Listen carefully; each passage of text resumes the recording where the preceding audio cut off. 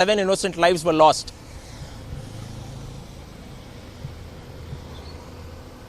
Prajwal, also speak to us because a very important point you just now mentioned that the rules were not being followed. So will there be a formal investigation and inquiry into who really was at fault here, because there was an head-on collision as you're telling us. So speak to us if the authorities are also telling you on the investigation into this entire matter, on whose negligence because of which this accident has taken place, for which 7 people that have lost their lives. There has already been a case of rash and negligent driving which has been registered against both the auto driver as well as the truck driver as well, because it is being understood that these are the by lanes in a residential locality, in a residential area in a village, and usually when passing by there are already signboards which will be put across by the town municipal authorities as well as the village panchayat authorities, stating that the vehicles will have to travel only through a particular speed limit. But it is being understood that the truck driver was already over-speeding over here. So a rash and negligent driving case has already been, booked against him. But he is also going on and battling for his life now. So the owner of the vehicle has been called in, and therefore the SP also visited this particular spot, and he stated that there will be speed breakers which will be installed after much uproar from the locals over there, who demanded that these accidents happen very often in this particular area. But so far all their complaints have fallen on deaf ears. So the SP has promised that there will be speed breakers installed, and the necessary action will be taken.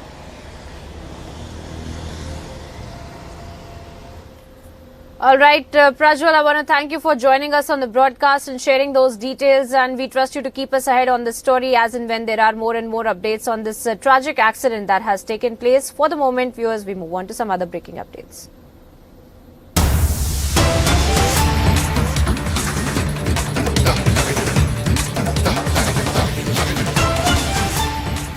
And this time getting these updates from with respect to this fire, in fact, that has broken out in a plastic slippers and shoes manufacturing factory in the Narella industry area in the national capital.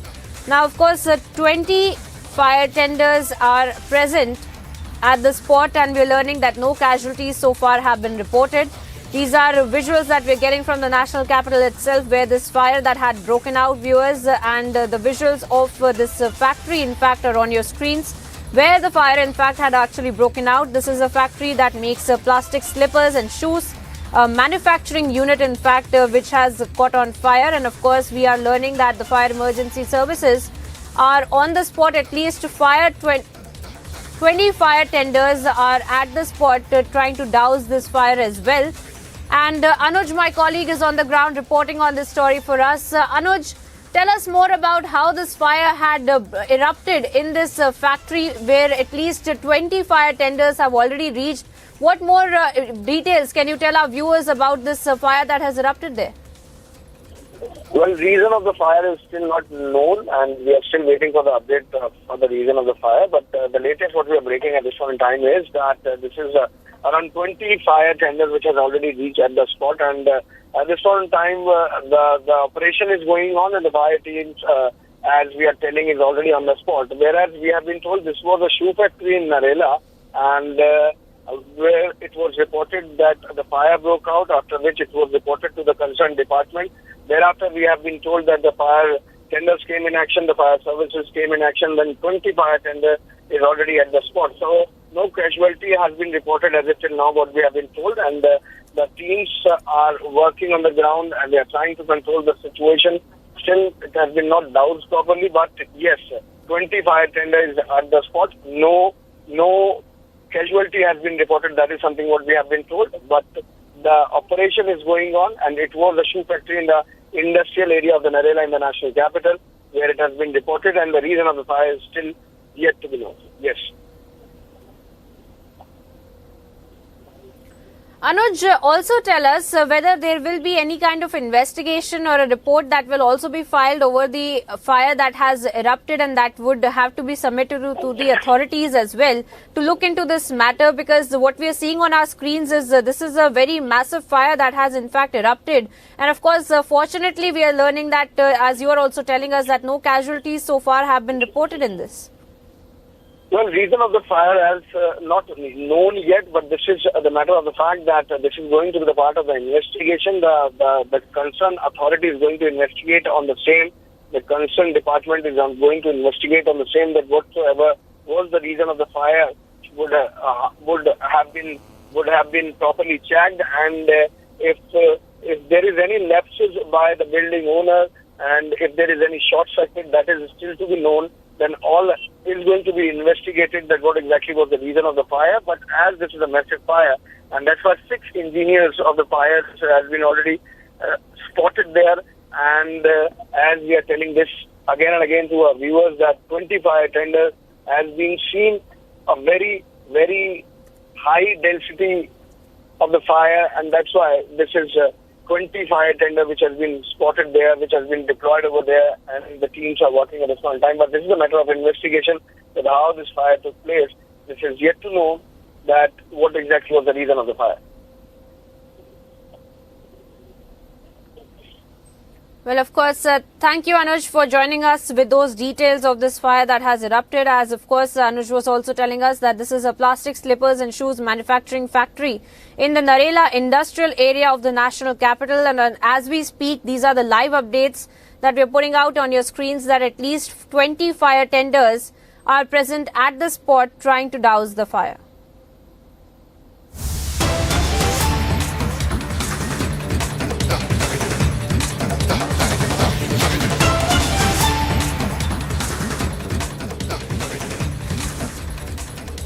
And back-to-back breaking updates that we're picking up for you with respect to an accident that has taken place in the Atal tunnel now in Rohtang, where a motorcycle was involved in an accident that took place. So we are learning that the CCTV footage of the incident in fact has surfaced, where a young man and a woman riding a bike were seriously injured in the incident. Now the treatment of the injured boy is going on in the regional hospital, and the girl is shifted to Manali, is the latest that we're picking up. These are the CCTV images of that accident that has been caught on tape in the Atal tunnel. And Gursimran, my colleague, is also once again joining us on the broadcast with more details. Gursimran, tell us more about this CCTV footage that has been accessed, the accident that had been caught on tape as well. Speak to us about how this accident had taken place and what is the status update of the passengers, namely the boy and the girl who were on the bikes. They had been shifted to the hospital. What is their medical health like right now, medical bulletin like right now? And also speak to us about how this accident really took place.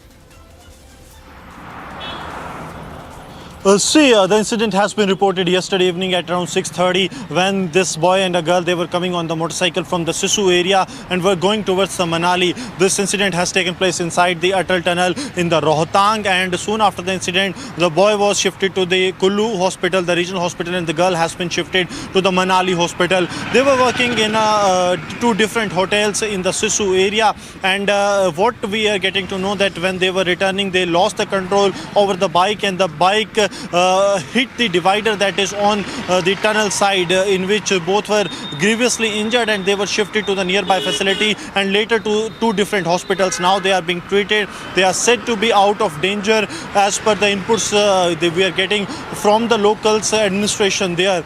But a major tragedy has been averted, as there was no vehicle that was coming from the other direction or from the same directions. Otherwise, this would have been more tragic.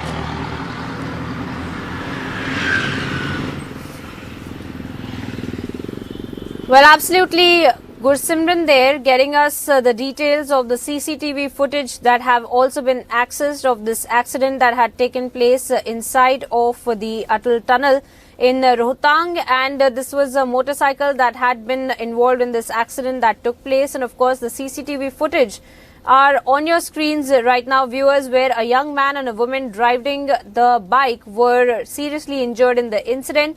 And the treatment of the duo, in fact, is also being carried out in Kullu and in Manali, respectively. And of course, we are seeing that the investigation by the authorities will also have to be carried out into this entire matter. But as of now, the CCTV footages are on your screens of this accident that had been caught on tape.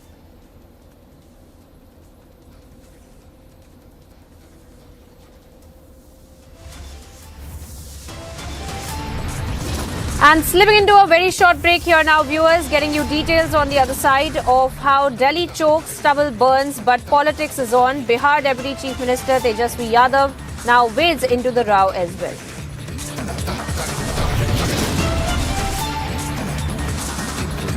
And Prime Minister Narendra Modi to visit Himachal today to campaign for the BJP candidates for the upcoming assembly polls.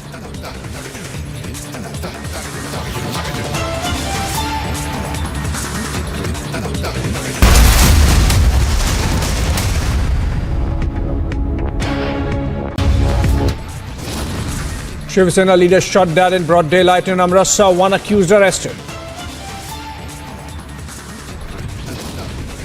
Videos show how at least 9 policemen were present during firing. Questions raised over law and order in Punjab. Republic accesses sensational details of the Khalistani angle to Sena leader murder case in Amritsar.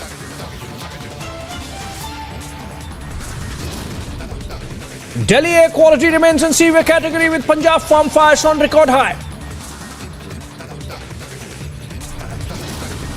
आप जवाब तो दीजिए sir, आप सरकार ने कहा था कि आप काम करेंगे सर, लेकिन कुछ हुआ नहीं। भगवंत मान जी This evening, as Punjab Chief Minister evades Republic questions on stubble burning, our netas not accountable. 2 years after the worst form of targeting of the media, Republic emerges stronger. We thank you viewers for your endless support.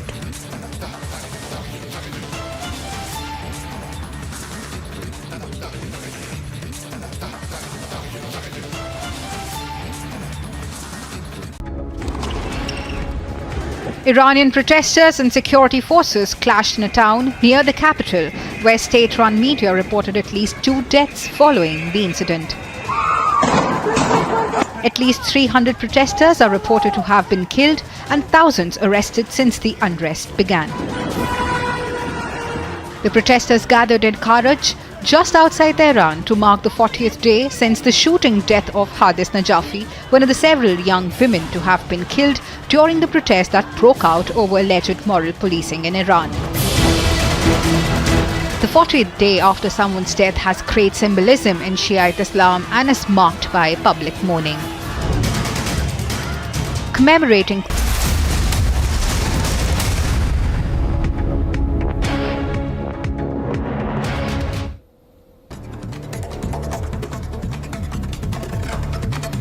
Welcome back, viewers. Here's some news in brief. A day after Shiv Sena leader's murder, massive anger has erupted. Meanwhile, Hindu organizations have called for a bandh in Amritsar. Remember, Punjab DGP Gaurav Yadav visits Ground Zero and notified of maintaining law and order along with peace by maintaining strict vigil on the rumours. DGP mentioned of investigations at the primary stage.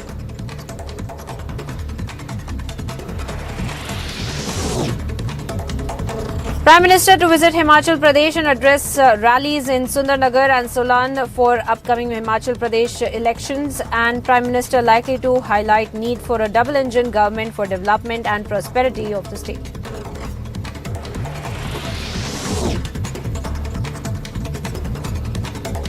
Mukhtar Ansari's son Abbas Ansari arrested by ED after 9 hours of questioning by Enforcement Directorate with high security arrangements made for avoiding any conflict.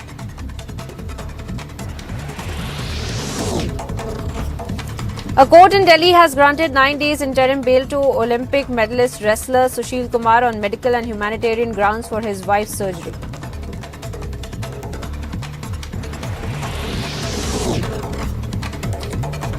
As the air quality index deteriorated, a severe category has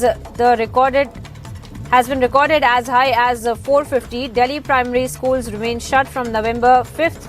Till pollution situation improves, an official advised people against stepping out unless absolutely necessary.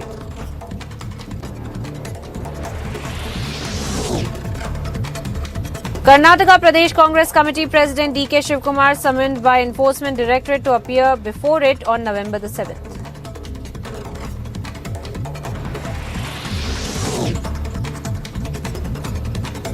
Tenth India-Croatia Foreign Office consultations held in Zagreb. Wide-ranging discussions on bilateral, regional and international issues including trade and economic defence and maritime and many others are discussed.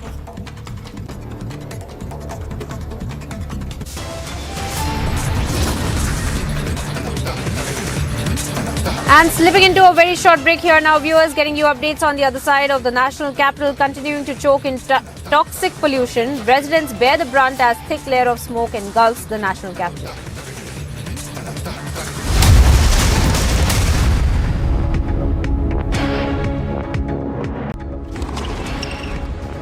Iranian protesters and security forces clashed in a town near the capital, where state-run media reported at least 2 deaths following the incident. At least 300 protesters are reported to have been killed and thousands arrested since the unrest began. The protesters gathered in Karaj, just outside Tehran, to mark the 40th day since the shooting death of Hadis Najafi, one of the several young women to have been killed during the protest that broke out over alleged moral policing in Iran. The 40th day after someone's death has great symbolism in Shiite Islam and is marked by public mourning. Commemorating protester deaths has given momentum to the ongoing demonstration, just as it did during the 1979 revolution that overthrew Iran's earlier monarchy. Agency report for Republic TV.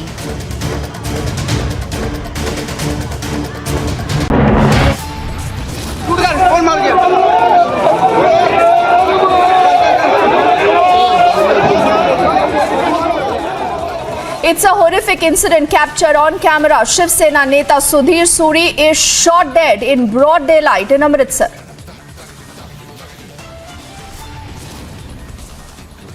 There is no end to stubble burning. The Delhi AQI is dipping further. Citizens continue to choke. But the key question, what are our netas doing?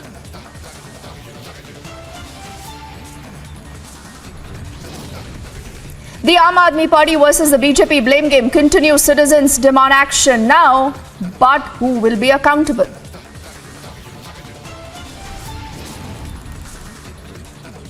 Republic's unrelenting coverage leads to big action in the Morbi tragedy. The chief officer finally is suspended.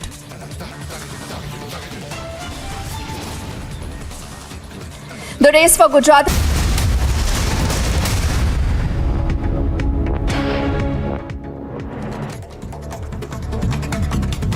Welcome back, viewers. Here's some news in brief from across the globe. Ukrainian President Volodymyr Zelensky thanked the G7 nations for announcing a coordination mechanism to help rebuild Ukraine's shattered energy infrastructure.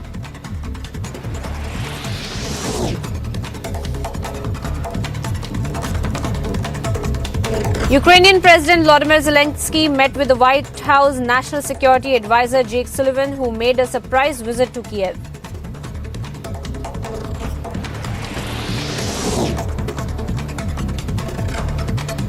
Campaigning for Malaysia's general elections, formally in a high competitive race that will see the world's longest serving coalition seeking to regain its dominance 4 years after a shocking electoral loss.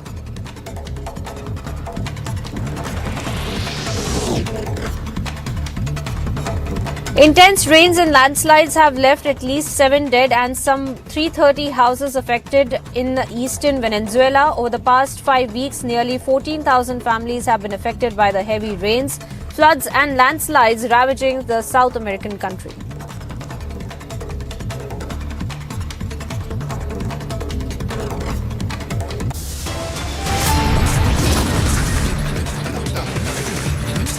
Slipping into a very short break here now, viewers, getting you updates on the other side of the Pakistan ISI link emerging in Sena Neta's killing. Pro-Khalistan ISI agent confirms a larger plot at play.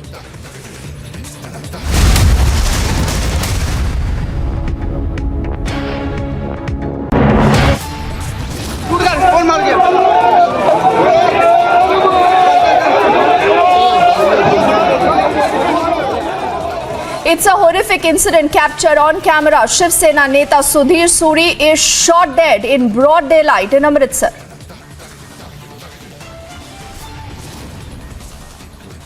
There is no end to stubble burning. The Delhi AQI is dipping further. Citizens continue to choke. But the key question, what are our netas doing?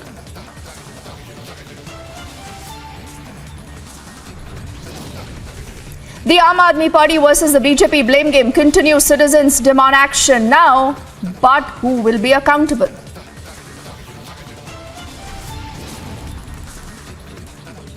Republic's unrelenting coverage leads to big action in the Morbi tragedy. The chief officer finally is suspended.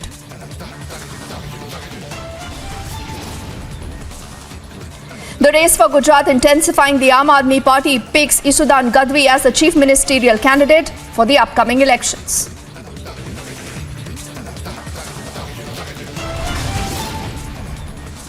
And complete chaos ensues in Pakistan after a failed assassination attempt. Imran Khan has called for a mega showdown.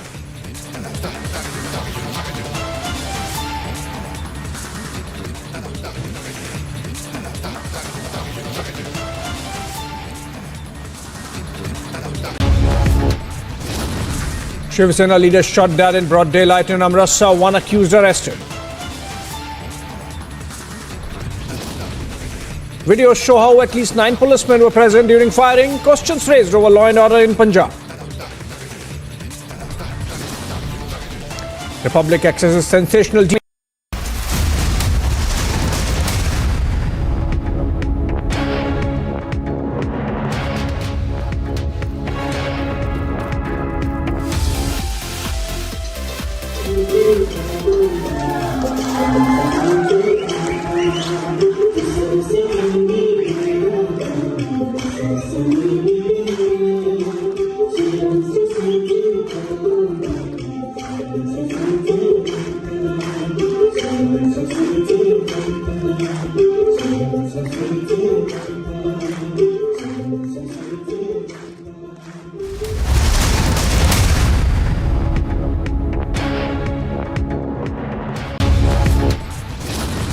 Shiv Sena leader shot dead in broad daylight in Amritsar. One accused arrested.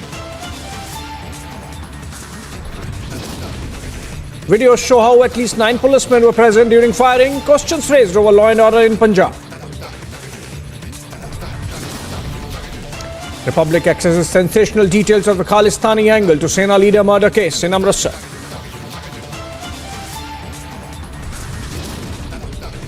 Delhi air quality remains in severe category with Punjab farm fires on record high.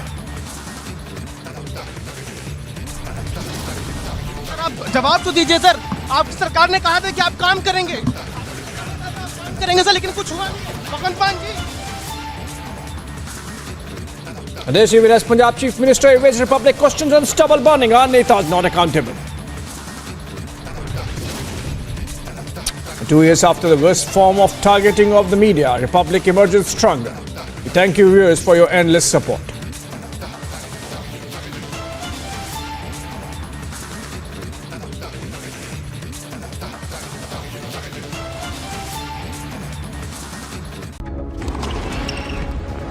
Iranian protesters and security forces clashed in a town near the capital, where state-run media reported at least 2 deaths following the incident. At least 300 protesters are reported to have been killed. Top stories at 11 a.m. The national capital continues to choke on toxic pollution. Residents bear the brunt as thick layer of smoke engulfs the national capital.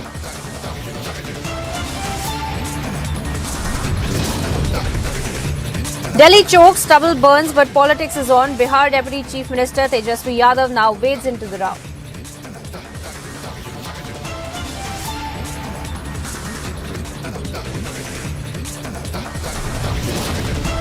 Massive anger over Shiv Sena leader's murder. Hindu organizations call for a bandh in Amritsar.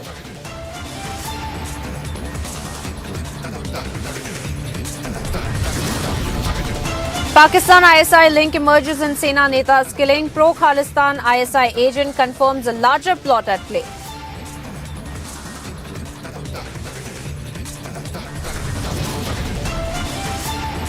Prime Minister Narendra Modi to visit Himachal today. The campaign for BJP candidates for the upcoming assembly polls.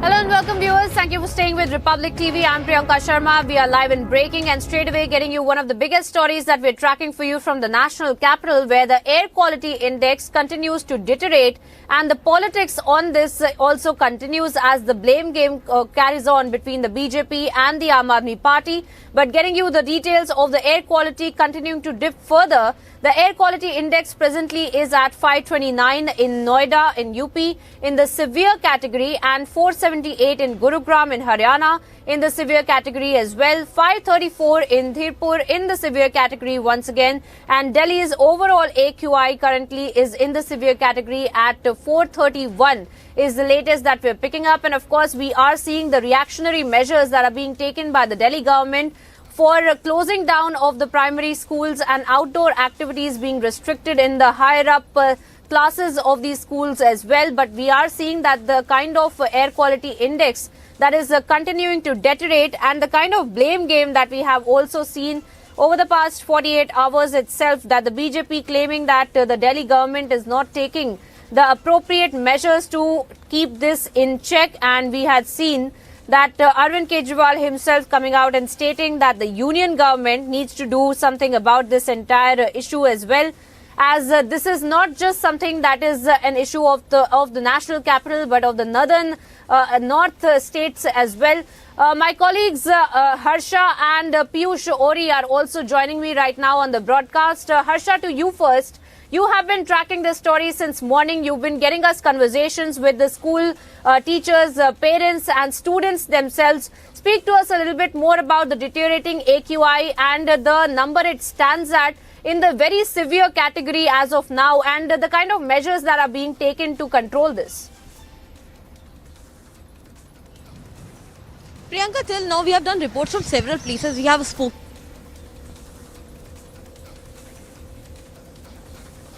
Their parents and everyone. We have done reports from Akshardham and from everywhere. So this is a very toxic air which Delhi-NCR is breathing in. And now it's the high time that a discussion should be done that what measures could be taken. The blame game is being done between state and between centre. Yesterday we saw Aam Aadmi Party chief Arvind Kejriwal doing the press conference with Bhagwant Mann. Bhagwant Mann clearly stated that it's not farmers' fault. Nothing adequate yet is being done by the centre. We need the help of the centre government. It was said by Bhagwant Mann and Arvind Kejriwal. But till now, the pictures from Sangrur, Firozpur, Amritsar, Ludhiana, moreover, there are many places in Punjab where the visuals are being seen, where the stubble burning is still continuing. In Punjab, in several places, because of the farm fire, because of the smoke which is coming directly from the different tehsil and different districts of Punjab, is directly affecting and infecting Delhi-NCR. The smoke could be seriously seen, the layering, the thick layering of smoke is everywhere. Beat Akshardham, beat Anand Vihar railway station, India Gate, from where my colleague Piyush Ori was reporting in the morning. The AQI in Delhi-NCR in Delhi is 431, Noida 529, very critical. It is gas chamber, and everyone is talking about that it is every year problem now. Now government should talk about solution. They should talk about solution, but they are not talking about solution.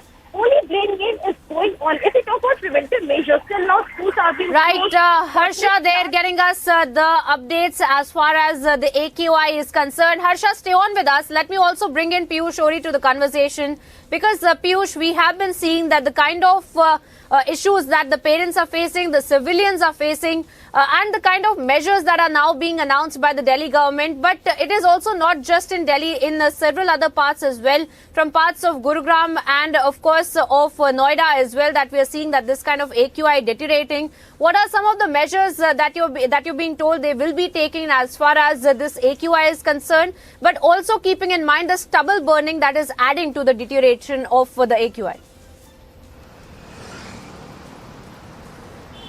So you aptly mentioned, Priyanka, that we are all in it together, and whether it is the rich or the poor, the old or the young, every one of us is affected by this deteriorating air quality. Now, yes, the focus of this air pollution has primarily been on Delhi because of its huge population base and of it being a national capital. But what it also is important is that there are several cities like Gurugram, which has been declared as the cyber hub of the country, Noida, Ghaziabad, and even several places like Meerut, which are facing this problem of deadly air pollution, the pollution which can severely affect your lungs if the poisonous substances that are concentrated in this air get exposed to you for long. So yes, you are all in it together. Now, because of the public health emergency which is right now prevalent in Delhi National Capital Region, there is some short-term measures that have been taken by the Delhi government.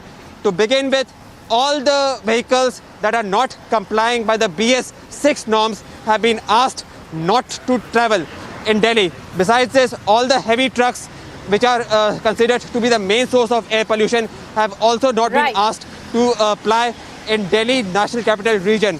Besides this, as I want to tell you that yes, Piyush, stay on with us. I implore you and Harsha to stay on with us, and let me also bring in my colleague Anuj, who's also reporting on this story. He's joining us with several leaders as well. It's over to you, Anuj. Speak to those leaders and understand what's happening with the AQI deterioration that we're facing right now.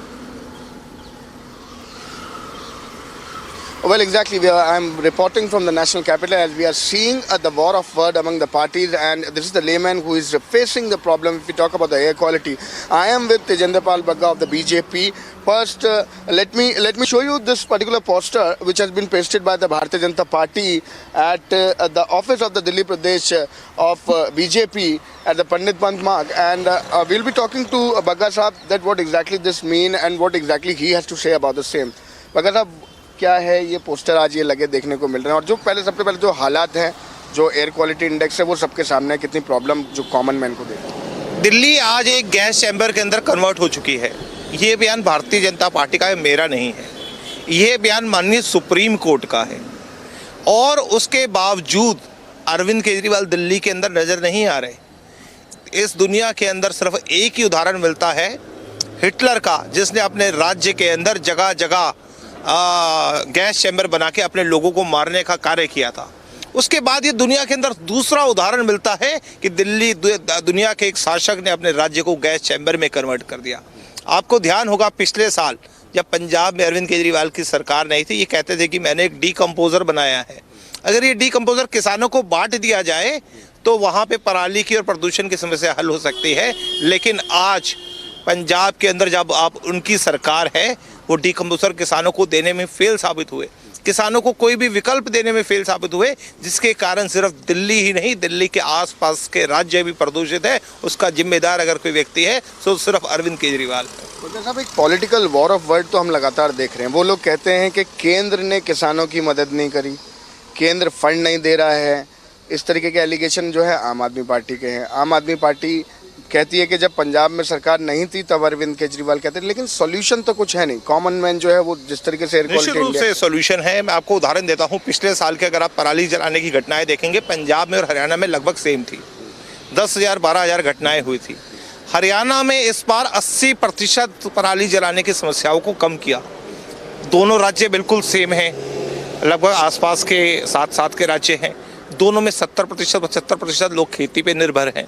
तो अगर हरियाणा सरकार 80% control कर सकती है, इस साल सिर्फ 2100 घटनाएं हुई या पिछले साल 10,000 घटनाएं थी, और जहां पंजाब में पिछले साल 11 साढ़े 11,000 घटनाएं थी, इस बार 21,000 अभी तक हो चुकी हैं।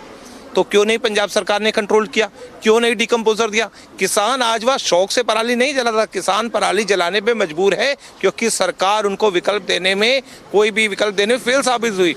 आज पंजाब का मुख्यमंत्री पंजाब में नहीं है, आज दिल्ली का मुख्यमंत्री दिल्ली में नहीं है, दोनों गुजरात और हिमाचल में पॉलिटिकल टूरिज्म पे है, इसलिए इस प्रकार से घटनाएं हो रही। वहीं दूसरी तरफ कल आप लोगों ने कहा कि एलजी से मिलेंगे, स्कूल बंद करने की डिमांड भी भारतीय जनता पार्टी रख रही थी। क्या एलजी के साथ कोई मीटिंग है, और क्या स्टेप भारतीय जनता पार्टी इस सिचुएशन को? देखिए, हमने कल एक प्रेस कॉन्फ्रेंस की थी, और हमारी प्रेस कॉन्फ्रेंस के बाद दिल्ली के अंदर 5वीं तक के स्कूलों को बंद कर दिया गया है। हमारा सीधा कारण ये है कि आज दिल्ली के लोग अपने श्वास लेने में दिक्कत महसूस कर रहे हैं, उनको विकल्प मिलना चाहिए। दिल्ली के मुख्यमंत्री से कोई मिल नहीं सकता, दिल्ली के मुख्यमंत्री दिल्ली में है नहीं, वो किस अफसर को बोलेंगे और किससे बात करेंगे? लोगों को दिखाएं।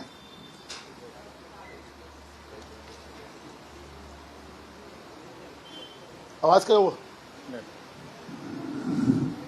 कमल भाई एक बार वॉइस चेक कर।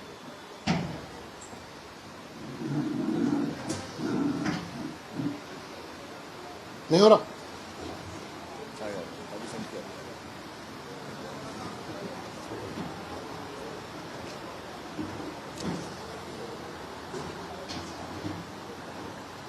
नहीं हो रहा, छोड़िए, थोड़ा टेक्निकल ग्लिच है, माफी चाहूंगा।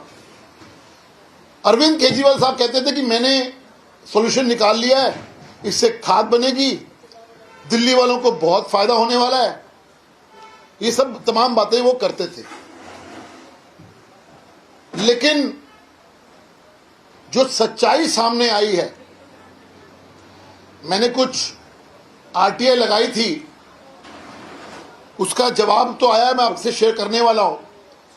साथ में हमारे विधानसभा में विपक्ष के नेता रामवीर सिंह मधूड़ी जी ने भी प्रश्न उठाया था, विधानसभा के अंदर वो भी प्रश्न आया।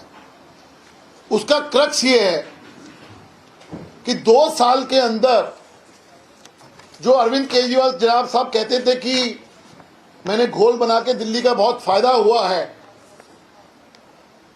3,79,000 का घोल बनाया 2 साल का। 2 साल की बात कर रहा हूं मैं, बात कर रहा हूं 2020-21 की और 2021-22 मार्च तक की। 3,79,000 rupees has been spent on this biodecomposer capsule which has been made by Pusa Institute but purchased by Delhi government. 3,79,000। उसको छिड़काव करने का खर्चा, जब मैं छिड़काव करने की बात करता हूं तो उसमें 2 महत्वपूर्ण चीजें हैं। एक है ट्रैक्टर किराए पे लिया उन लोगों ने, ट्रैक्टर किराए पे, और एक टेंट किराए पे लिया, उसको वो छिड़काव में यूज किया। तो वो टेंट, जब वो खेतों में टेंट यूज करता है, उसका खर्चा आया 64,12,000 रुपए। 3,79,000 का घोल 64,12,000 रुपए में ट्रैक्टर और टेंट किराए पर। अब आप मेरे सामने पत्रकार मौजूद है, मेरे भाई मौजूद है, उनको आपको मालूम है कि ट्रैक्टर कितने का आता है अगर हम खरीदें तो। यहां तो किराए पे लेने के ऊपर 64,12,000 रुपए का ट्रैक्टर और टेंट किराए पे आया। यह है पहली सच्चाई। उसके बाद बहुत बड़ी बड़ी बातें की गई, हमने किसानों को दिया, बहुत सफल हुआ, लेकिन इसी 3 लाख के घोल के ऊपर 23 करोड़ 27 लाख रुपए, और ये मैं नहीं कह रहा, ये आरटीआई के जवाब कह रहे हैं, 23 करोड़ 27 लाख रुपए इस विज्ञापनबाज मुख्यमंत्री ने विज्ञापन पर खर्च कर दिए 3 लाख के घोल के ऊपर। यह है इस घोल की सच्चाई। और ये मैं नहीं कह रहा, फिर मैं कह रहा हूं, ये मेरा कोई डाटा नहीं है, भारतीय जनता पार्टी का आरोप नहीं है। और इस 23 करोड़ 27 लाख खर्च करने के बाद फायदा हुआ 345 किसानों को। यह है इस घोल की सच्चाई। विज्ञापनबाज मुख्यमंत्री जब हम बुलाते हैं, उसका कारण यह है कि 3 लाख की चीज के ऊपर आप 23 करोड़ रुपए खर्चा कर देते हो। यह है सच्चाई। अब मैं एक सवाल अरविंद केजरीवाल साहब से पूछना चाहूंगा।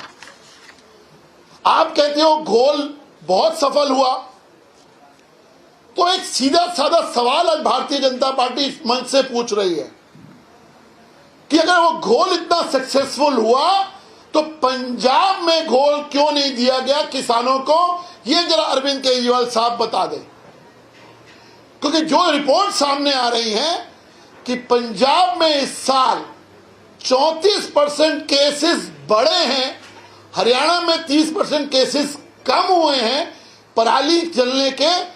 ये दस्तावेज सामने आ रहे हैं और रिपोर्ट सामने आ रही है।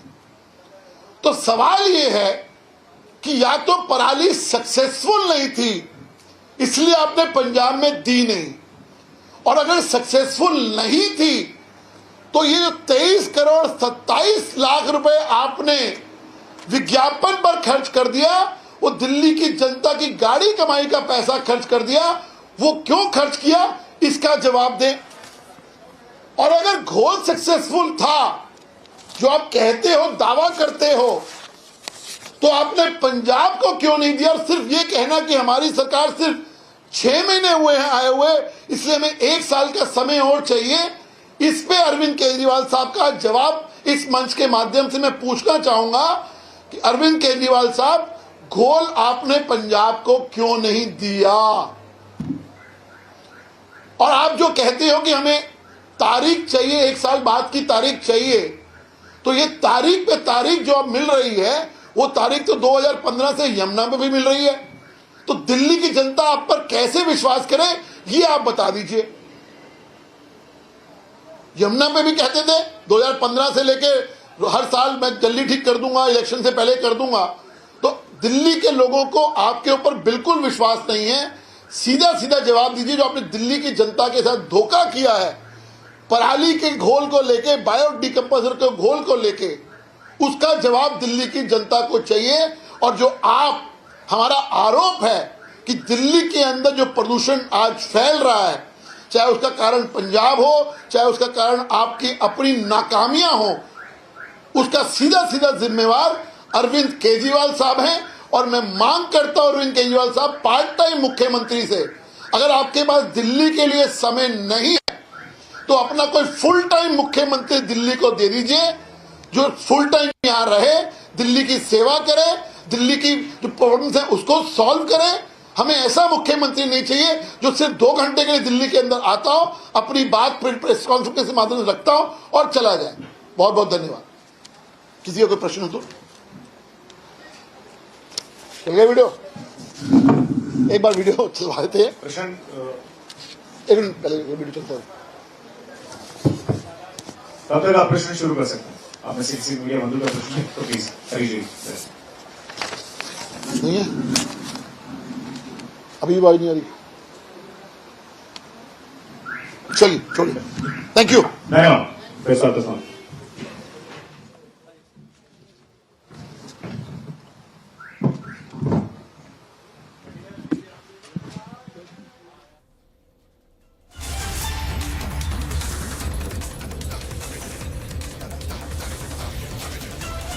Well, there you have it, viewers.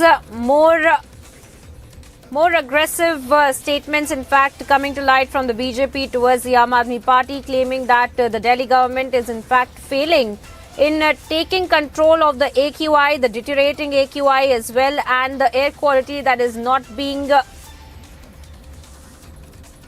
perceived as a priority for the Delhi government is something that the BJP is also claiming, since the Delhi Chief Minister and the Punjab Chief Minister both have been in Gujarat, and they had been in Gujarat yesterday and today as well, carrying out those campaigning road shows as well. And now we are seeing that the BJP in fact has made those statements against the Delhi Chief Minister, the Delhi government, where they have stated that they need a full-time chief minister in Delhi who is present here to take note of the issues of the civilians and not somebody who's out there campaigning, politically speaking.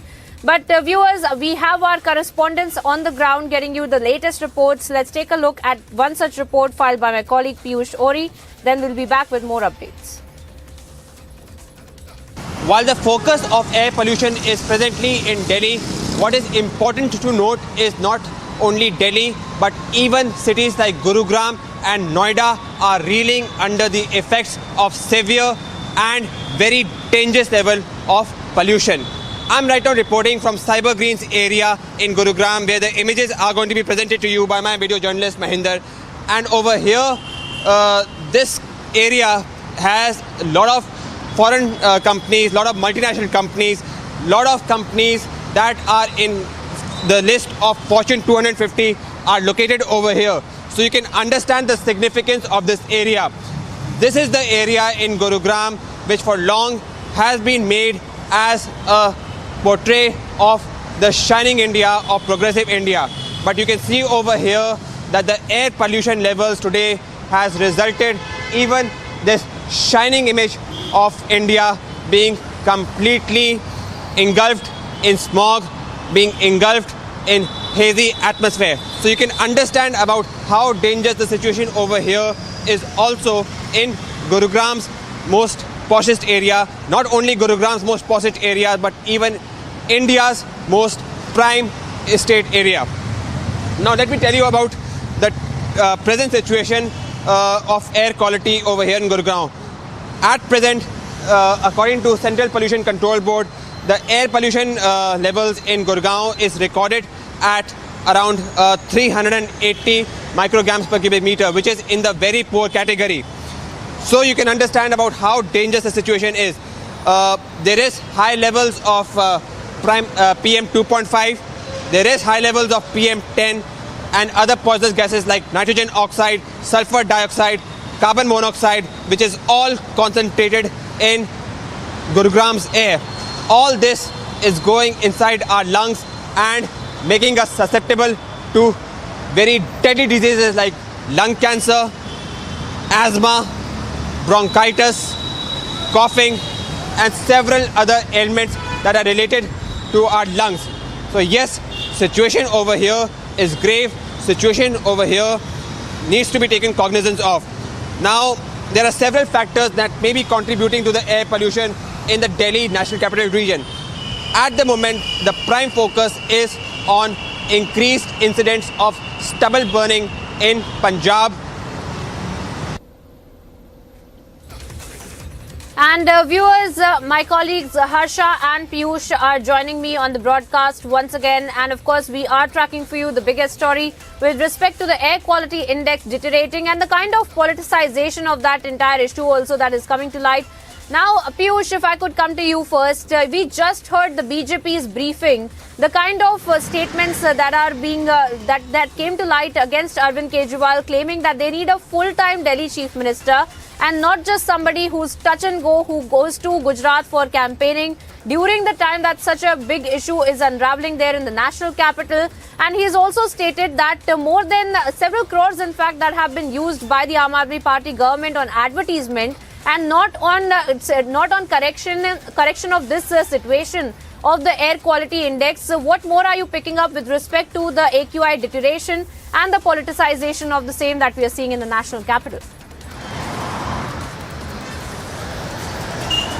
So you raised two important points, Priyanka. Yes, at a time when the air quality levels in Delhi is very bad, it is a public health emergency situation over here. The BJP as well as the citizens are demanding accountability of Arvind Kejriwal. Now, Arvind Kejriwal, taking into consideration that there is now an assembly election in Gujarat, he is spending most of his time over there in Gujarat.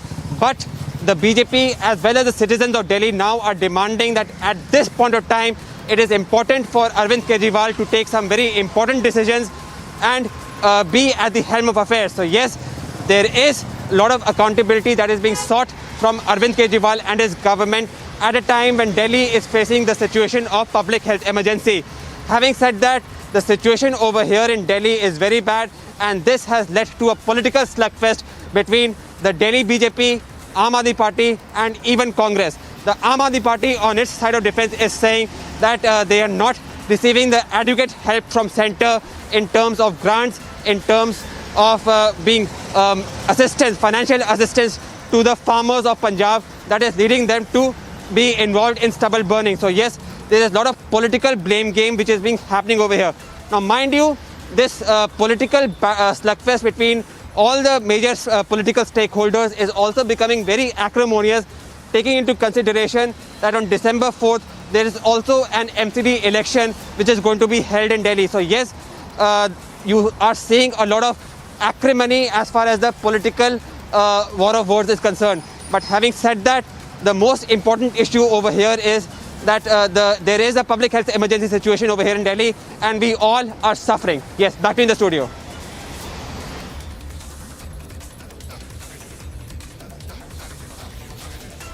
All right, this is one of the biggest stories that we're tracking for you viewers as far as the politicization is also concerned. But of course, more importantly, the kind of issues that the civilians are facing because of the AQI deteriorating, that is not really a new problem. But this is something that we have seen unraveling at its peak post Diwali as well. And of course, the political leaders making those kind of statements. I want to thank both Harsha and Piyush for joining us on the broadcast with those updates.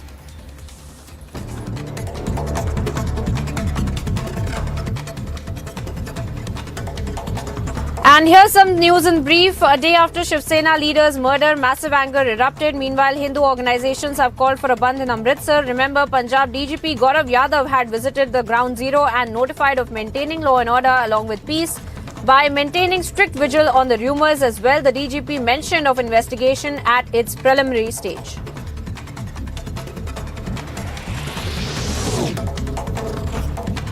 Prime Minister to visit Himachal Pradesh and address rallies in Sundarnagar and Solan for upcoming Himachal election polls. PM likely to highlight need for a double-engine government for development and prosperity of the state.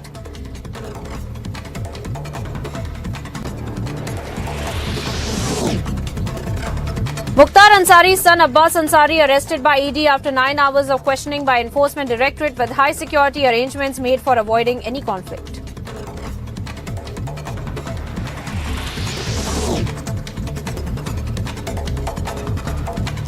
A court in Delhi has granted 9 days interim bail to Olympic medalist wrestler Sushil Kumar on medical and humanitarian grounds for his wife's surgery.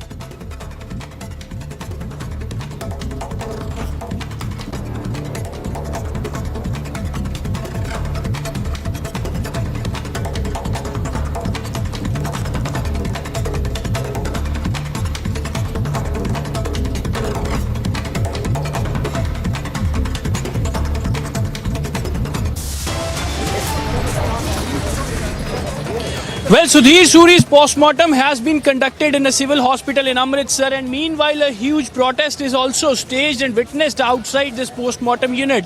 The story is getting every minute bigger just because since yesterday evening, the moment Sudhir Suri was shot dead, there is a sensitiveness prevailed in Amritsar. Watch this entire story after a short break. Stay tuned.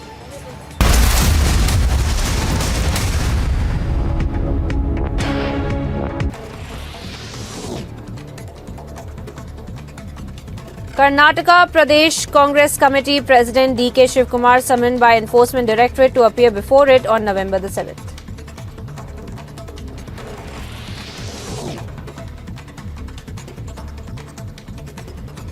Tenth India-Croatia Foreign Office consultations held in Zagreb. Wide-ranging discussions on bilateral, regional and international issues including trade and economic, defence and maritime and many other issues were discussed.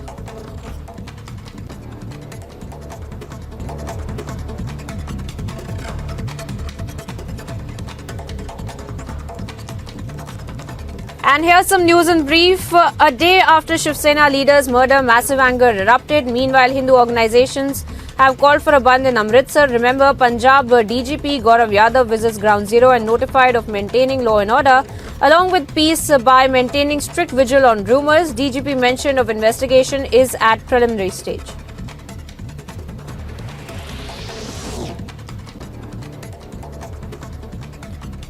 Prime Minister to visit Himachal Pradesh and address rallies in Sundarnagar and Solan for upcoming Himachal elections. Prime Minister likely to highlight the need for a double-engine government for development and prosperity of the state.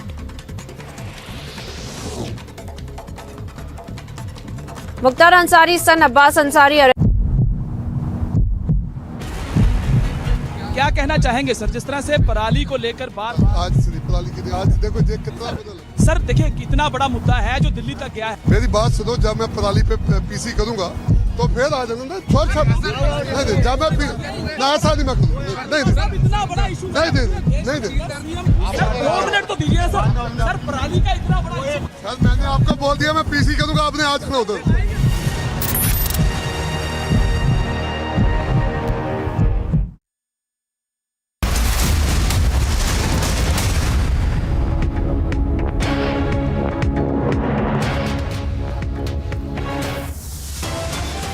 Top stories at 11:30. The national capital continues to choke in toxic pollution. Residents bear the brunt as thick layer of smoke engulfs Delhi.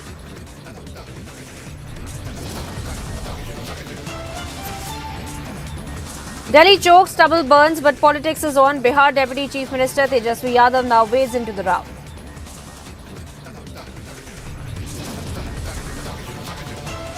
Massive anger over Shiv Sena leader murder. Hindu organization calls for a bandh in Amritsar.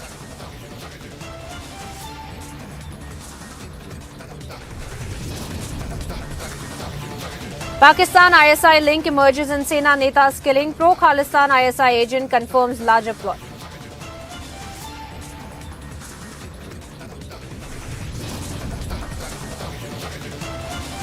Prime Minister Narendra Modi to visit Himachal today to campaign for BJP candidates for the upcoming assembly polls.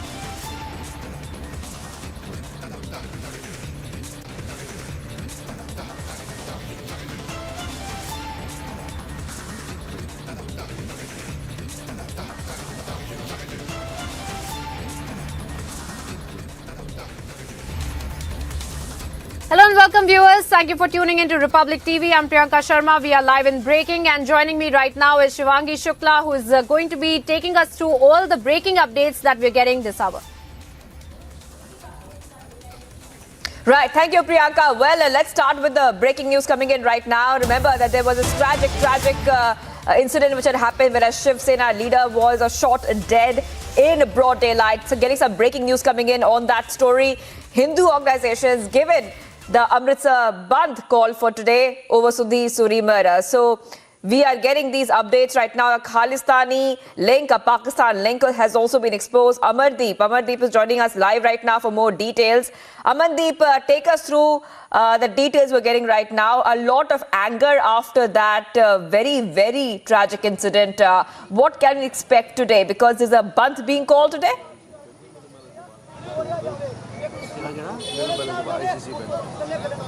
Well, absolutely, Shivangi. Amritsar is completely banned, and this call was given by the Hindu organizations. And even Sudhir Suri's post-mortem has been conducted here where we are standing outside.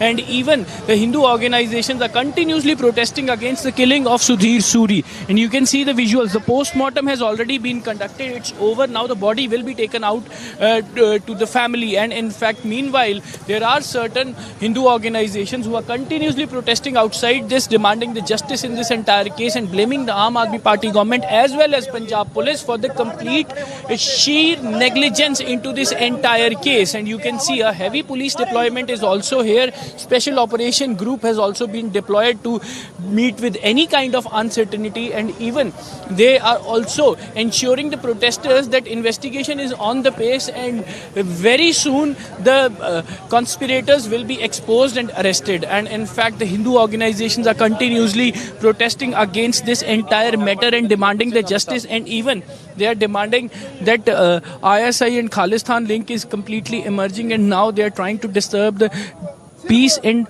harmony of Punjab. We will listen what they are saying now. ਜਿਹੜੇ ਬੈਠੇ ਆ ਇਹ ਹਰਾਮ ਦੇ ਸਿਰਫ ਕੁਛ ਪੈਸਿਆਂ ਖਾਤਰ ਉਹ ਭੀਖ ਮੰਗ ਲਓ ਏ ਭੀਖ ਸਾਡੇ ਬੰਦੇ ਮਰਵਾਉਂਦੇ ਨੇ ਤੁਸੀਂ ਕੀ ਸਮਝਿਆ ਅੱਜ ਵੀ ਬੈਠੇ ਪੁੱਤ ਉਹਦੇ ਆ ਕਿੱਥੇ ਜਾਣੇ ਉਹ ਸਰ ਅੰਮ੍ਰਿਤਪਾਲ ਕੋ ਨੇ ਅੰਮ੍ਰਿਤ ਛਕਿਆ ਉਹ ਕਹਿੰਦੇ ਨੇ ਪੋਲ ਛਕੋ ਮੈਨੂੰ ਇਹ ਦੱਸੋ ਦਸਾਂ ਗੁਰੂਆਂ ਨੇ ਕਿੱਦਣ ਕਿਹਾ ਸੀ ਹਿੰਦੂ ਮਾਰ ਦਿਓ ਉਹ ਗੁਰੂ ਤੇਗ ਬਹਾਦਰ ਨੇ ਸਾਡੇ 3 ਕਿਤੇ ਜਲਾਉ ਦੀ ਰੱਖਿਆ ਕੀਤੀ ਉਹ ਤੁਸੀਂ ਅੱਜ ਜਿਹੜੇ ਹਿੰਦੂ ਲੀਡਰ ਮਾਰਨ ਦੇ ਜੇ ਤੁਸੀਂ ਪਤਾ ਕੀ ਸਮਝਦੇ ਜੇ ਹਿੰਦੂ ਬੇਵਸਿਆ ਨਾ ਅੱਜ ਹਿੰਦੂ ਪੰਜਾਬ ਨਹੀਂ ਛੱਡੇਗਾ ਅਸੀਂ ਸੋਚ ਲਿਆ ਜਾਂ ਤੇ ਅਸੀਂ ਮਰਨਾ ਹੈ ਤੇ ਜਾਂ ਪੰਜਾਬ ਛੱਡਣਾ ਹੈ ਅਸੀਂ ਡਿਸਾਈਡ ਕਰ ਲਿਆ ਅਸੀਂ ਮਰਨਾ ਡਿਮਾਂਡ ਸਾਡੇ ਕੌਮੀ ਜਰਨੈਲ ਸੁਧੀਰ ਸੂਰੀ ਨੂੰ ਸ਼ਹੀਦ ਦਾ ਦਰਜਾ ਦਿਓ ਨਹੀਂ ਤੇ ਭਾਜੀ पोस्टमार्टम तो बाद जे तुम कहो ना अग लग जे ला के भाओ ना सानू ला दियो। आप सुन सकते हैं कि किस तरह से जो रोष है वो बढ़ा हुआ है। उनका ये कहना है कि सुधीर सूरी को शहीद का दर्जा दिया जाए। आप देख सकते हैं कि बहुत बड़ी गैदरिंग में लोग यहाँ पे इकट्ठा हुए हैं और लगातार जो प्रो खालिस्तानी एलिमेंट्स हैं उनको ब्लेम किया जा रहा है कि उन्हीं का हाथ है, ये उन्हीं की साजिश है। इसीलिए सुधीर सूरी का कल ब्रॉड डे लाइट में पूरे पब्लिक व्यू में इस तरह से कत्ल हो जाता है। आप तस्वीरों में देख सकते हैं माहौल बहुत तनावपूर्ण है और इनका ये भी कहना है कि अगर उनको शहीद का दर्जा नहीं दिया जाएगा तो उनका अंतिम संस्कार भी नहीं करने देंगे। आप तस्वीरों में देख सकते हैं बहुत सेंसिटिव माहौल है। पुलिस लगातार इन्वेस्टिगेशन कर रही है।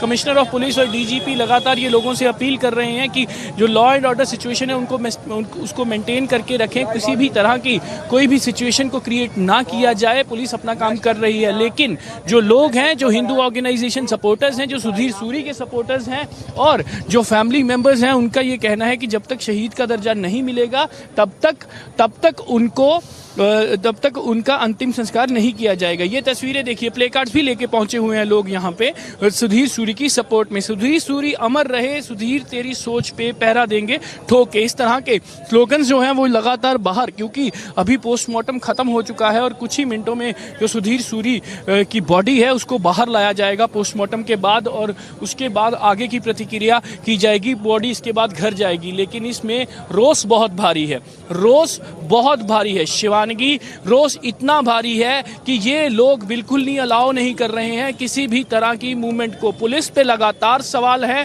क्योंकि सुधीर सूरी को जो है वो भरी भीड़ में पूरे दिन खड़े हुए उनको पॉइंट ब्लैंक रेंज से गोली मार दी जाती है और पुलिस वाले उनके पीछे खड़े होते हैं। बड़े सवाल खड़े होते हैं कि जब सुधीर सूरी को इतना बड़ा थ्रेट था तो आखिरकार उसकी सुरक्षा बढ़ाई क्यों नहीं गई, और जब वो फुल पब्लिक व्यू में जाते हैं तो उनकी सुरक्षा का ध्यान क्यों नहीं रखा गया। इसी तरह के सवाल इन लोगों के मन में भी है जो लगातार यहाँ पे मौजूद हैं। और इसके साथ ही गोपाल चावला को वो वीडियो, लखवीर लंडा का वो सोशल मीडिया पोस्ट और हरविंदर रंधा की ये कॉन्स्पिरेसी, ये सारी चीज़ें मिलके ये दर्शाती हैं कि ये कोई छोटा मोटा कोई personal enmity, this was not a personal enmity, it was a complete full-fledged planned conspiracy which was hatched from Pakistan, from Canada, and that has been executed in Amritsar itself. So that is the reason they are actually protesting, just because it was the attack on the Hindu in Punjab, not only on Sudhir Suri. It was the killing of the killing is a clear-cut indication that somewhere down the line the anti-pro-Khalistani elements are against the Hindus in Punjab. That is the reason this conspiracy has been hatched, and even the police investigation is also dragging towards the pro-Khalistani elements. Sandeep Singh, who has been arrested, and incriminating the evidence has also been recovered from his car, which shows that he was associated with some Sikh hardliners, and in fact he never met Sudhir Suri. He was completely unknown to Sudhir Suri. He was having no personal enmity to Sudhir Suri as well, and the motive behind the murder is only that it was an attack on Hindus. You can see the visuals are here, that how they are protesting, and even the police is trying to manage the situation to maintain the law and order situation here in Amritsar outside the post-mortem unit, and where the post-mortem has recently conducted of Sudhir Suri. But meanwhile, certain kind of anger is emerging on the roads. Amritsar is completely band, and this band call was given by the Hindu organization. All the markets and even all the shops has been closed, their shutters are down, and Amritsar is completely in a very sensitive mode, and the sensitiveness in Amritsar is prevailing. Security has been beefed up in Amritsar, and in fact the administration is also trying to negotiate the talks with the Hindu organizations to scale down their protest and not to scale up this issue on the roads. And in fact, they are also ensuring that investigation is still going on. Police will deliver justice to this entire murder case very soon. But the way Sudhir Suri was killed, people were not able to tolerate this kind of lackadaisical attitude of police, and even that is the reason they are continuously raising the voice against this killing, just because this killing has created so much anger among the Hindu organizations in Punjab. And even this killing was a target killing. This killing was a completely hatched conspiracy by the pro-Khalistani elements, and even Gopal Chawla's that video in which he was celebrating the killing of Sudhir Suri, a clear-cut indication. And Gopal Chawla is the one who is actually an ISI agent staying in Pakistan and even associate with the pro-Khalistani elements. And he was celebrating this entire killing of Sudhir Suri, a clear-cut indication that how ISI and pro-Khalistani elements have been behind this entire killing. And that is the reason their anger has been landed on the roads. Complete sensitiveness, a huge anger among the Hindu organization. Amritsar is on high sensitive area turning to be, and even the Band call has been given by the Hindu organization. The police is on the roads to maintain the law and order situation. The situation is every minute getting sensitive in Amritsar. Yes, Shivangi. All right, viewers, so a lot of reactions coming in right now. I will come back to you, Amandeep. I just want our viewers to get all the reactions coming in on this story first before I come back to you and ask you about the kind of investigation which is happening right now and the reactions coming in across political lines.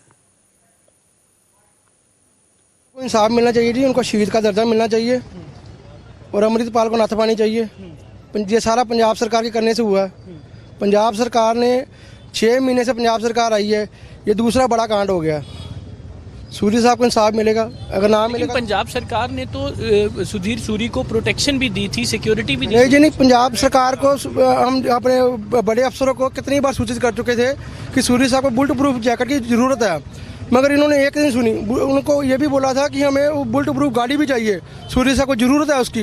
ये कह रहे अपने पैसों से ले लो। सूरी साहब ने बोला 5-10 लाख मैं कोल से पास से दे दूंगा अपने, बाकी पैसे आप कर लो। ये एक नहीं सुनी सरकार ने। ये सारी सरकार की नालायकी की वजह से और प्रशासन की नालायकी की वजह से ये आज काम हुआ है। All right, let's go back to Amandeep. Amandeep, a lot of anger over Sena leader's murder. That's what we are witnessing, and you're talking to the protesters there.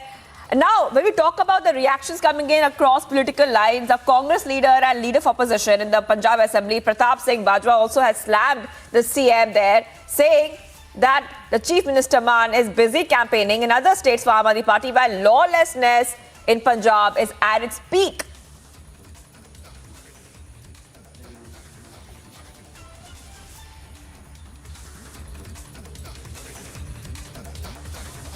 All right, I'll just be getting back to Amandeep at this point of time, viewers. Right now, of course, the story that we are tracking right now is the aftermath of that terrible incident where the Shiv Sena leader was shot in broad daylight. Many reactions have been coming in on this story, and right now, many Hindu organizations are protesting on the roads of Amritsar. Let's have a look at what else is making news from across India. A day after Shiv Sena leader murder, massive anger erupts. Meanwhile, Hindu organizations have called for Bandh in Amritsar. Remember, Punjab DGP Gaurav Yadav visits the grounds area and has now notified of maintaining law and order along with the peace. By maintaining strict vigil on rumors, DGP has mentioned of investigation is right now at the preliminary stage. Prime Minister will visit Himachal Pradesh and address rallies in Sundarnagar and Solan for upcoming Himachal election polls. PM likely to highlight the need for a double-engine government for development and prosperity for state. Mukhtar Ansari's son Abbas Ansari arrested by ED after 9 hours of questioning by Enforcement Directorate with high security arrangements made for avoiding any conflict. A court in Delhi has granted 9 days interim bail to Olympic medalist wrestler Sushil Kumar on medical and humanitarian ground for his wife's surgery.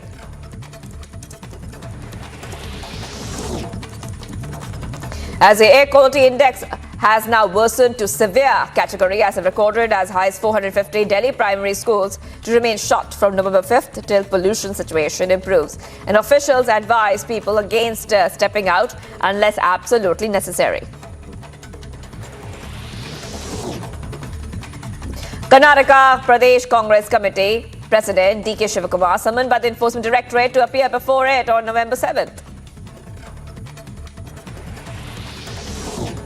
10th India-Croatia Foreign Office consultations held, in fact, wide-ranging discussions on bilateral, regional and international issues, including trade, economic, defense and maritime, and many others are discussed.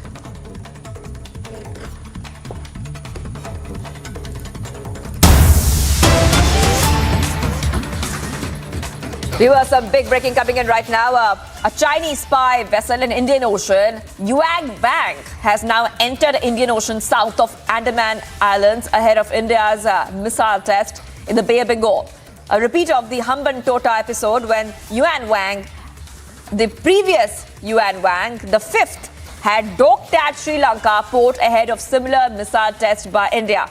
So this is what we are breaking right now. What we can tell you so far. A Chinese spy vessel is in the Indian Ocean territory. Indian Ocean territory.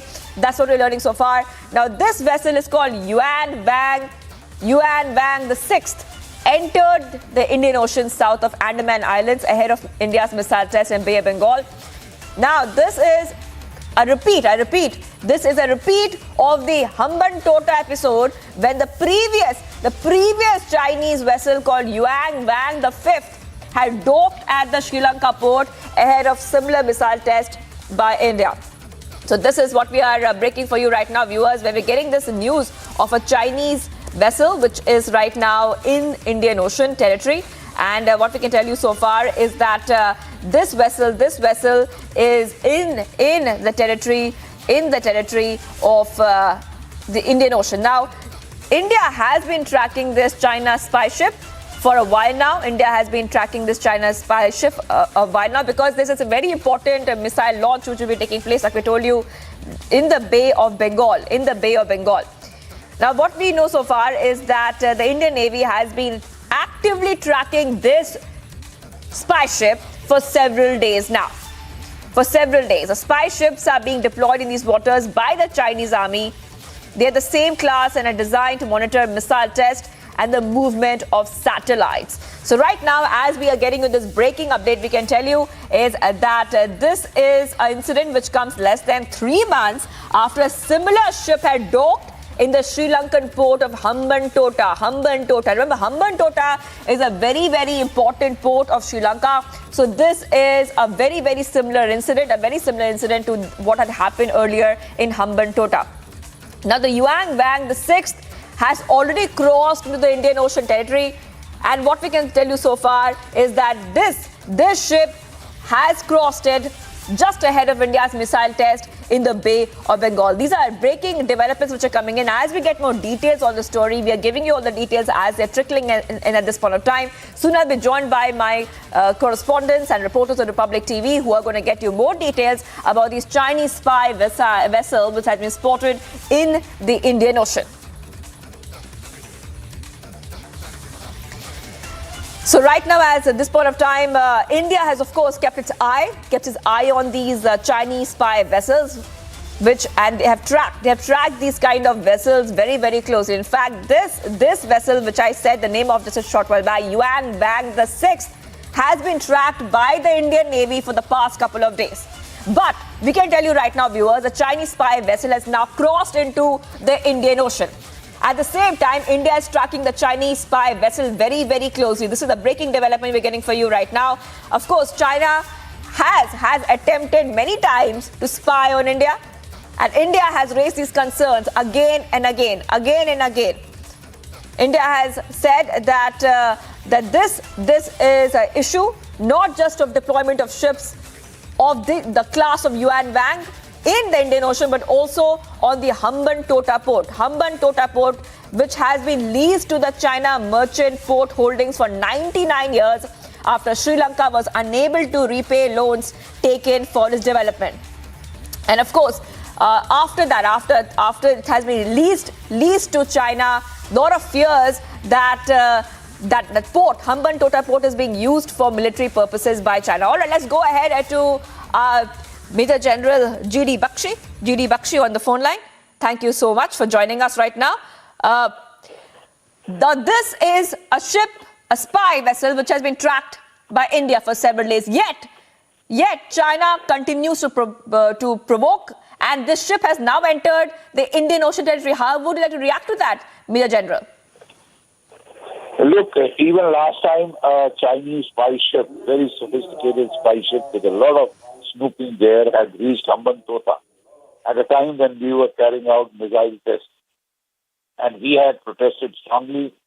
There was a lot of tamasha. The ship was denied permission to dock. Then China put pressure and forced Sri Lanka to accept the ship. This is the second time a spy ship is floating around in our seas when we are carrying out major missile tests from the Balasore range in Odisha. So quite obviously they are trying to snoop and trying to gather telemetry data of our missile launches. And that could be not good for us, because then they can think of ways of jamming, snooping the guidance systems and all that. So we will have to be very careful. We may even have to suspend the testing for a while till this ship is hanging around. And we must monitor this ship closely as to what it is doing and try and edge it, make sure it is not near our territorial waters or the not able to or not allowed to snoop on our missile launches.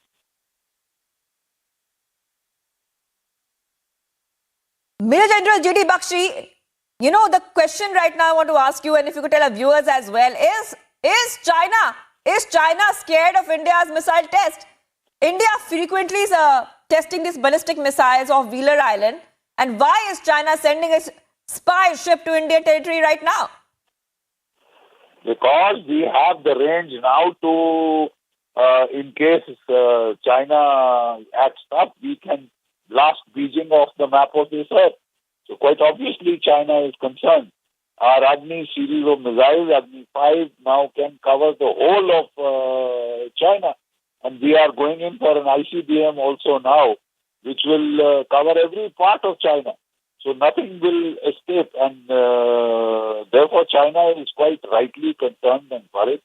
Our nuclear submarine also carried out, Arihant also carried out missile firing tests with the K4 missile, which is relatively a short-range missile, but we have the K5 coming, which has got about 3,000 plus kilometer range, and that means from the launch area in the northern Bay of Bengal quadrant, from there we can strike any Chinese city in retaliation for whatever they want to do to our cities or threaten to do. So China knows that India is in a position to call its nuclear bluff. And India now has the wherewithal and the means to do so. So far, China was acting very high and mighty and saying that there is no comparison between India and China. There is.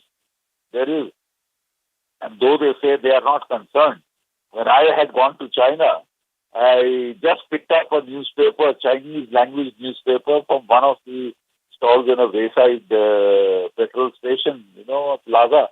And there I found on the cover, front page cover, Agni missile, our aircraft carrier, our light combat aircraft. So they are very closely following India's growing military capability, and they quite obviously will concern China. For all the nonchalance that they try and show, they are worried, they are concerned about India's growing military and space capability. All right, thank you so much for joining us, Major General G.D. Bakshi. Now this is the developing story. I'm also being joined by Group Captain Augustine Vinod. Thank you for joining us. Now we are seeing a Chinese spy vessel in the Indian Ocean. This is Yuan Wang, the 6th south of the Andaman Islands. What do you think China is trying to do? I mean, good you got me on the phono. Recently, we may have seen the news of the firing ballistic missile defense missile, and it was God's grace. I was part of this team when I was in the Air Force, and in fact, when we were part of the founding members of this team. This vessel is just across Abdul Kalam Island, erstwhile called Wheeler Island, from where we normally test our missiles, fire our Agni missiles, etc. And they picked up this information through our own, advisory that we put out, so that, and we show the corridor in which we are going to fire this missile. So based on our adversary, they have come in. And they want to, sort of eavesdrop as to what kind of data link that they're using to control. And also, it's an open source information that we are also going to fire the submarine-launched ballistic missiles. It is what the open source info says. So both these are very critical technology. Very few countries in the world have this technology. Ballistic missile defense technology is not there in Southeast Asia other than probably China with anyone else. So it is China, India, USA, and maybe UK and Russia. So this particular Habs club is a very small club, even smaller than nuclear club. So, and the technology involved in defending an incoming ballistic missile is not easy to come by. And all right. Probably we are the top notch in that, and they want to know how we are doing it. Probably they want to learn from us, is my reading. Over to you, man. All right. Okay. Well, thank you, Group Captain Augustine Vinod, for joining us, a strategic affairs expert. And this is the story we're tracking right now, where a Chinese spy vessel has reached the Indian Ocean territory. There, it's in the Indian Ocean right now. Yuang Wang the Sixth. It's called Yuang Wang the Sixth.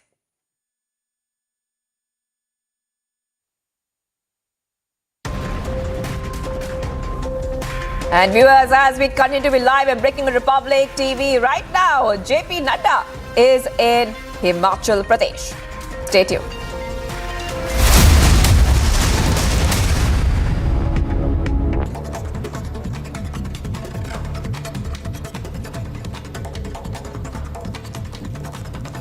And here's some news in brief. A day after Shiv Sena leader's murder, massive anger erupted. Meanwhile, Hindu organizations have called for a bandh in Amritsar. Remember, Punjab DGP Gaurav Yadav visits Ground Zero and notified of maintaining law and order, along with peace by maintaining strict vigil on rumours. DGP mentioned of investigation is at preliminary stage.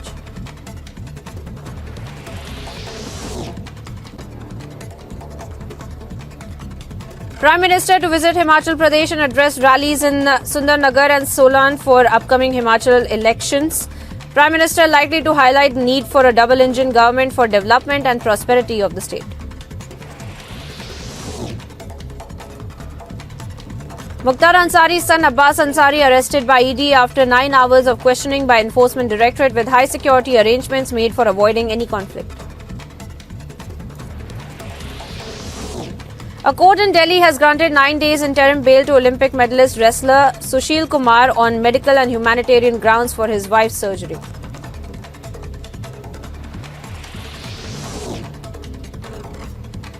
As the air quality index deteriorated to a severe category as recorded as high as 450, Delhi primary schools to remain shut from November 5 till pollution situation improves, and official advised people against stepping out unless absolutely necessary.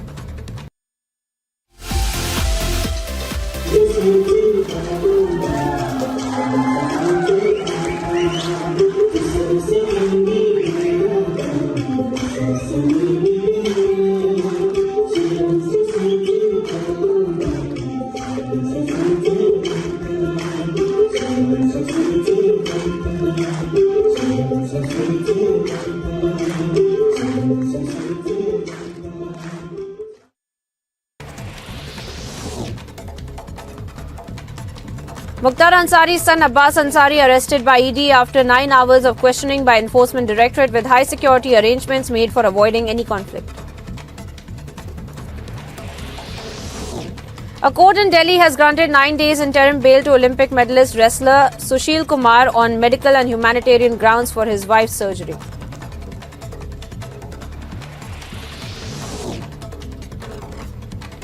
As the air quality index deteriorated to a severe category as recorded as high as 450, Delhi primary schools to remain shut from November 5 till pollution situation improves, and official advised people against stepping out unless absolutely necessary.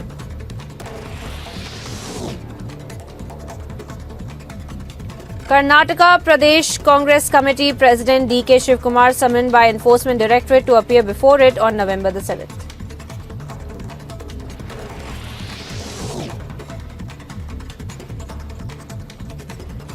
10th India-Croatia Foreign Office consultations held in Zagreb. Wide-ranging discussions on bilateral, regional and international issues including trade and economic, defence and maritime and many other issues were discussed.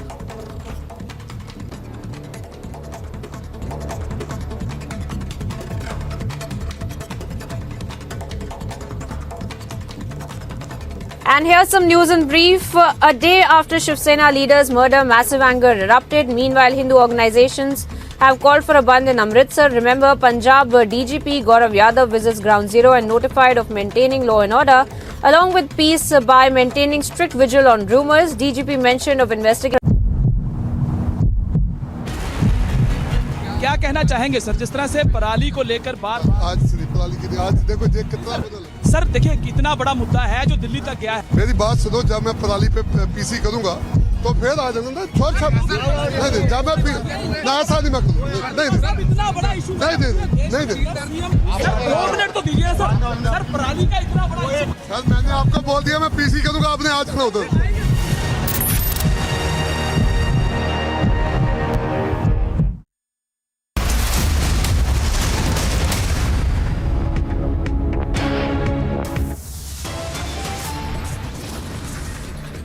Top stories at 12 p.m. The national capital continues to choke in toxic pollution. Residents bear the brunt as thick layer of smoke engulfs Delhi.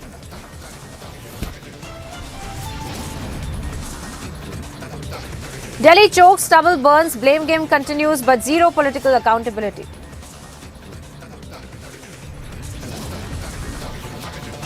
Massive anger over Shiv Sena leader murder. Hindu organization calls for a bandh in Amritsar.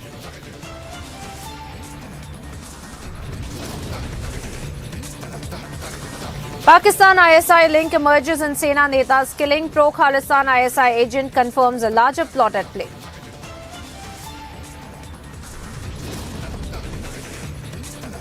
Prime Minister Narendra Modi to visit Himachal today to campaign for BJP candidates for the upcoming assembly polls.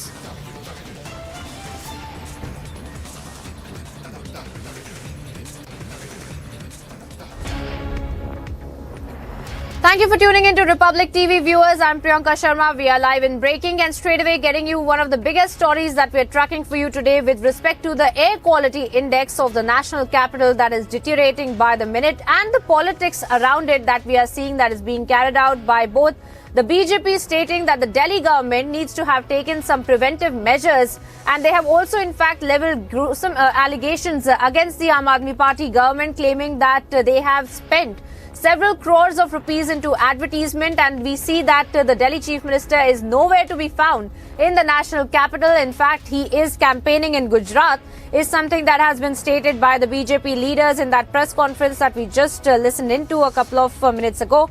And post which we also see that yesterday Arvind Kejriwal along with Bhagwant Mann had carried out a press conference stating that this is not just the onus on the Delhi government but on the union government as well to give some kind of measures that can be taken, some kind of changes that they need to also lead, because this is not a Delhi-centric problem, but this is a problem that several of the northern states of the country also face. And we are seeing that the air quality index that is in fact deteriorating by the minute.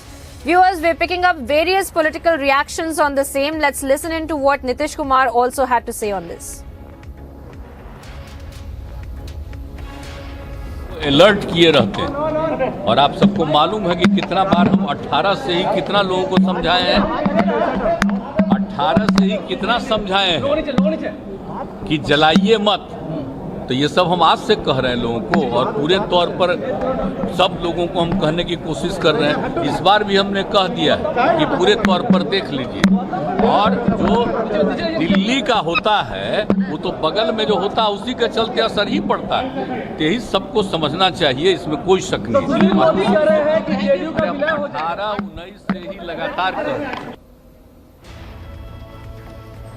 And there you have it, viewers. Several political reactions that we are picking up with respect to the AQI deteriorating by the minute, and of course the kind of allegations that are being levelled by the BJP over the Aam Aadmi Party government, claiming that the Delhi Chief Minister is nowhere to be found in the national capital during the time that the civilians of the entire area are bearing the brunt for this kind of an AQI deteriorating. And we are also seeing yesterday the kind of war of words that had broken out between the BJP and the Aam Aadmi Party, claiming that this is because of the stubble burning that has led to this kind of a situation. Viewers, our correspondents are on the ground keeping us ahead on this story. Let me bring in Piyush Ori on this conversation in this broadcast. Piyush, tell us more about the kind of reactions as well that you're picking up with respect to the AQI deteriorating. And first, tell our viewers, where does the AQI stand as of now? It was in the severe category, and we are seeing that the BJP once again levelling allegations that the Delhi government is nowhere to be seen and they're not really taking any kind of corrective measures. So first thing, Priyanka, yes, there has been a slight improvement in AQI levels in Delhi because of the movement of wind. As compared to yesterday, there has been a slight improvement.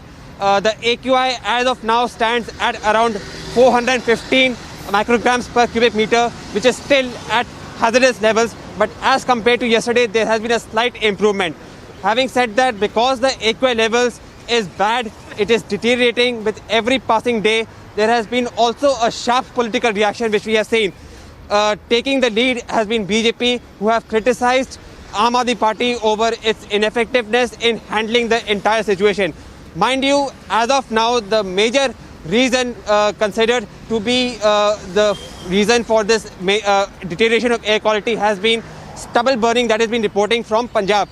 In fact, as compared to previous years, there has been an increase in stubble fires, which only makes you realize that how bad and how ineffective the entire situation has been, and how the Punjab government has not been able to prevent the situation of stubble fires, which has resulted in increase of air pollution. So yes, the BJP leaders have criticized Aam Aadmi Party. They have said that because of corruption, because of lethargy, because of procrastination, the Aam Aadmi Party government, which is both there in Delhi and Punjab, have been unable to handle the entire situation.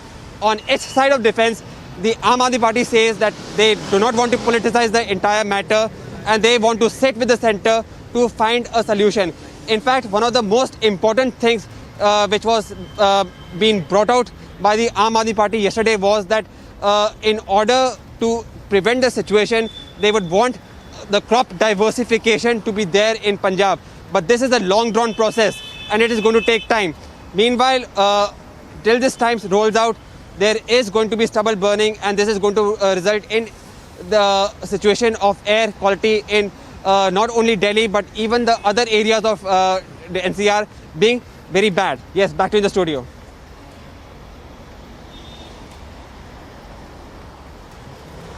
Well, all right, Piyush Ori there breaking down the details of this entire matter. Of course, viewers, one of the most important stories that we're tracking for you this day. In fact, we are also seeing the reactions of the political fraternity coming to light, claiming that this is the Delhi government at fault, who has not taken any kind of preventive measures in the entire city as well.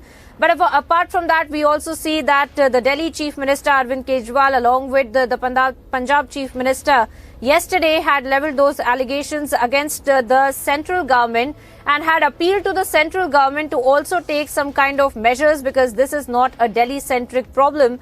It's something that the Delhi Chief Minister yesterday had stated. But today we also see that the BJP carrying out that presser and stating that the Delhi Chief Minister is nowhere to be found. He is out campaigning in Gujarat, and that there were several crores of rupees that had been used for advertisement rather than for the preventive measures that could have been taken in the national capital as well. Viewers, we're picking up several political reactions on the same. Let's listen in to what Tejinder Bagga also had to say on this issue.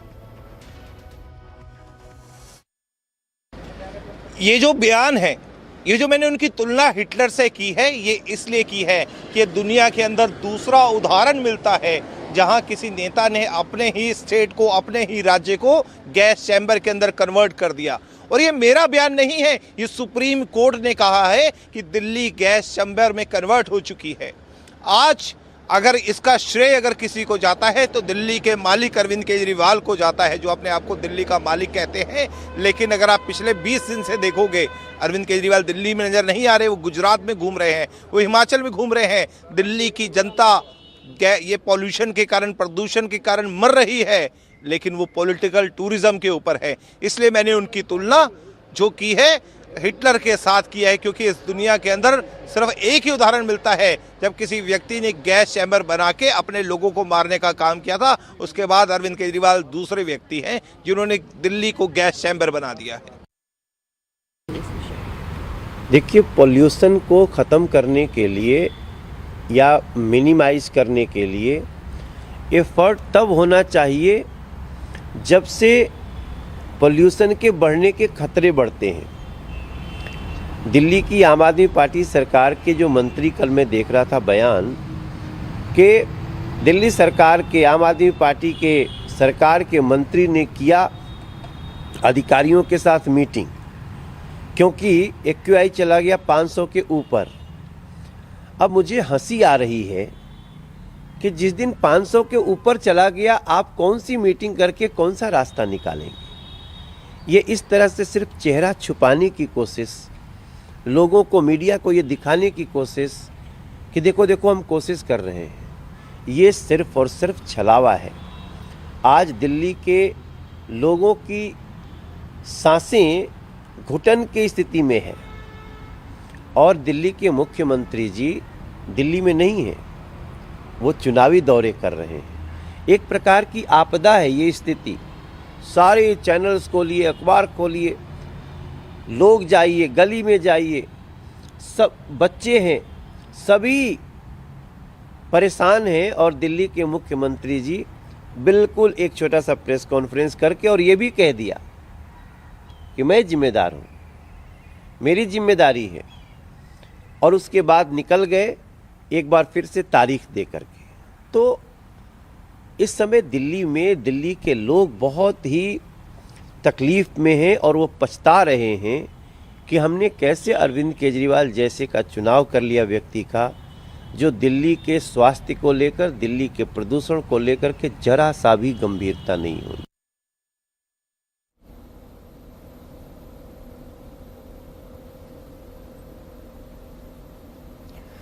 And while there have been several political reactions that we are picking up on this story, viewers, we do see that at the end of the day, the issues that are being faced by the civilians as well is something that needs to be addressed. And for that, let me also bring in my colleague Piyush Ori, who's on the ground reporting on this story. Piyush, tell us more about the kind of reactions that you're picking up from the civilians there, because at the end of the day, they're bearing the brunt of this kind of lackluster attitude as well that we are seeing from the government for not taking any kind of preventive measures before the time that we do see during Diwali that this AQI also deteriorates. So tell us more about the kind of measures that have now been taken by the government, and what are some of the civilians also telling you on this?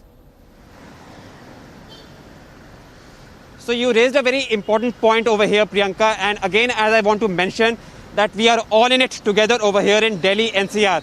Not only the poor, but even the rich, not only the healthy, but even the poor and the people who are unhealthy, both, every one of us are getting affected. So what I will do is I will just make you have a word with some of the people over here in Gurugram and what they actually feel about the air quality in the city. आप मुझे बताइए कि आपको लगता है कि ये हवा सांस लेने लायक है? सर नहीं लगता मुझे, और ये इसलिए नहीं लगता कि अभी हम रात को सो रहे, सुबह उठते तो जो हम थूकते गला साफ करते तो ब्लैक आता है और खास के गला छिल चुका है। इतनी गंदी पॉल्यूशन हो रखी है और ऊपर से मैं तो नज़ले का पेशेंट हूँ। अभी भी आप देख रहे हो मेरी आवाज़ कैसी आ रही है, गला भारी हो रखा है, तो ये पॉल्यूशन की वजह है। एक चीज़ मेरे को बताइए, इसका हल क्या है, इसका सलूशन क्या है? हम लोग देख रहे हैं कि मतलब पॉलिटिकल पार्टीज एक तरह को ब्लेम कर रही है, वो बोल रहा है कि आपकी गलती है, दूसरा बोलता है कि आप ही गलती है। इसके वजह से हम आम आदमी और सारे जो आम आदमी के अमीर आदमी भी पिस रहा है। तो इसका क्या हल क्या है, इसका सलूशन क्या है, मुझे बताइए। सर इसमें गरीब भी पिसेगा, अमीर भी पिसेगा, और अमीरों की फैक्ट्री होती है जहाँ से धुआं निकल रहा है। अब ये खेतों में आप जाके देख लो, पराली कितनी फूक रही है, पॉल्यूशन तो होगा ही होगा। ये जो पार्टी है आपस में तो लड़ती रहेंगी, कोई भी ये नहीं सोचता कि जाके खेतों में कुछ ऐसा करे कि भाई जो ये पराली जलानी ना पड़े और ये पॉल्यूशन ना हो। तो पॉल्यूशन तो होगा ही, इसमें कोई बड़ा है छोटा है, तो सभी के लिए है, जानवरों के लिए भी वही एयर है। So as you mentioned over here that yes, every one of us are getting affected. In fact, what I will do is I will try to get you some more reactions over here and try to understand about what people over here in Gurugram actually feel about the air quality in the city.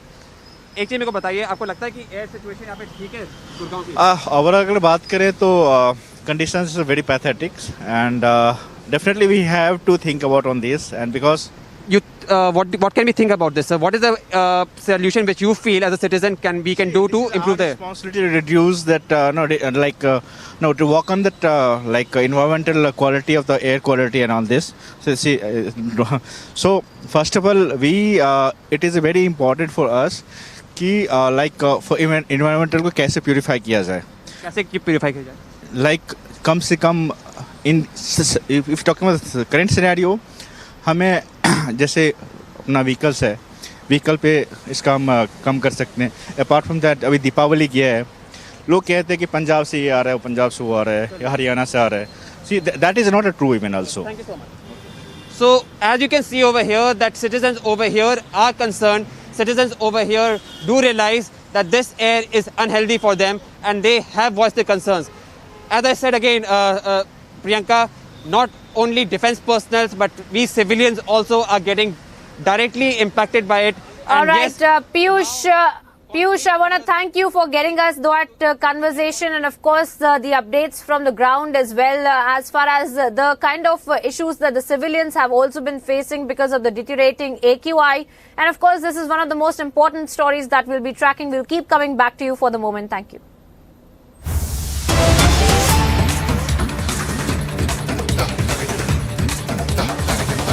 And cutting across now to a breaking update that we're getting from Gujarat now, viewers, where Himanshu Vyas, in fact, who has been a tall leader of the Congress party in Gujarat overall as well, has resigned from the Congress party, and we are being told that he is likely to join the BJP as well.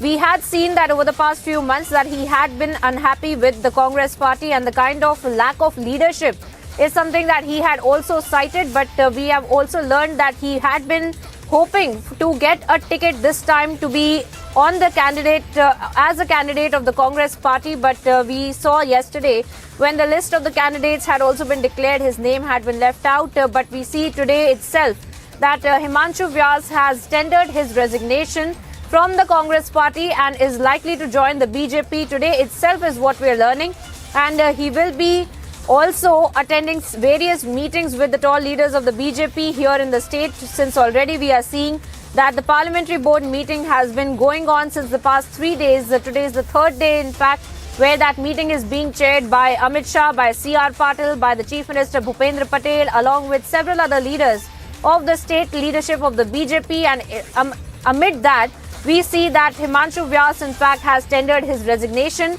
Remember, he is a tall leader of the Congress party. He is somebody who is known to be a close associate of Sam Pitroda, along with Bharat Singh Solanki on the state leadership level, if we talk about. And we see that Himanshu Vyas himself has tendered his resignation. In that letter that he has put out, he has not cited any reason, but we do learn from our sources as to the kind of behavior that he had been facing from the Congress party, as has been cited by him. And he had, in fact, since the last election, had stated that in the next elections as well, he will be fighting in the constituency. He will be fighting from the Surendranagar constituency as well. But as of now, we see that the Congress party did not give him the ticket. And now we see that it is a big setback to the Congress party just ahead of elections, that we are seeing that Himanshu Vyas has tendered his resignation. And he will be joining the BJP, is what our sources are also telling us. He will be in the presence of Amit Shah, in the presence of C.R. Patil, in the presence of the Chief Minister Bhupendra Patel as well. He might be joining the BJP today itself, is what our sources are also confirming to us. But a big setback to the Congress party in just less than a month to go for elections, that we see that he has tendered his resignation. Himanshu Vyas, in fact, had been one of the leaders who would also help in the poll strategy discussions and also in the campaigning for various candidates in the elections as well. And that is something that he had been a key player for the Congress party in the state of Gujarat. And he was also a close associate of Bharat Singh Solanki, who is the former Gujarat Pradesh Congress Committee president, and he is the son of Madhav Singh Solanki, the late Madhav Singh Solanki, who had been the Chief Minister of the state. And now we see Bharat Singh Solanki himself had been also projecting him as the chief ministerial face for the Congress party. And now we see that his close aide, Himanshu Vyas, has tendered his resignation, and he has not cited a reason, But we do see from our sources confirming to us that he had been an aspirational leader. He wanted a ticket this time to fight in the elections as well.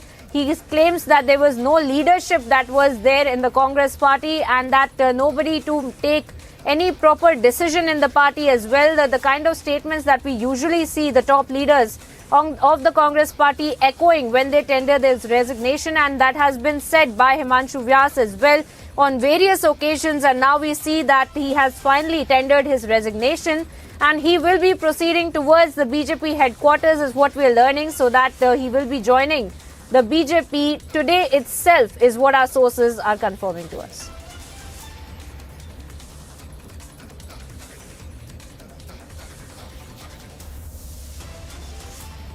And of course, we see once again that various Congress leaders, when they exit the party, say the same exact thing about how there is a lack of leadership in the party.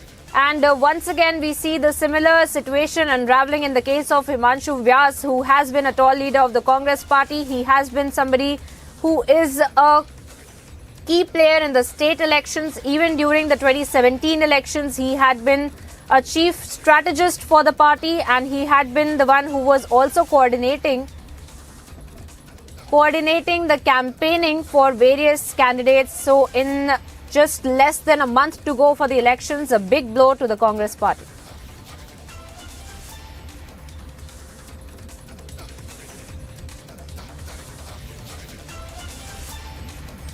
And Aishwarya Kapoor is also joining me on the broadcast. Aishwarya, just less than a month to go for the elections to take place in Gujarat, and ahead of that, a big blow to the Congress party, isn't it? Since Himanshu Vyas has tendered his resignation and he will be joining the BJP is what our sources are confirming to us.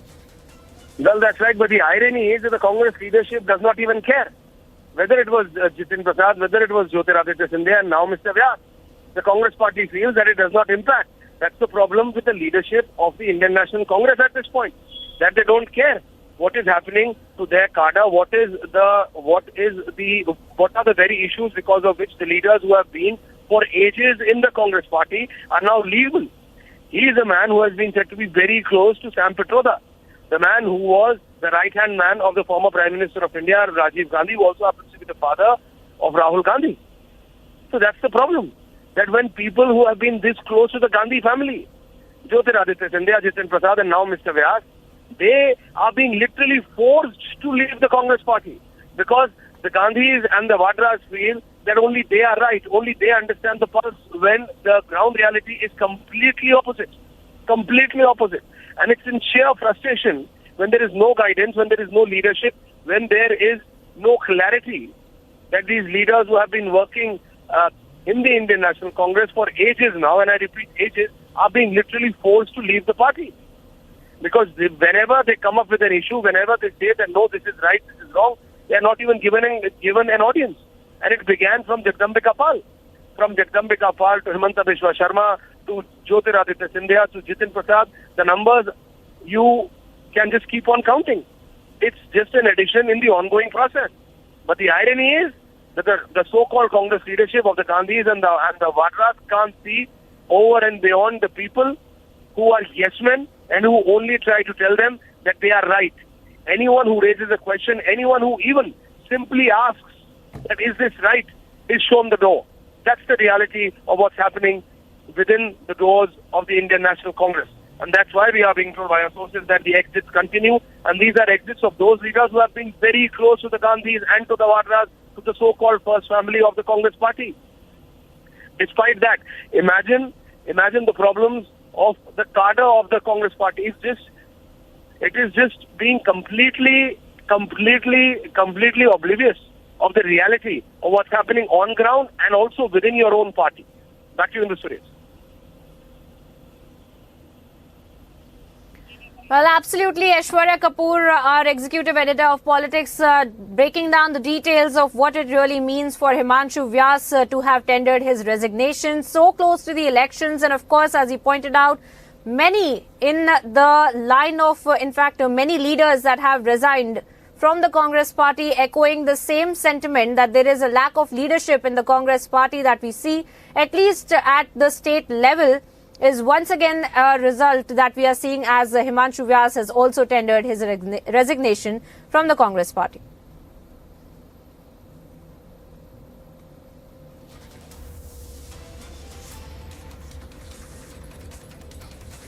And shifting our focus now, viewers, to how it is a big win for our security forces as 2 Lashkar-e-Toiba terrorists, in fact, have been gunned down. Here's a full report on the same.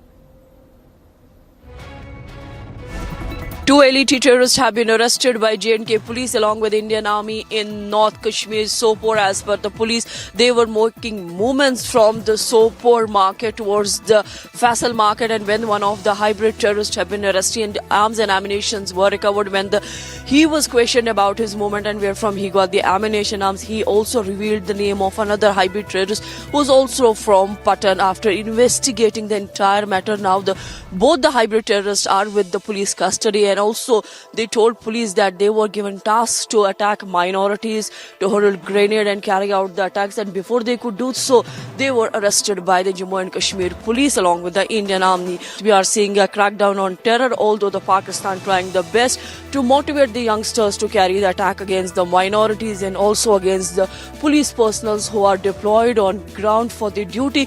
But despite all this, we are also seeing a blow coming to the terror organizations as the terrorists are being neutralized in almost every anti-terror operation.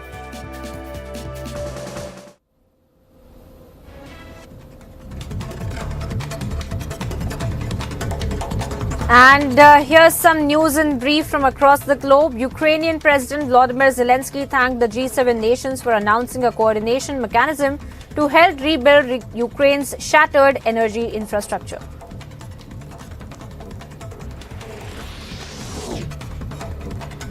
Ukraine President Volodymyr Zelensky met with the White House National Security Advisor Jake Sullivan, who made a surprise visit to Kiev.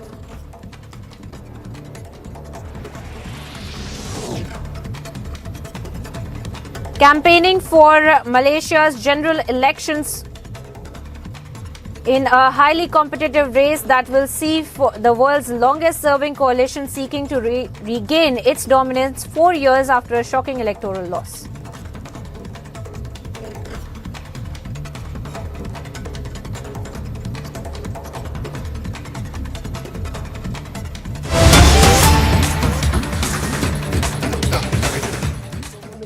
सपने सजाए, ये पुल निकालो, वो पुल निकालो, ये सड़क निकालो, यहां ये हो जाता तो वो हो जाता, वो हो जाता तो ये हो जाता।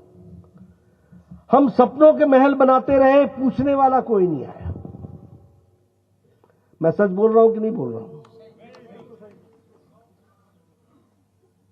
आज वो सौभाग्य की घड़ी आई है कि आपको वो मिला जो आपने कभी सोचा भी नहीं था। इस बात को हमको समझ आया, कभी कल्पना नहीं की थी। आप बताइए, आपने जो पिछले 6 सालों में, 7 सालों में, 8 सालों में जितनी बार नरेंद्र मोदी भारत के प्रधानमंत्री जी हिमाचल आए हैं, उतनी बार कोई कांग्रेस का प्रधानमंत्री यहां पर आया इस 70 सालों में? आया? ये हमको बताता है कि उनके निगाहों में हिमाचल क्या था और मोदी जी की निगाहों में हिमाचल क्या है। इस बात को हमको समझना है। इसलिए मैं आपसे निवेदन करने आया हूं। अभी मैं आया, शिमला से चला, हेलीकॉप्टर से यहां पर उतरा, गाड़ी पकड़ी, यहां पर पहुंच गया। अभी ये जो नीचे की सड़क है, ये जो एकदम तैरती हुई पानी की तरह सड़क है, विचित्र सिंह जी थे तब इन्होंने एक सड़क निकाली थी ऋषिकेश तक। उसके बाद किसी ने गैंती नहीं चलाई। आज आपको यह सड़क, अब ऐसे तो हमारे कटवाल जी आपको सारे रास्ते बताएंगे, मैं उतने रास्ते तो नहीं जानता कि झंडूता से वो वाला नजदीक पड़ेगा, ये इधर से नजदीक पड़ेगा, लेकिन मैं इतना जरूर जानता हूं कि अब दोनों तरफ से गड़ा मोड़ा आप 35 से 40 मिनट में पहुंच जाएंगे। इतना मैं जरूर जानता हूं। ये all India institute of medical sciences हमारे बुजुर्ग बीमारी के इलाज के लिए वंचित होकर के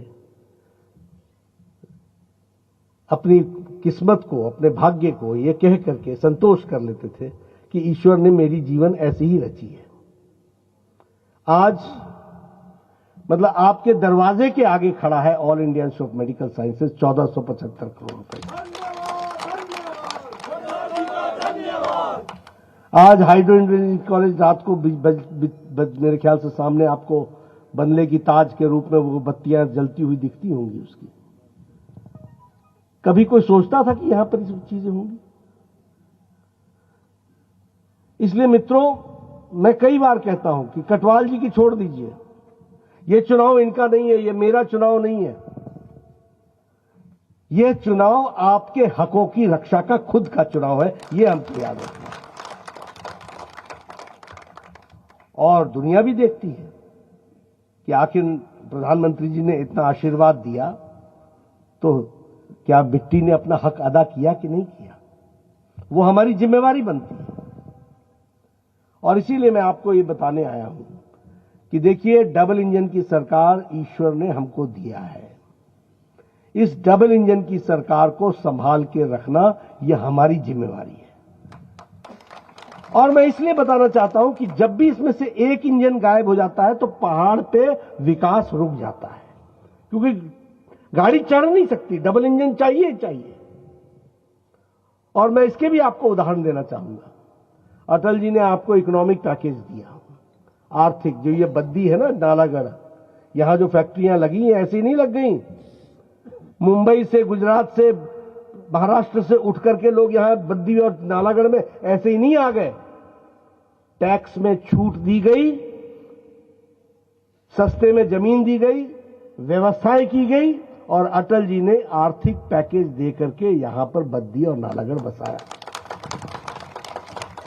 लेकिन अटल जी की सरकार 2003 में चली गई, कांग्रेसियों ने उस समय इकोनॉमिक पैकेज छीन लिया। क्या कह के छीना? कि हम आपको नहीं दे सकते अकेला, आपको हम अकेला नहीं दे सकते, क्योंकि पंजाब में हमारी सरकार है, पंजाब में ये पैकेज नहीं है। हरियाणा में हमारी सरकार है, वहां पैकेज नहीं है, इसलिए आपको भी हम पैकेज नहीं दे सकते। ये अलग बात है कि आज कांग्रेस की सरकार न हरियाणा में है, न पंजाब में है, न हिमाचल में है। लेकिन आपने मनमोहन जी की सरकार ला दी, अटल जी की सरकार चली गई, आपका हक मारा गया। ये अभी रेलवे लाइन निकल रही है, बताइए कंपेंसेशन का काम हो गया पूरा कि नहीं हो गया? जमीन सबकी लेकर के उस पटरी का काम शुरू कर दिया कि नहीं कर दिया? ये ले से लेकर के कीर्तपुर से लेकर ले तक, इसको मोदी जी ने 2015 में कैबिनेट कमिटी ऑन सिक्योरिटी पर अप्रूवल दिलाकर 2015 में हमको यह रेलवे लाइन दे दी। 2015 से 2017 तक वीरभद्र सिंह जी ने हमको लैंड एक्विजिशन करने नहीं दिया। यही मैं कहता हूं कि अगर सरकार नीचे जयराम जी की ना हो, अगर आपके कटवाल जी विधायक ना हो, अगर यहां पर डबल इंजन ना रहे तो विकास रुक जाता है। अब जयराम जी की सरकार 2017 में आई और 2017 से 2020 के बीच में जमीन की नपाई हो गई, सर्वे हो गया, कंपनसेशन हो गया और अब काम शुरू हो गया है और 2 साल के अंदर बिलासपुर में रेलवे लाइन आ जाएगी। 2 से 3 साल के अंदर बिलासपुर में रेलवे लाइन आ जाएगी। बताइए हमको अपने हक की रक्षा करनी है कि नहीं करनी है? हमको फायदा होगा कि नहीं होगा? रेलवे लाइन आने से जमीनों की कीमत बढ़ेगी कि नहीं बढ़ेगी? इन बातों को हमको समझने की आवश्यकता है और मैं इन बातों को आपके सामने रखना चाहता हूं। आज अब ये वंदे भारत ट्रेन चली है, कितने बजे? 6 बजे सवेरे चलेगी, 11 बजे ऊना, और ऊना से आपके यहां आने में 2 घंटे। यही है ना कटवाल जी? यही है, यानी 5 घंटे वो और 2 घंटे ये, 7 घंटे में आप अपने घर दिल्ली से पहुंच सकते हैं। उसी तरीके से विकास के दृष्टि से हर तरीके से हम लोगों ने नए आयाम जोड़ने का प्रयास किया है। एक बल्क ड्रग पार्क 2000 करोड़ रुपए का ऊना में स्टैब्लिश हो रहा है। यह दुनिया में हिमाचल प्रदेश को ड्रग के दृष्टि से, दवाई के दृष्टि से दुनिया के नक्शे पे खड़ा कर देगा हिमाचल प्रदेश को 2 साल के अंदर। ये आप सुनिए, जब 2000 करोड़ रुपए लगेंगे, जब फैक्ट्रियां लगेंगी, जब वहां पर क्लस्टर बनेगा, जब वहां पर एंसिलरीज के भी आएंगे और जब वह फार्मा की दृष्टि से आगे बढ़ेगा, तो आप देखेंगे कि किस तरीके का अंतर आता है। उसी तरीके से नालागढ़ में अब मेडिकल डिवाइस पार्क बन रहा है, मेडिकल डिवाइस के उपकरण बनेंगे। यह दुनिया में हिमाचल प्रदेश को मेडिकल डिवाइस में दुनिया में अपने आप को खड़ा करेगा। आपको जानकर के खुशी होगी कि भारत मैन्युफैक्चरिंग, ये अपने दवाई बनाने में दूसरे नंबर पर दुनिया में खड़ा हो गया, दूसरे नंबर। और जब नालागढ़ में और ऊना में जब इसकी सपोर्ट सिस्टम यहां पर खड़ा होगा, तो हिमाचल प्रदेश दुनिया के नक्शे पर स्थापित हो जाएगा। इसको भी हमको याद रखना चाहिए। एक इंडियन इंस्टीट्यूट ऑफ मैनेजमेंट, एक Indian institute of information and technology, ये सब आपने नाम कहां सुने थे? आईआईटी हम सुनते थे दिल्ली होता है, आईआईटी हमने सुना था रुड़की होता है, आईआईटी हमने सुना था कि कानपुर में होता है। और आज Indian institute of information and technology वो हिमाचल में हो रहा है। इसको भी हमको समझना है। इसलिए विकास के नए नए आयाम जुड़े जा रहे हैं, जोड़े जा रहे हैं। ये बताइए, सीधे मनाली को सड़क जा रही कि नहीं जा रही है? और ये दिसंबर महीने में, जनवरी महीने में जब ये गरा मोड़ा तक का सुरंग बन जाएगी, तो 30 मिनट में आप यहां से पहुंच जाएंगे कि नहीं पहुंच जाएंगे? और 40 मिनट में आप कीर्तपुर पहुंच जाएंगे, 50 मिनट में कीर्तपुर पहुंच जाएंगे कि नहीं पहुंच जाएंगे? ज्यादा से ज्यादा 1 घंटा। और दिल्ली जाना हो तो कीर्तपुर में वंदे भारत की ट्रेन पकड़ो और जाकर के दिल्ली आप 4 घंटे में, 5 घंटे में पहुंच जाएंगे। ये विकास के नए आयाम है। इसलिए मैं ऐसे आपको कितने आयाम गिना सकता हूं।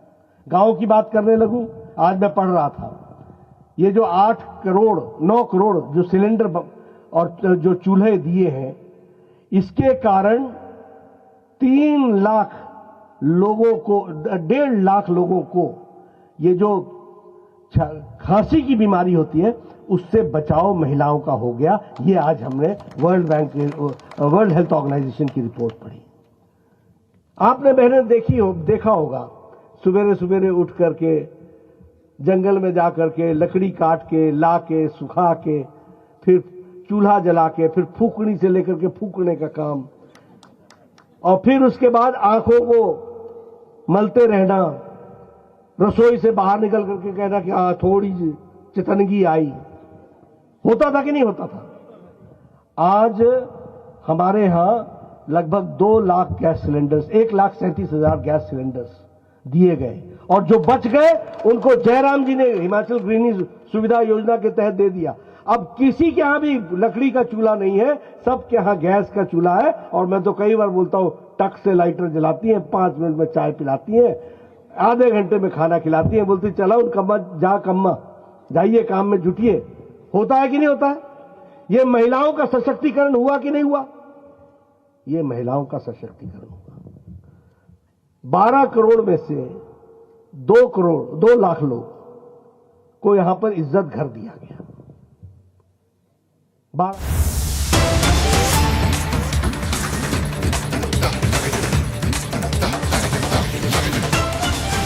Cutting across now, viewers, to some breaking updates that we are picking up with respect to conman Sukesh Chandrashekhar, who has once again hit out at the Delhi Chief Minister Arvind Kejriwal. And we have seen the kind of statements earlier as well that had come to light. But in this letter that has been accessed by your channel Republic TV, it is stated, in fact, Sukesh Chandrashekhar has asked these questions to the Delhi Chief Minister Arvind Kejriwal as to why did he take rupees 50 crores from him and offered the Rajya Sabha seat is something that has been stated in the letter itself. And he says, if I am the biggest thug, does it make you my Maha thug? Is something that has been stated in this letter as well. Now, he's also talked about how Arvind Kejriwal had asked him to rope in more people to contribute rupees 500 crores. These are massive allegations that have come to light in this letter that has been accessed by Republic TV, in which Sukesh Chandrashekhar has once again hit out at the Delhi Chief Minister Arvind Kejriwal. And he has also asked these questions to Arvind Kejriwal as to why did he ask him to contribute cash in return for seats. Now, he's also talking about a certain dinner party that had been organized in 2016 as well. And our correspondents are on the ground tracking this story very closely. My colleagues Tanisha and Piyush are joining me on the broadcast as well. To you first, Tanisha, put this into perspective, this letter that has been accessed, as to how Sukesh Chandrashekhar is making these kind of statements and hitting out at the Delhi Chief Minister Arvind Kejriwal. He's talked about how money had also exchanged hands and how Arvind Kejriwal has time and time again also asked for offered seats in return for cash as well. Put all of these things into perspective for our viewers. Right, Priyanka, just remember a few days back, it was the same conman, Sukesh Chandrashekhar, who had written to the LG saying favors were offered and he was in tandem with the Aam Aadmi Party. And today, this same conman has now given out, he's yielded the proof, and the proof is in the letters that he's written, and he's made some very scathing statements in that letter where he said that he's given a claim on the Vasuli charges that he had been claiming since then. Remember, first he had written to the LG and now he has furbished the proof, wherein he has said that 50 crore was taken from me and offered a Rajya Sabha seat. So this is one of the most scathing observations. Remember, it is a 4-page letter that Republic has accessed, and quite scathing statements coming in from the conman himself, who had earlier written to the LG. The statements also go on to say, why did you ask me to rope in more people to contribute rupees 500 crore? So a huge amount of transactions is what is being stated in his letter, Priyanka. Also, he goes on to talk about some dinner party which was attended in 2016. So it is not a case of recent years, but it was a case of 2016 when all of these transactions and seat exchange has been happening.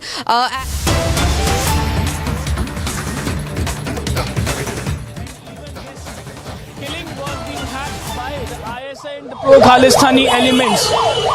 This is how the day is turning up. Now the post-mortem has been conducted, and meanwhile the accused has also been produced before the court for the further remand and for the further investigation as well. But further, the situation is every minute getting sensitive and even getting more sensitive. Hello? Okay.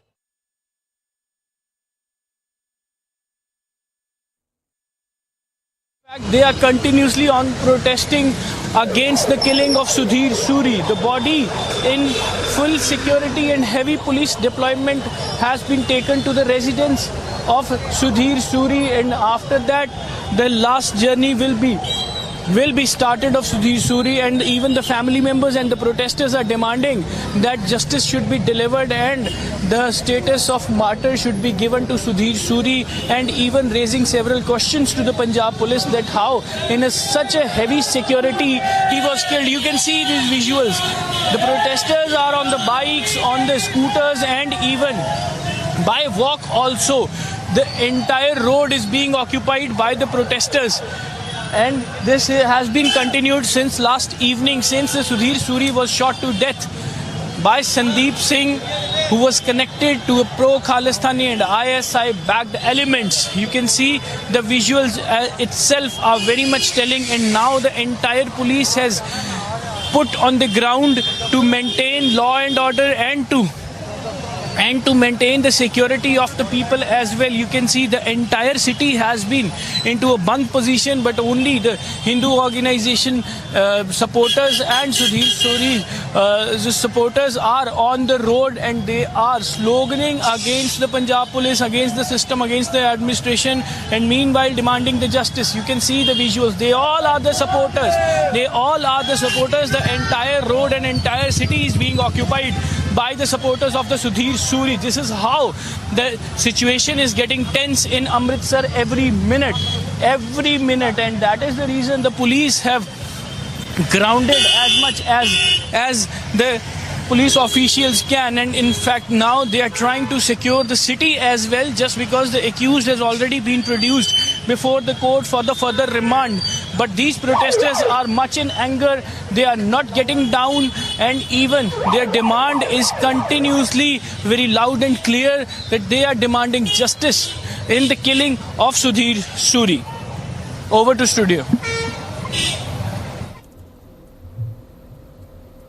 Well, that's right, Amandeep there getting us those late. पेश किया गया मानयोग court वालों सानू 7 दिन ਦਾ remand ਮਿਲਿਆ ਜੀ thank you ਜੀ sir एक चीज हो रहा है थैंक यू पहला तो की डॉक्यूमेंट कहंदे कि काफी ਵਿੱਚ ਮੇਰੇ ਪਾਸ ਰਿਵੀਲ ਕੁਝ ਹੋਰ ਰਿਵੀਲ ਨਹੀਂ ਕਰ ਸਕਦੇ 7 ਦਿਨ ਦਾ ਰਿਮਾਂਡ ਮਿਲਿਆ ਥੈਂਕ ਯੂ ਜੀ ਥੈਂਕ ਯੂ 7 ਦਿਨ ਦਾ ਰਿਮਾਂਡ ਮਿਲਿਆ ਕੀ ਲਿਆ ਜਿਹੜਾ ਹੋਇਆ ਵਾ 7 ਦਿਨ ਦਾ ਰਿਮਾਂਡ ਦੇ ਵਿੱਚ ਬੜਾ ਕੁਝ ਉੱਪਰ ਕੇ ਬਾਹਰ ਆ ਗਿਆ ਗੱਡੀ ਦਾ ਜਿਹੜਾ ਹੈ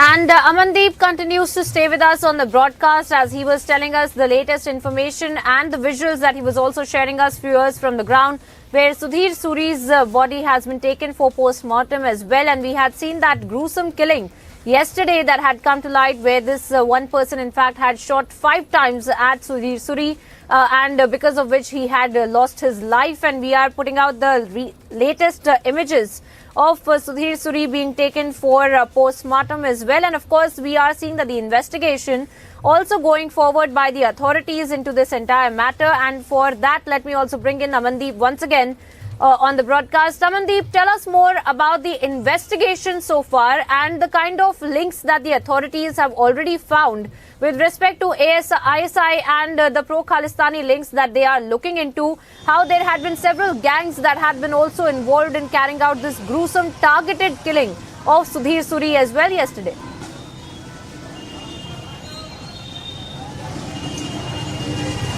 Well, Priyanka, let me share the latest information into this entire case.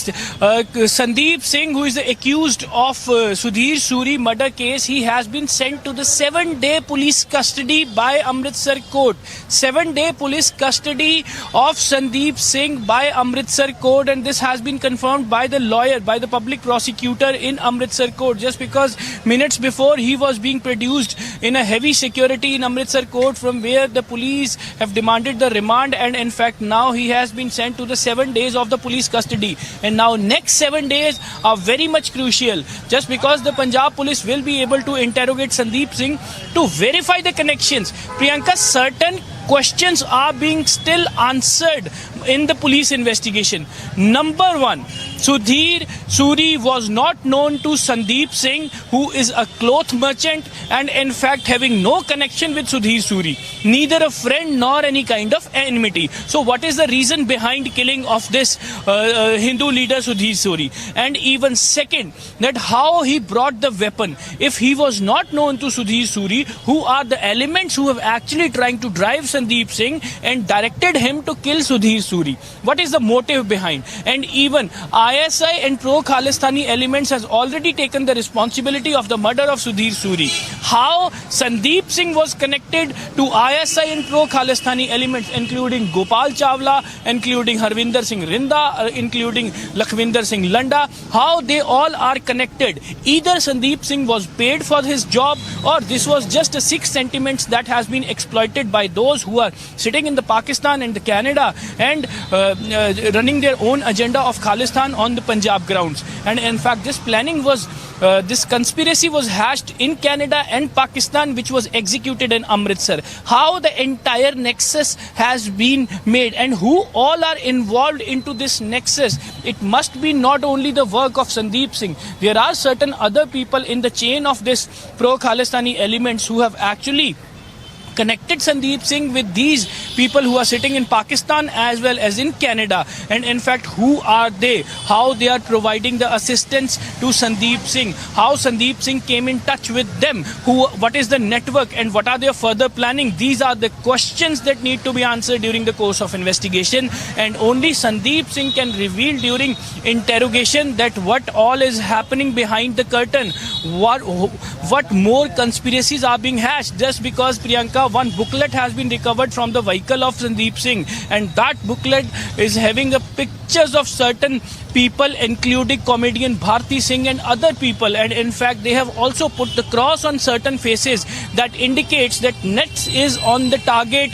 These people might be the next target of these hardliners. And in the video of Gopal Chawla, he was clearly indicating that Sudhir Suri is down. Shocking details, really, Amandeep, that you're telling us.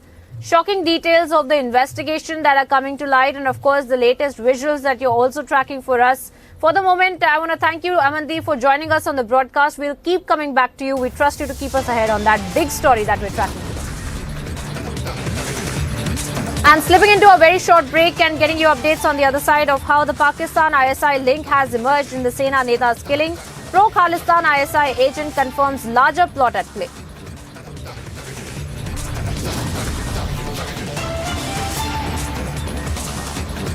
And also getting you updates of how the Prime Minister Narendra Modi is set to visit Himachal Pradesh today to campaign for the BJP candidates for the upcoming assembly polls. Stay tuned to Republic. We'll be back after a very short break.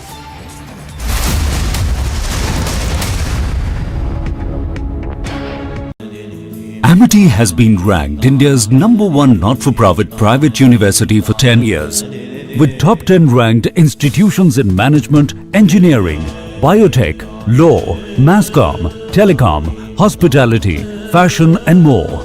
Yet another top ranking for Amity University.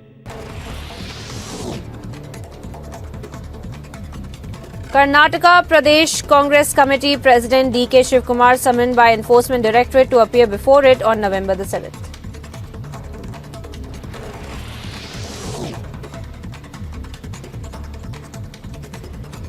Tenth India-Croatia Foreign Office consultations held in Zagreb. Wide-ranging discussions on bilateral, regional and international issues including trade and economic, defence and maritime and many other issues were discussed.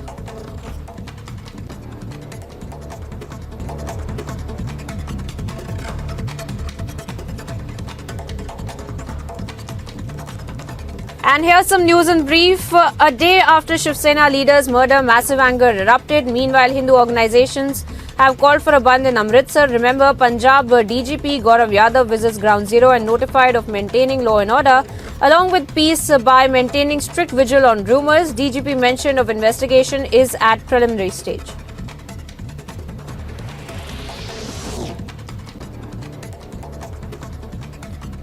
Prime Minister to visit Himachal Pradesh and address rallies in Sundarnagar and Solan for upcoming Himachal elections. Prime Minister likely to highlight the need for a double-engine government for development and prosperity of the state.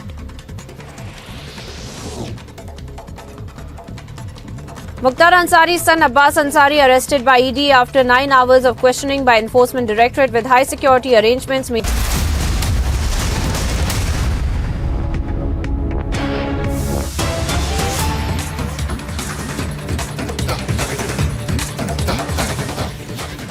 Welcome back, viewers. Straight away cutting across to some breaking updates that we're picking up with respect to the 2008 Malegaon bomb blast case that had been going on in the court itself. And we are learning that the 29th witness has turned hostile today is the latest.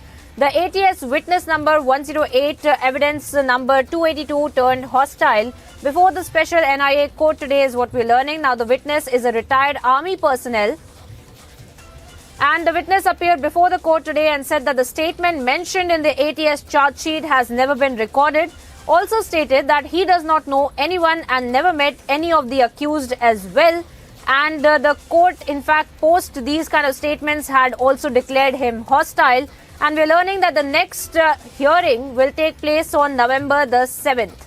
Alisha Nair, my colleague, is on the ground reporting on this story. Alisha, tell us more about the kind of cases that have been going on in the court. And we have seen now that at least 29 witnesses. This is the 29th witness that has turned hostile. Speak to us first about this witness that has turned hostile, about the statements he is claiming that that were never recorded. And secondly, the series of witnesses that have come to light even before this one that have turned hostile and the reasons for that. Well, yes, Priyanka, this is the 29th witness that has turned hostile before the special NI court. There is a trial that has been ongoing since years now, and during the trial, when this is more than 281 witness statement that has been recorded, and the personal, if we have been talking, the witness that we have been talking about is a retired army personnel who turned before the court today, and the statement that was recorded back then by Maharashtra ATS in 2008, the statement was also produced before the court, and he clearly mentioned that his statement has never been recorded, and also clearly mentions that he has never met any of the accused, and not even known about the case and the other accused as well. So after which, hearing the statement that was given by the retired army personnel, who is ATS witness number 108, where he clearly mentioned that his statement has never been recorded by the ATS, after which the special NI court has turned him hostile. The next hearing will be on 7th of November. Continuously rolling on this big story. We'll be back after a short break. Stay tuned.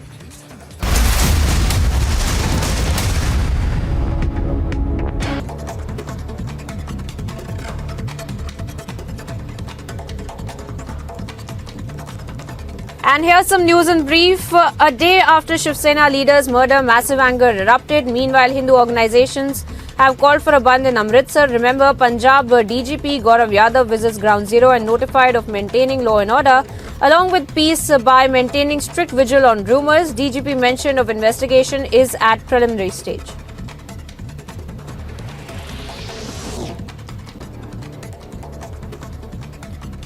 Prime Minister to visit Himachal Pradesh and address rallies in Sundarnagar and Solan for upcoming Himachal elections.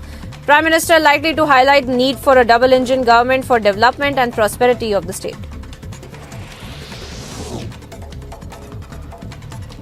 Mukhtar Ansari's son Abbas Ansari arrested by ED after 9 hours of questioning by Enforcement Directorate with high security arrangements made for avoiding any conflict.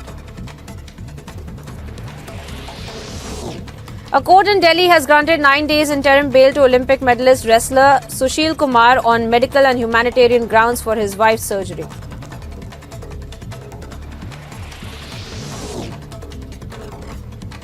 As the air quality index deteriorated to a severe category as recorded as high as 450, Delhi primary schools to remain shut from November 5 till pollution situation improves, and official advise people against stepping out unless absolutely necessary.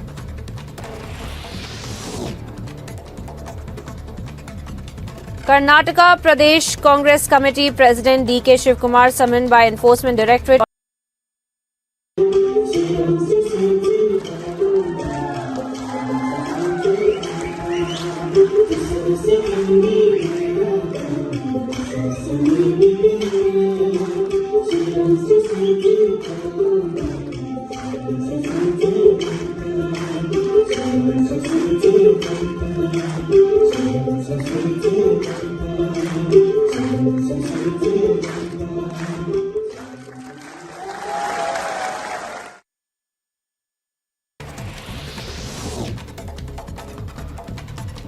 Mukhtar Ansari's son Abbas Ansari arrested by ED after 9 hours of questioning by Enforcement Directorate with high security arrangements made for avoiding any conflict.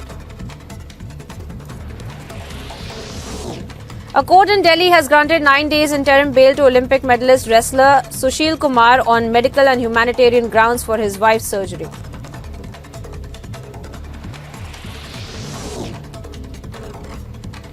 As the air quality index deteriorated to a severe category as recorded as high as 450, Delhi primary schools to remain shut from November 5 till pollution situation improves, and official advise people against stepping out unless absolutely necessary.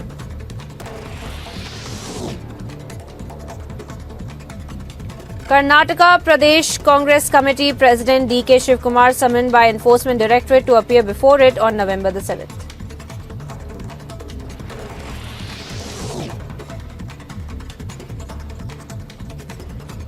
10th India-Croatia Foreign Office consultations held in Zagreb. Wide-ranging discussions on bilateral, regional and international issues including trade and economic, defence and maritime and many other issues were discussed.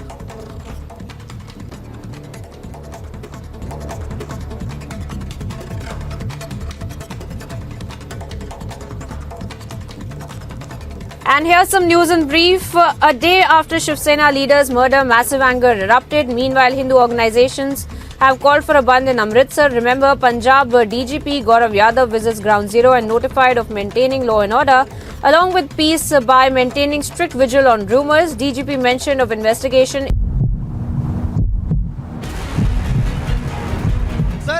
Sir लगातार पंजाब में पराली जलाई जा रही है, लगातार पंजाब में पराली जलाई जा रही है, दिल्ली में पोल्यूशन हो रहा है। सर आप जवाब तो दीजिए sir.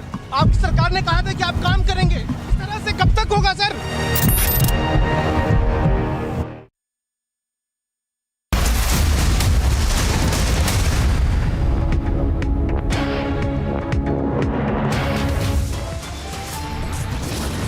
Here's top headlines right now. The national capital continues to choke in toxic pollution. Residents bear the brunt as a thick layer of smoke engulfs Delhi. Delhi chokes, Stubble burns. Blame game continues, but zero political accountability. Massive anger over Shiv Sena leader murder. Hindu organization calls for bandh in Amritsar. Pakistan ISI link emerges in Sena Neta's killing. Pro-Khalistan ISI agent confirms larger plot.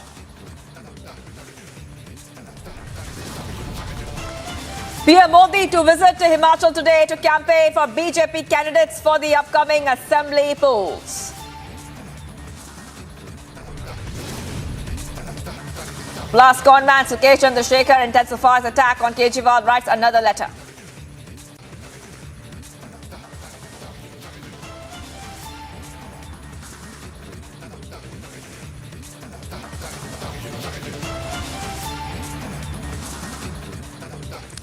Viewers, you're watching India's #1 news channel, Republic TV. I'm Shivangi Shukla. Let's start with the top update we're getting for you right now. Conman Sukesh Chandrashekhar has hit out at Delhi CM Kejriwal once again. He has written some things which I will just read out for you. It's a second letter this time is written. And he has written that Kejriwal, this is the claim made by Sukesh, that Kejriwal attended dinner party and also says Aam Aadmi Party offered me a Rajya Sabha seat. This is what the letter says.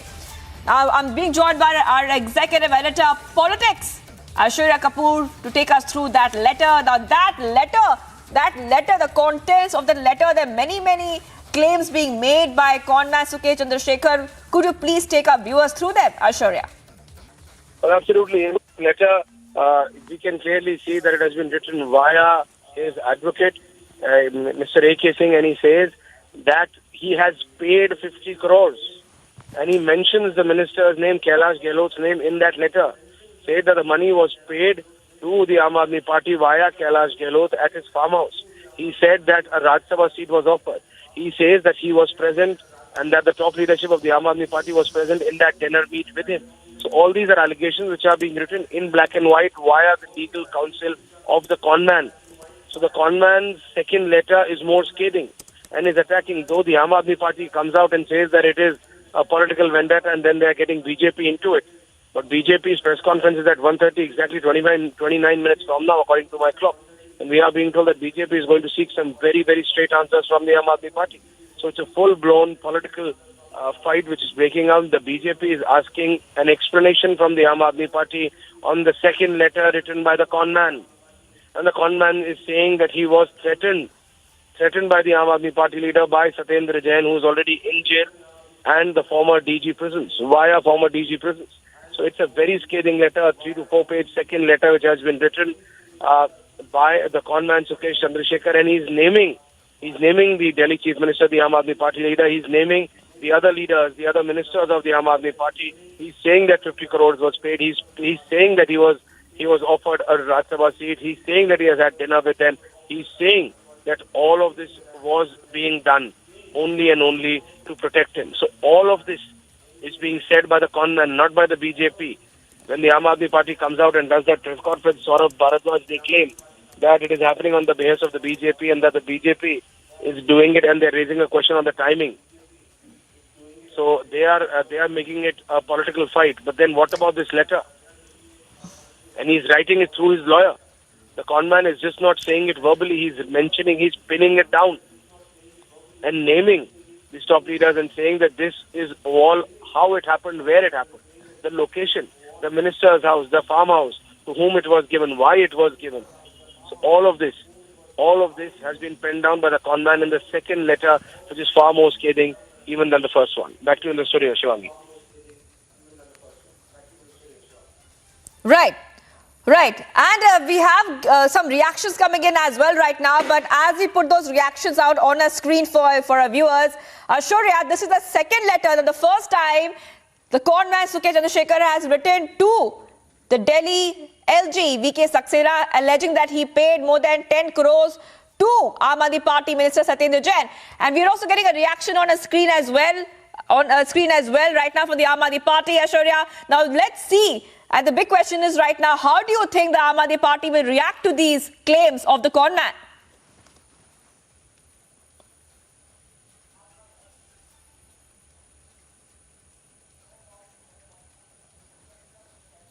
All right, Tanisha is joining me live right now. Tanisha, take us through the reactions coming in from the Aam Aadmi Party. I think there's a tweet which has been put out. भी बात है. Right, Shivangi. The tweet has been put out by Manisha Sisodia, where he has clearly stated that the all allegations that has been made by this con man are absurd, and everything will be proven wrong. Remember, the tweet also goes on to say that he has apprised Nadda ji also on the same, and it is all because of the fear in the MCD and Gujarat polls is why these controversies have been happening. So everything is the Aam Aadmi Party is now relating to polls where they have clearly stated that it is the BJP's agenda to frame the Aam Aadmi Party because they have a fear of losing in the MCD polls, which is in Delhi, and the Gujarat elections coming which is right around the corner. Remember, now this letter was given in two parts. Number one, the letter was given a week ago. The first letter was given to the LG a week ago almost, where he had the con man has clearly stated that that Aam Aadmi Party was involved with him, and that he knew the leaders, the top leaders of the Aam Aadmi Party since 2015. That is when the Aam Aadmi Party came into existence, came into power in the national capital, and after that transactions have been taking place since then. And today, in a second letter that is written via his advocate, scathing observations again that has come to the fore, where he is mentioned that a Rajya Sabha seat was offered to him, and that all the transactions were taken place at a farmhouse. What is more, the more awaited proof that will be seen forward to is where he said that he will soon give out the conversation proof and the transaction details that has taken place. So all of these claims that the con man has been giving out, Sukesh Chandrashekhar has been giving out, he also goes on to say that he will give the proof of the same in coming days. So that is one thing that will be awaited by everybody, Shivangi. Right, and that tweet by Manisha Sisodia, let me read it out for our viewers. Fearing a catastrophic defeat in MCD and Gujarat, BJP has dealt with thug lodged in Tihar. He will make absurd allegations against Kejriwal every day, and in return, BJP will help him in his case. I've heard that Nadda ji will get him included in BJP next week. That is the reaction which is coming in from the Aam Aadmi Party after this second letter by conman Sukesh Chandrashekhar. And Tanisha, I want to go back to you. If you could share the contents of that letter which have been written right now by conman Chandrashekhar. He's written a couple of things, because right now Manisha Sisodia has called him a thug. But in the letter, conman says, if I am the biggest thug, then Kejriwal is Mahathug. That's what the conman is saying. Tanisha. Right, Shivangi, rightly pointed out. He slammed the Aam Aadmi Party and called them a Mahathug because remember, the Aam Aadmi Party has been dismissing all the claims, allegations that the con man has been putting on them in the first letter that was written a week ago by this very con man to the LG of Delhi. And today in the letter, he has rebutted to that claim of a thug, which Aam Aadmi Party has quoted him, where he said that if I'm a thug, then you must be a bigger thug, is what the con man has said. Why has he said that? Is because he's been claiming that 50 crore was given by him to the Aam Aadmi Party, and this was in exchange of a Rajya Sabha seat. He also goes on to say that all of these transactions, all of these conversations happened at a farmhouse. He then goes on to say that in 2016, when after the deal was made, why was a dinner party attended? Now it remains to be seen who were the people in this dinner party, who attended this dinner party, and who was the transactions made to, is what will be much awaited for. And remember, this con man has also claimed that in just coming weeks or coming days, he will be furbishing proof about when and where did the transactions take place and when did the conversations happen. Few excerpts of the letter also goes on to read, Shivangi, that the RS Rajya Sabha seat was offered, and that also Aam Aadmi Party had been taking continuous updates with this con man who they claim is a thug, and this is what the con man has claimed, that why were conversations happening with me even after the transactions took place? Why was the dinner party attended after the deal was formed? So these are several questions and allegations, massive allegations on the Aam Aadmi Party that this con man has raised. He also said that he will put out a defamation case on Kejriwal for framing him. So these scathing observations have come out in the 4-page letter, Shivangi, that this con man has written, who's currently in jail, who's given out a letter through his advocate. These are the massive allegations, the excerpts that we just read out on the Aam Aadmi Party, Shivangi. Right. So Tanisha is getting us all those details right now. Tanisha is getting us all the details on this fresh face-off which is happening. A new letter has been written by con man Sukesh Chandrashekhar, and the Aam Aadmi Party has reacted to that. Thank you, Tanisha. Let's move ahead. There's some action and some protests which are happening right now in Amritsar. Amandeep is there. Let's go straight to Amandeep.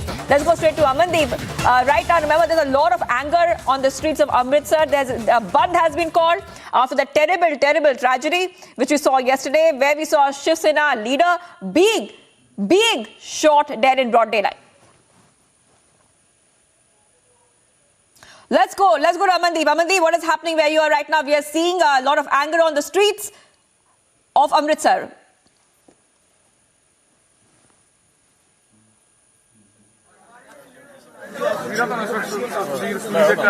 Suri, where the mortal remains have just reached after the post-mortem, and in fact a huge number of people are here. They are protesting and raising the slogans that Suri hum sharminda hai, tere qatil zinda hai. These kind of slogans has been raised outside the residence of Sudhir Suri, and the mortal remains is here. Last journey will be started very soon, and even this anger is all against the police of Amritsar, that despite having the security, that how Sudhir Suri was shot dead from a point blank range, and in fact in a full public view, in a full broad daylight. This is the point of the anger of this entire. You can see the visuals. This is the inside of the visual. The family members of Sudhir Suri are paying respect, the last respect to Sudhir Suri, just because the mortal remains have just arrived after conducting the post-mortem. And even on the other side, Shivangi, the police have produced the accused before the court, from where he has been sent to the 7th day of police custody. And further, the police will interrogate the Sandeep Singh, accused of the case, the person who has fired on Sudhir Suri, and even further his interrogation will reveal the connections. And in fact, you can see, if my camera person can pan the camera, he can show you and tell the sense through the visuals that what all is happening in Amritsar. The entire Amritsar is Bandh today, just because the Hindu organization has given the call of Bandh, and the protest is happening outside.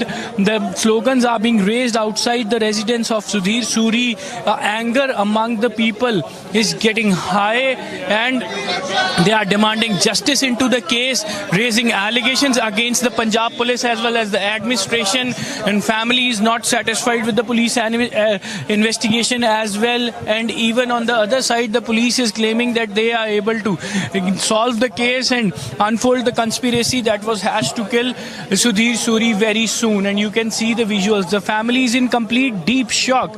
It was actually unexpected and very surprising that despite having a security, that how come one single person came close to Sudhir Suri and shot him from the point blank range, what the security was doing. And now the question arises to जितने भी लोगों को Punjab police ने security दी है, क्या वो secure हैं? सवाल अब ये खड़ा हो रहा है कि जितने भी लोगों के साथ पंजाब पुलिस की सिक्योरिटी है, क्या वो सिक्योर हैं?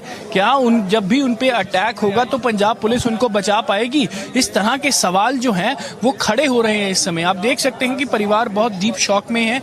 एक परिवार की आंखें नमा गई हैं, उनसे वो सारा इंसिडेंट उनकी आंखों से नहीं जा रहा है।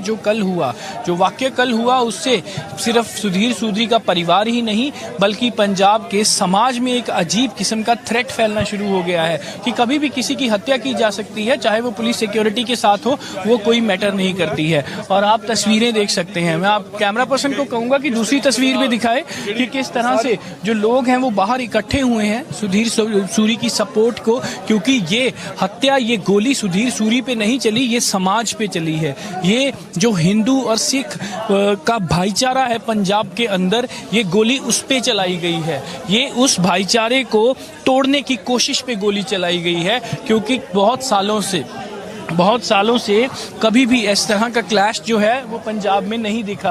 लेकिन कुछ प्रो खालिस्तानी एलिमेंट्स जो कि ISI के संपर्क में हैं, उन्होंने ऐसी साजिशें घटनी शुरू कर दी हैं ताकि इस तरह का माहौल बन सके। ये तस्वीरें आप देख सकते हैं कि लोग कैसे यहाँ पे बाहर सुधीर सूरी के घर के बाहर मौजूद हैं और लगातार वो लोग डिमांड कर रहे हैं कि सुधीर सूरी को शहीद का दर्जा दिया जाए और जो इन्वेस्टिगेशन है वो पूरी तरह से इंडिपेंडेंट हो। ये तस्वीरें देखिए, कुछ लोग यहाँ पे बैठे भी हुए हैं।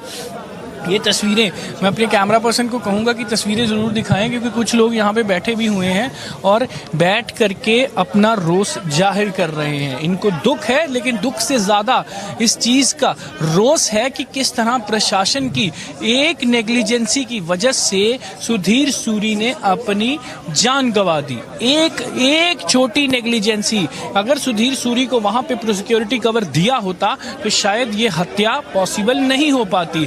अगर वहाँ पे इंटेलिजेंस इनपुट होता कि सुधीर सूरी को कहीं टारगेट किया जा सकता है तो शायद ये घटना ना घटती। अगर सुधीर सूरी को ये कहा जाता कि आप प्रोटेस्ट में मत जाइए, आपकी जान को खतरा है और आसपास में कोई भी ऐसा एलिमेंट है जो आपको मार सकता है, तो शायद सुधीर सूरी की जान बच सकती। लेकिन ऐसा कुछ नहीं हुआ और जिसका रिजल्ट आप तस्वीरों में देख सकते हैं कि ये रोष और ये एंगर उसी का रिजल्ट है, क्योंकि लोगों में इतना भारी रोष हो चुका है कि जो वो कंट्रोल भी नहीं कर पा रहे हैं। ये तस्वीरें चारों तरफ हम भी इसी भीड़ के अंदर लोगों के बीच में फंसे हुए हैं, क्योंकि लोग आ रहे हैं, जा कोई नहीं रहा है। सब लोग यहाँ पे आ रहे हैं, अफसोस जता रहे हैं और अपना गुस्सा अलग अलग तरीके से निकाल रहे हैं। कोई एक दूसरे से बात करके निकाल रहा है और कोई जो है नारेबाजी करके निकाल रहा है। इस तरह का माहौल सुधीर सूरी के घर पे बाहर बना हुआ है, क्योंकि ये जो रोष है ये प्रशासन के ढीले रवैये का रोष है। ये जो रिजल्ट है वो पुलिस के ढीले रवैये का रिजल्ट है। अगर पंजाब पुलिस सिक्योरिटी नहीं दे सकती थी प्रॉपर से सुधीर सूरी को, तो पहले ही कह देती, सेंटर को लिख देती, मिनिस्ट्री ऑफ होम अफेयर्स को लिख देती, ताकि उनको सेंट्रल पैरामिलिट्री फोर्सेस प्रोवाइड की जाती। लेकिन ऐसा कुछ भी नहीं हुआ, जिसका रिजल्ट आज आपके सामने है।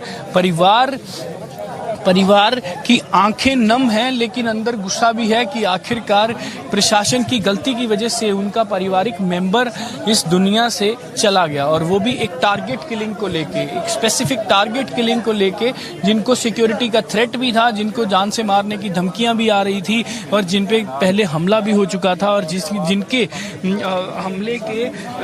हमले के थ्रेट के ऊपर कुछ गिरफ्तार भी हुए थे, और उन गिरफ्तारों ने ये भी बताया था कि सुधीर सूरी को मारने की साजिश घटी जा रही है। इन सब के बावजूद भी ऐसा माहौल बना है और अब तस्वीरें जो है वो आपके सामने है कि किस तरह से लोगों का रोष जो है वो उमड़ के आ चुका है। अमृतसर की सड़कों के ऊपर लोग बाइक्स पे पैदल सुधीर सूरी के नारे लगाते हुए नजर आ रहे थे। पोस्टमार्टम यूनिट के बाहर भी जो है वो सुधीर सूरी के समर्थक और हिंदू ऑर्गेनाइजेशंस के समर्थक सारे इकट्ठा हुए थे और वहां पे भी नारेबाजी हुई थी और प्रशासन के खिलाफ नारेबाजी हुई थी। और अब उसके घर के बाहर शहर के कई हिस्सों में इस तरह का प्रदर्शन जो है वो जारी है, क्योंकि सुधीर सूरी की जो हत्या हुई है उसको डाइजेस्ट करना, उसको टॉलरेट करना इस सोसाइटी से नहीं हो पा रहा है। इसीलिए ये तस्वीर देखिए, यहाँ से तस्वीर देखिए, जहाँ तक आपको दिखाई दे रहा है वहाँ तक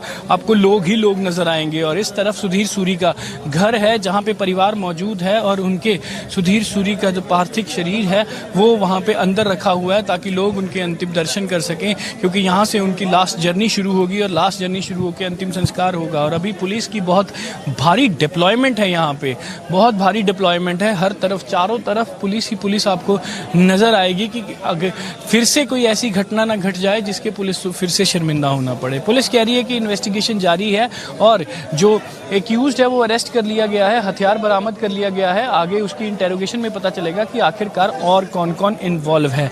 लेकिन ना तो ये लोग पुलिस की इस इन्वेस्टिगेशन से सहमत हैं और ना ही परिवार वाले पुलिस की इन्वेस्टिगेशन से सहमत हैं, क्योंकि पुलिस ही थी जो पहले सुधीर सूरी को सिक्योरिटी प्रोवाइड कर रही थी। उसी की सिक्योरिटी में सुधीर सूरी की हत्या हो गई और अभी पुलिस ये आश्वासन दे रही है कि इन्वेस्टिगेशन जारी है, जल्द ही जल्द किसी न किसी कंक्लूजन पे पहुंच जाएगी। लेकिन ये लोग जो है वो इस चीज़ को नहीं मान रहे हैं कि आखिरकार जो पंजाब पुलिस को सिक्योर करना था वही पंजाब पुलिस वहाँ फ्रीज होकर खड़ी रही जब गोली चल रही थी। और जब गोली चलाने के बाद एक्यूज वहाँ से भागने की कोशिश कर रहा तब उसके पीछे भागी। गोली चलाने से पहले अगर एक्ट किया होता, जब पुलिस को ये नहीं पता चला कि कोई हथियारबंद आदमी सुधीर सूरी के पास आ रहा है, तब ये पंजाब पुलिस की इंटेलिजेंस कहाँ गई थी।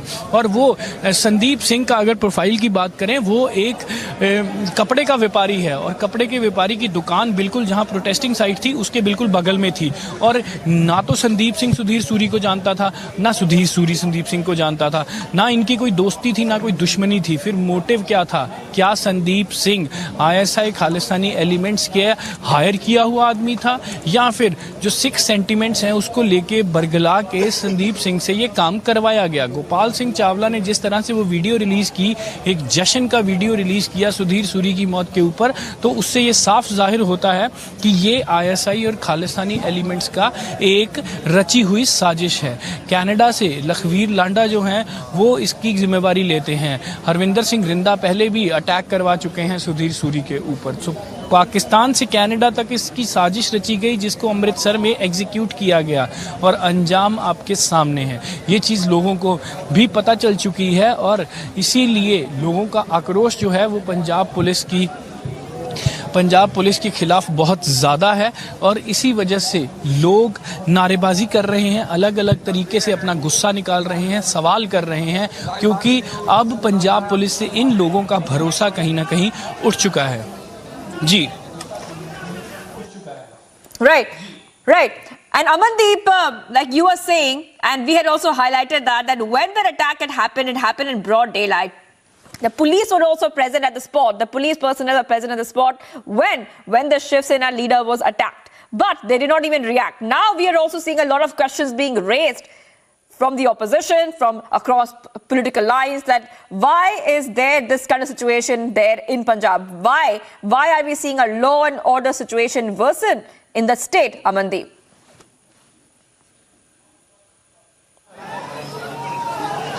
Well, absolutely, Shivangi. This is a big question arising in Punjab, and if I can show you the visual, the anger is still sustaining here among the people, and they are continuously raising the questions. And the point is that these kind of incidents never happened, and even certain kind of pro-Khalistani elements always try to create such kind of situation in Punjab, but they never succeeded. All the conspiracies and all the bids have been foiled by Punjab Police or any other central agency. But now Sudhir Suri's incident is a clear-cut indication that Punjab Police is now getting failed to control these kind of elements, and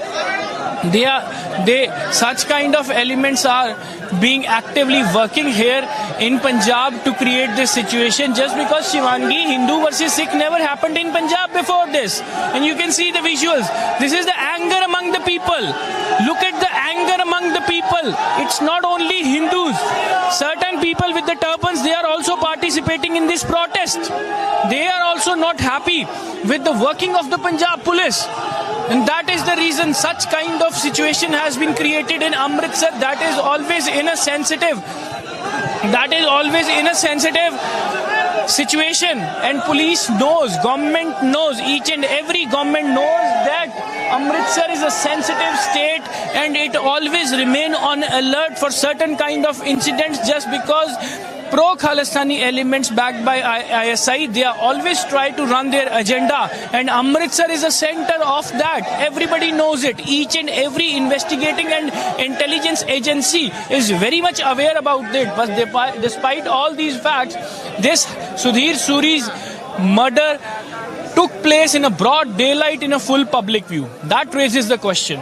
Here the question arises that is the government and the Punjab police is very much concerned about the situation of Punjab. Everybody knows that Punjab is always in a sensitive mode since 1984 when the Khalistani elements try to run their agenda.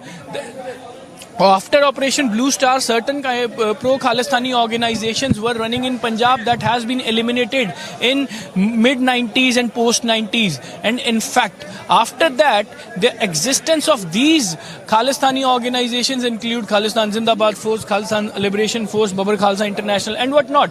Their existence has been reduced to a very minor. And in fact, now all of a sudden, certain kind of incidents are an example that though their leaders are not in India, but still they are executing their plans and the conspiracies on the Indian soil. And this is a clear-cut failure of the intelligence agency as well as the police. They are not able to identify.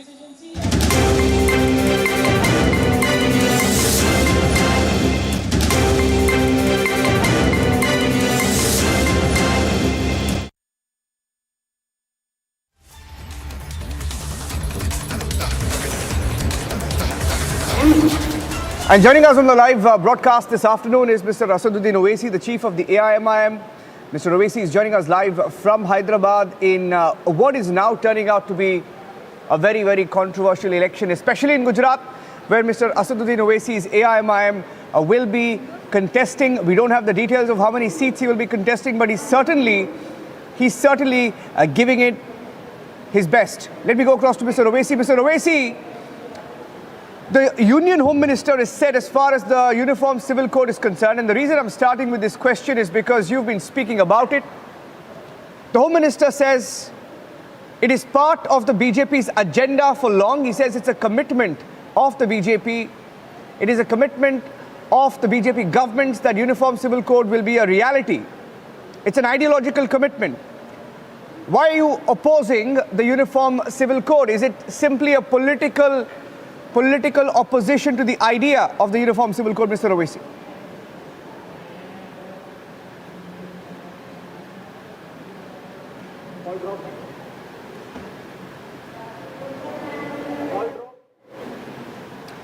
All right, I'm just going to connect to Mr. Asaduddin Owaisi right now. We've lost the line there, but he's joining us live from Hyderabad. And Mr. Owaisi is joining us at a time when the Uniform Civil Code is one of the biggest talking points in both Himachal Pradesh and also Gujarat. Can you hear me, Mr. Owaisi? Good afternoon. Can you hear me now? Just checking my audio with you once again. Good afternoon, okay, Mr. Niranjan, I can hear you. Yeah, good afternoon. So you're live, Mr. Owaisi. My first question was, I'm not sure you could hear me, but my first question was, the Union Home Minister has said the Uniform Civil Code is a commitment of his party, his governments across the country, the BJP governments, and he says they will ensure that it is a reality. Why are you opposing the Uniform Civil Code? Is it just a political opposition?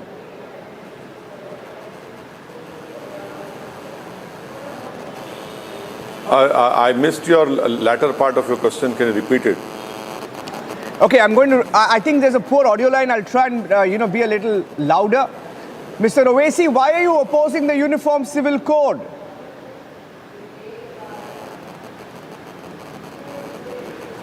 Well, you see, the opposition to Uniform Civil Code from my party is because under Article 29, I have the right to culture. And you cannot impose, you cannot take away my right to culture. It is a basic fundamental right which is part of the basic structure of our constitution.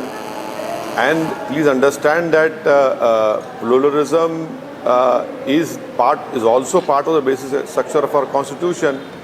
And why only Article 44? What about Article 39, which talks about equal distribution of wealth? You know, more than 60-70% of our wealth is being controlled by 7-8 individuals in our country. So there are many directive principles which the government of the day must be answerable to it, must try to implement it, not only Article 44 only. As far as, that's a political point, of course. Now, for example, I'm just giving you an example. In the case of Uttarakhand, the Uttarakhand Uniform Civil Code Committee, now it's a laborious exercise, one that involves taking direct feedback from the people. They've gone through about 4 lakh suggestions, right? And there is going to be more public outreach. Can you hear me, Mr. Owaisi?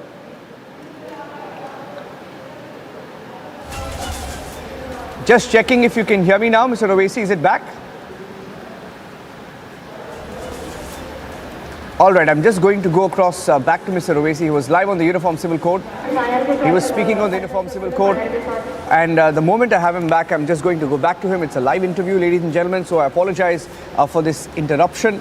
There was a little bit of an issue in the audio line with Mr. Asaduddin Owaisi, and he's been speaking about different issues. We want to ask him questions on not just the Uniform Civil Code, but also the Gujarat elections, where his party will be contesting in what is now turning out to be a multi-cornered protest with a contest rather with even the Aam Aadmi Party in the fray, along with the Congress Party, which is, by the way, received a jolt this morning with one more leader, senior leader, resigning.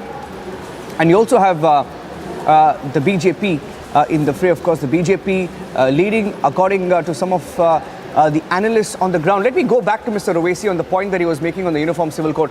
Mr. Owaisi, I was trying to ask you my follow-up question on the scale of the exercise on Uniform Civil Code that is being conducted. See, you spoke about the directive principles, etc. Now, I'm giving you the example of the Uttarakhand Uniform Civil Code Committee, which has gone through about 4 lakh suggestions and will continue to do more public outreach. So you can't just say that it's a political exercise when the feedback of the people is directly being taken in such an important decision, Mr. Owaisi.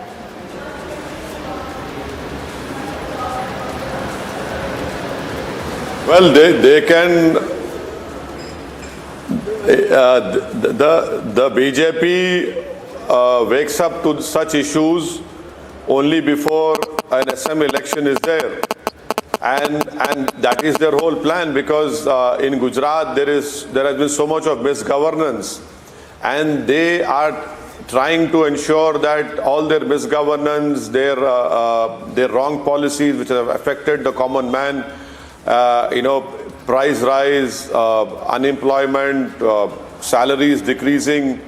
So these are all the issues which the BJP is trying to ensure that by raking up such issues, they'll try to cover up their misgovernance and their mistakes of last 5 years. But Mr. Owaisi, this is a subject that we've been debating for decades together, right? Even when the UPA government was in place, we were questioning, we were debating this issue. I'm not for once saying that what you mentioned are not genuine issues. Yes, there are issues, there are genuine issues to also be addressed in these rallies. But for example, I'm going back to the question once again. For example, in the Uttarakhand exercise, from the details I have, there were about 3 lakh handwritten letters, 60,000 emails, 22,000 suggestions on the recommendation on one law for all. And just to get your view on this, there were suggestions made from tribal belts, rural hilly areas, where they wanted policy interventions, for example, on reverse inheritance, right? Same age of marriage for both genders, for example, simple issues. A total ban on polygamy and polyandry, for example.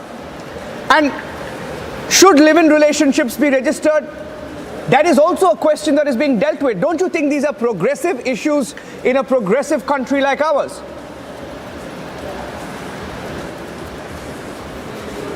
Well, number one is that Hindu Marriage Act is a central legislation. How can the state legislate on a central legislation? Muslim, you have the Muslim Marriage Act or Shariat Application Act. It's a central act. How can a state legislate on that? Thirdly, you talk about polyandry. Polyandry is part of the culture of the tribal people also. Can you take away that? And if my memory serves well, there is a case pending in the Honorable Supreme Court wherein people have gone to the Supreme Court stating that their polyandry is part of the culture and no government should interfere in that. And moreover, will right to culture be taken away from it? So these are important questions. You see, please remember that pluralism is part of the basic structure of our constitution. Now, if anyone, your question might be, then what is the law? The law is, you have the Indian Succession Act, you have the Special Marriage Act, you use it. Anyone who doesn't want to use religious laws can use the Special Marriage Act, can use the Indian Succession Act, the Juvenile Justice Act is there. Now, Ji, on this question of polygamy, right now, and I asked you a question, you gave me your response, and you spoke about polyandry and tribal belts. In fact, this specific response was also from tribal belts. Let me also tell you that there is a belief, and the BJP is attacking you every day, of course, and they say that you're objecting UCC for pure vote bank politics in Gujarat because that's an issue that was raised, and it's an easy topic for Owaisi. How do you respond to this? Well, I'm thankful to you for raising a very important point relating to the Gujarat state. Now, Niranjan, please tell me, in Gujarat, BJP talks about Uniform Civil Code. Now, can anyone go and change their religion? You cannot do that. You have to take a permission. So what sort of Uniform Civil Code you're talking about? There is a Disturbed Areas Act. Can the collector give a permission to a Muslim to buy a property from a non-Muslim? He never gives that. So you talk about Uniform Civil Code, but one cannot change religion without permission despite being an adult. You talk about live-in relationship is allowed, but I cannot change a religion unless and until I take a permission from state government. So you look at this hypocrisy of the BJP as far as Gujarat is concerned. I can hear you. But you see, Mr. Owaisi, in the past, right? Yeah.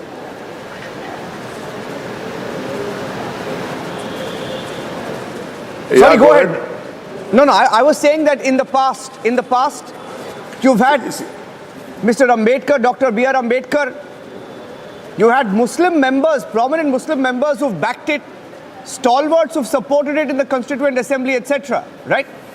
So historically, now all these issues have been dealt with in the past by some of the best experts who framed the Constitution. Well, Ambedkar also said on Uniform Civil Code that it has to be voluntary. Baba Sahib Ambedkar also said that anyone who does not want religious laws can use the other laws. And that is why those same elders which made the Constitution gave you and me the right to culture. They gave you freedom of religion. They gave you right to equality. Freedom of speech, freedom of expression. So, one cannot forget and remember, these are directive principles. By using a directive principle, you cannot take away fundamental right. Coming to the Gujarat elections, Mr. Owaisi, how many seats is your party planning to contest?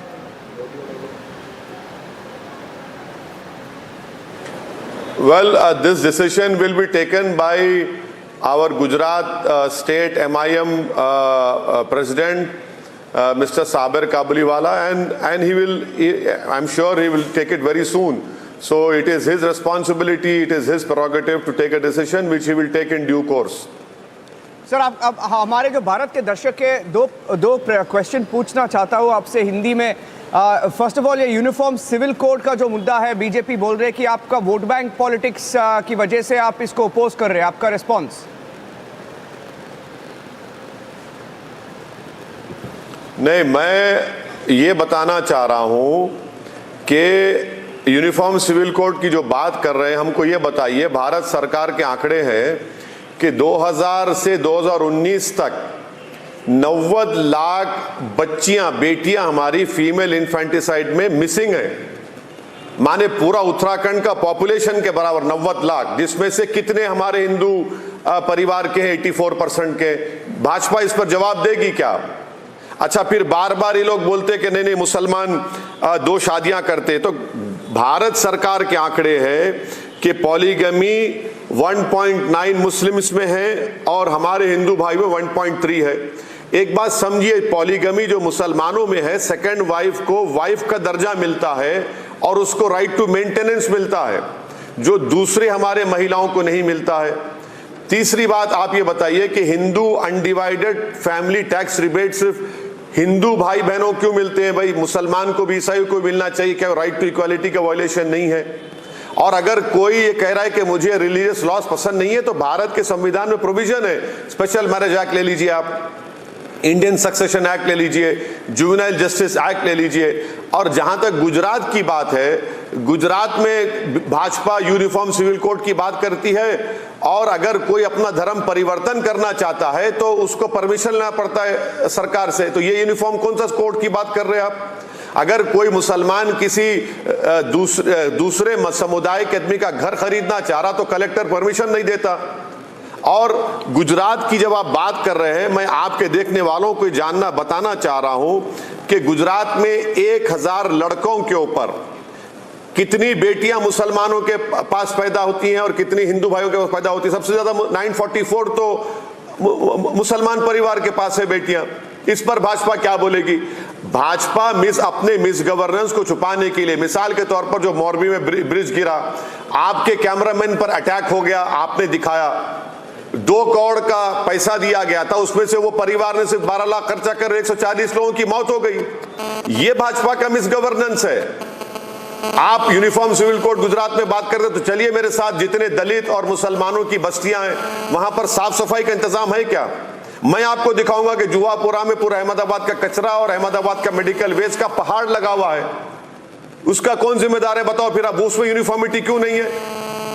आप लाकर road पर मुस्लिम बच्चों को पीटते हैं पूरी जनता को खड़ा करके, वो यूनिफॉर्म सिविल कोड की बात कर रहे हैं आप।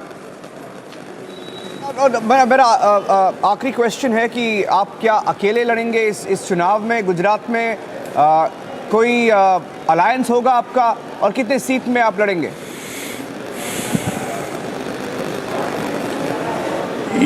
गुजरात में कितने विधानसभा की सीट पर हम इलेक्शन लड़ेंगे, इसका फैसला हमारे गुजरात की पार्टी करेगी। और हमारे गुजरात पार्टी के अध्यक्ष साबिर काबुलीवाला साहब और पूरे जो जिम्मेदार हैं वो अनकरीब में जल्द से जल्द फैसला कर लेंगे और बताएंगे। मगर हम पूरी कोशिश कर रहे हैं, मेहनत कर रहे हैं।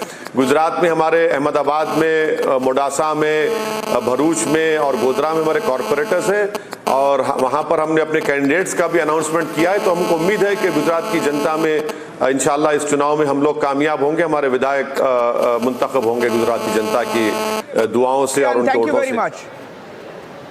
Thank you very much, Mr. Owaisi. Good to talk to you and all the very best.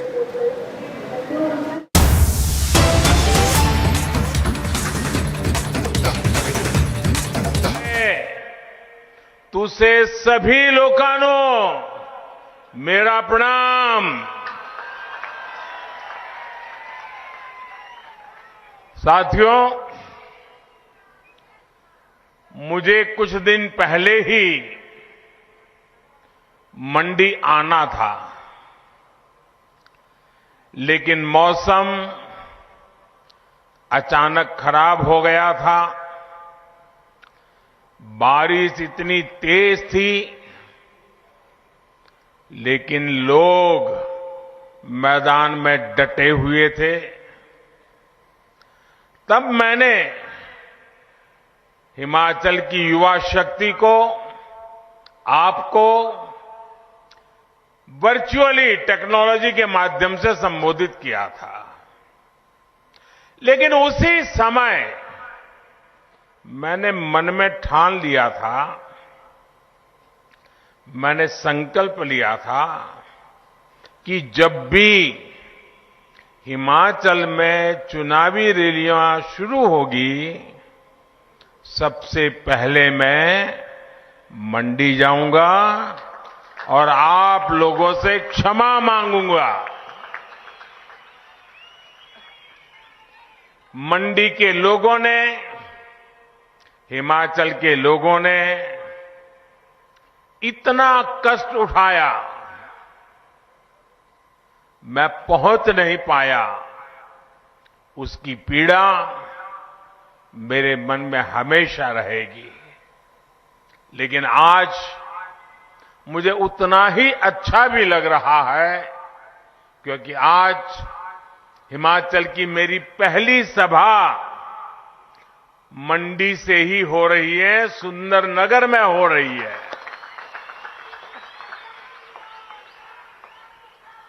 और यहां इतनी बड़ी संख्या में आप लोग होंगे,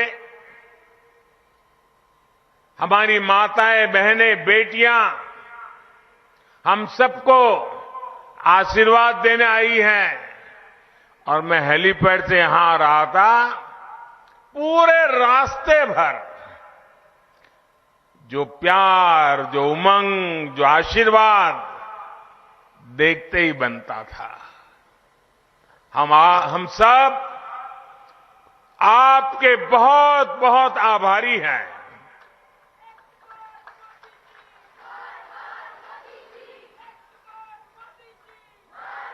साथियों, ये देवभूमि से मेरा नाता इतना निकट रहा है कि आज सुंदरनगर में भी मैं पहले भी बहुत बार आना होता था। मैंने निहरी की चढ़ाई भी चढ़ी है और सराज, कुल्लू, किन्नौर, चंबा और कांगड़ा के दुर्गम क्षेत्र भी पैदल नापे हैं दोस्तों। यहां के रास्ते, ये सुंदरनगर की इतनी सुंदर बीबीएमबी झील, उसे कोई कैसे भूल सकता है। और जब मैं मंडी शहर की और फिर यहां से जब जाता था, तो अक्सर यहां रास्ते में चाय पीना, यहां की दुकानों से लोगों से गप्पे मारना, ये मेरा एक प्रकार से क्रम बन गया था। तब न मैंने सोचा था कि एक दिन हिमाचल प्रदेश की देश की सेवा का मौका मिलेगा, आप सबके आशीर्वाद से मिलेगा। और सुंदरनगर के मेरे पुराने सभी साथी, उनको भी वो पुरानी बातें याद करते होंगे तो आश्चर्य होता होगा। हम लोग घंटों घंटों गप्पे लड़ाया करते थे, हंसी मजाक किया करते थे। हमारे ठाकुर गंगा सिंह जी, हमारे दिलेराम जी, हमारे दामोदर दास जी, ऐसे अनेक संयोगों में भी मैंने बहुत कुछ सीखा। मुझे कुछ समय पहले ही यहां सुंदरनगर के होनहार सपूत बॉक्सर आशीष चौधरी से भी याद है, उनसे बातचीत करने का मौका मिला था। टोक्यो ओलंपिक जाने से पहले जब वो स्पेन में ट्रेनिंग ले रहे थे, तब मेरी उनसे बात हुई थी। पिता की मृत्यु के बाद जिस तरह का हौसला भाई आशीष ने दिखाया, वो सब लोग नहीं दिखा पाते। सुंदरनगर के लोगों की यही बात पूरे हिमाचल की पहचान है, ये पहाड़ी लोगों की पहचान है। साथियों,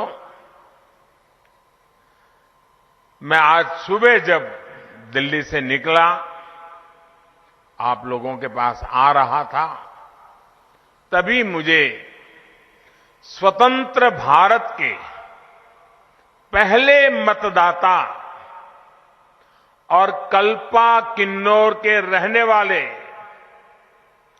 श्याम शरण नेगी जी के दुखद निधन की भी खबर मिली।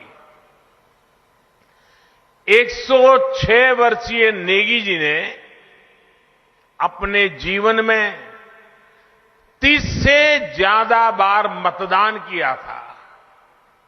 इतना ही नहीं, अभी 2 दिन पहले 2 नवंबर को ही ये जो विधानसभा चुनाव हो रहे हैं, उसके लिए भी उन्होंने पोस्टल बैलेट के माध्यम से वोट दिया था। जाने से पहले भी उन्होंने मतदान करके अपना कर्तव्य निभाया। ये बात हर देशवासी को, खास करके मेरे युवा मतदाताओं को, हर नागरिक को सदा सर्वदा प्रेरित करती रहेगी। मैं बहुत ही भावुक मन से परमादरणीय श्याम शरण नेगी जी को सर झुका करके श्रद्धांजलि देता हूं। उनके परिजनों के प्रति अपनी संवेदनाएं व्यक्त करता हूं। साथियों, इस बार का हिमाचल चुनाव बहुत खास है।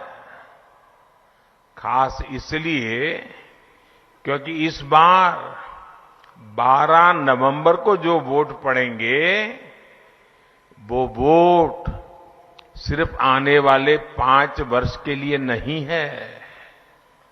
इस बार 12 नवंबर को पड़ने वाला एक एक वोट हिमाचल के अगले 25 साल की विकास यात्रा तय करेगा।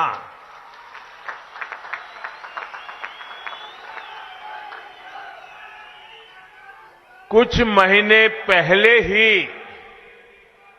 हिमाचल की स्थापना के 75 वर्ष हुए हैं। कुछ सप्ताह पहले ही भारत ने भी अपनी आजादी के 75 वर्ष पूरे किए हैं। जब भारत अपनी आजादी के 100 साल मनाएगा, उसी के आसपास हिमाचल भी अपनी स्थापना के 100 साल पूरे करेगा। इसलिए अगले 25 साल का ये कालखंड बहुत ही अहम कालखंड है। अमृत काल के इन वर्षों में हिमाचल में तेज विकास जरूरी है, स्थिर सरकार जरूरी है। मुझे खुशी है कि हिमाचल के लोग, यहां के युवा, यहां की माताएं बहनें इस बात को अच्छी तरह समझ रही है। वो जानते हैं भाजपा यानी स्थिरता, भाजपा यानी सेवा भाव, भाजपा यानी समभाव, भाजपा यानी नीतियों में स्थायी भाव, और भाजपा यानी विकास को सर्वोच्च प्राथमिकता। इसलिए इस विधानसभा चुनाव में हिमाचल के लोग भाजपा सरकार की जोरदार वापसी की ठान चुके हैं। और फौजियों की ये धरती, वीर माताओं की ये धरती जब कुछ संकल्प ले लेती है तो उसे सिद्ध करके ही दिखाती है। भाइयों और बहनों, आजादी के बाद कांग्रेस ने बहुत लंबे समय तक हिमाचल प्रदेश पर शासन किया है। कांग्रेस के लिए सरकार में आना, सरकार में रहना राजपाट चलाने जैसा ही रहा है। हिमाचल में पहाड़ी राज्यों में तो कांग्रेस दशकों तक तरसाओ, लटकाओ, भटकाओ, यही उनकी रीति थी, यही उनकी नीति थी। कांग्रेस ने हमेशा यही सोचा कि इतना छोटा राज्य, 3-4 सांसद आते हैं, देश की राजनीति में क्या फर्क पड़ता है? इतने छोटे राज्य की हैसियत क्या है? अरे होता है, चलता है, करो न करो कौन पूछता है भाई। बड़े बड़े राज्य होंगे, ज्यादा एमपी होंगे, उसकी तो आवाभगत होगी, हिमाचल की क्यों होगी?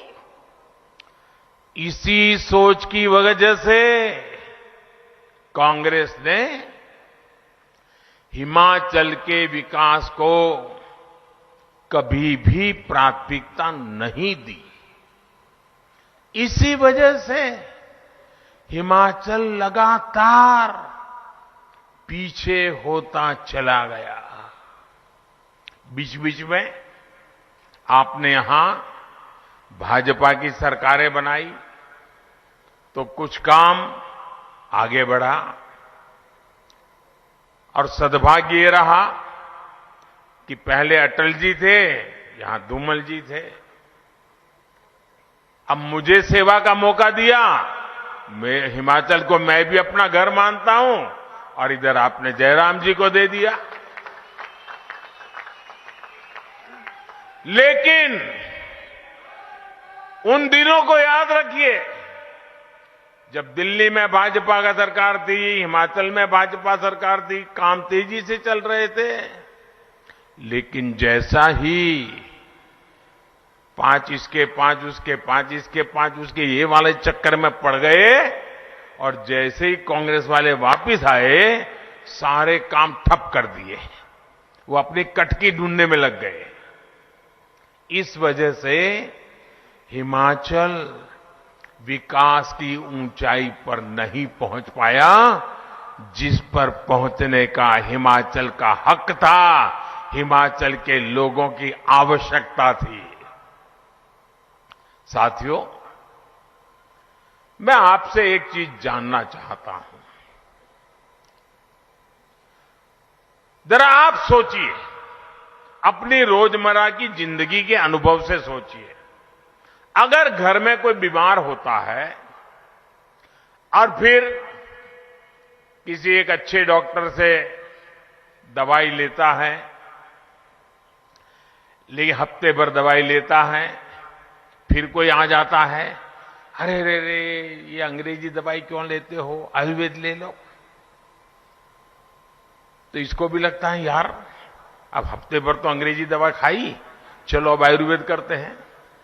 तो एक सप्ताह अंग्रेजी खाई, छोड़ दी, फिर दूसरा सप्ताह आयुर्वेद पे चढ़ गए, और फिर दूसरे सप्ताह आयुर्वेद खाई।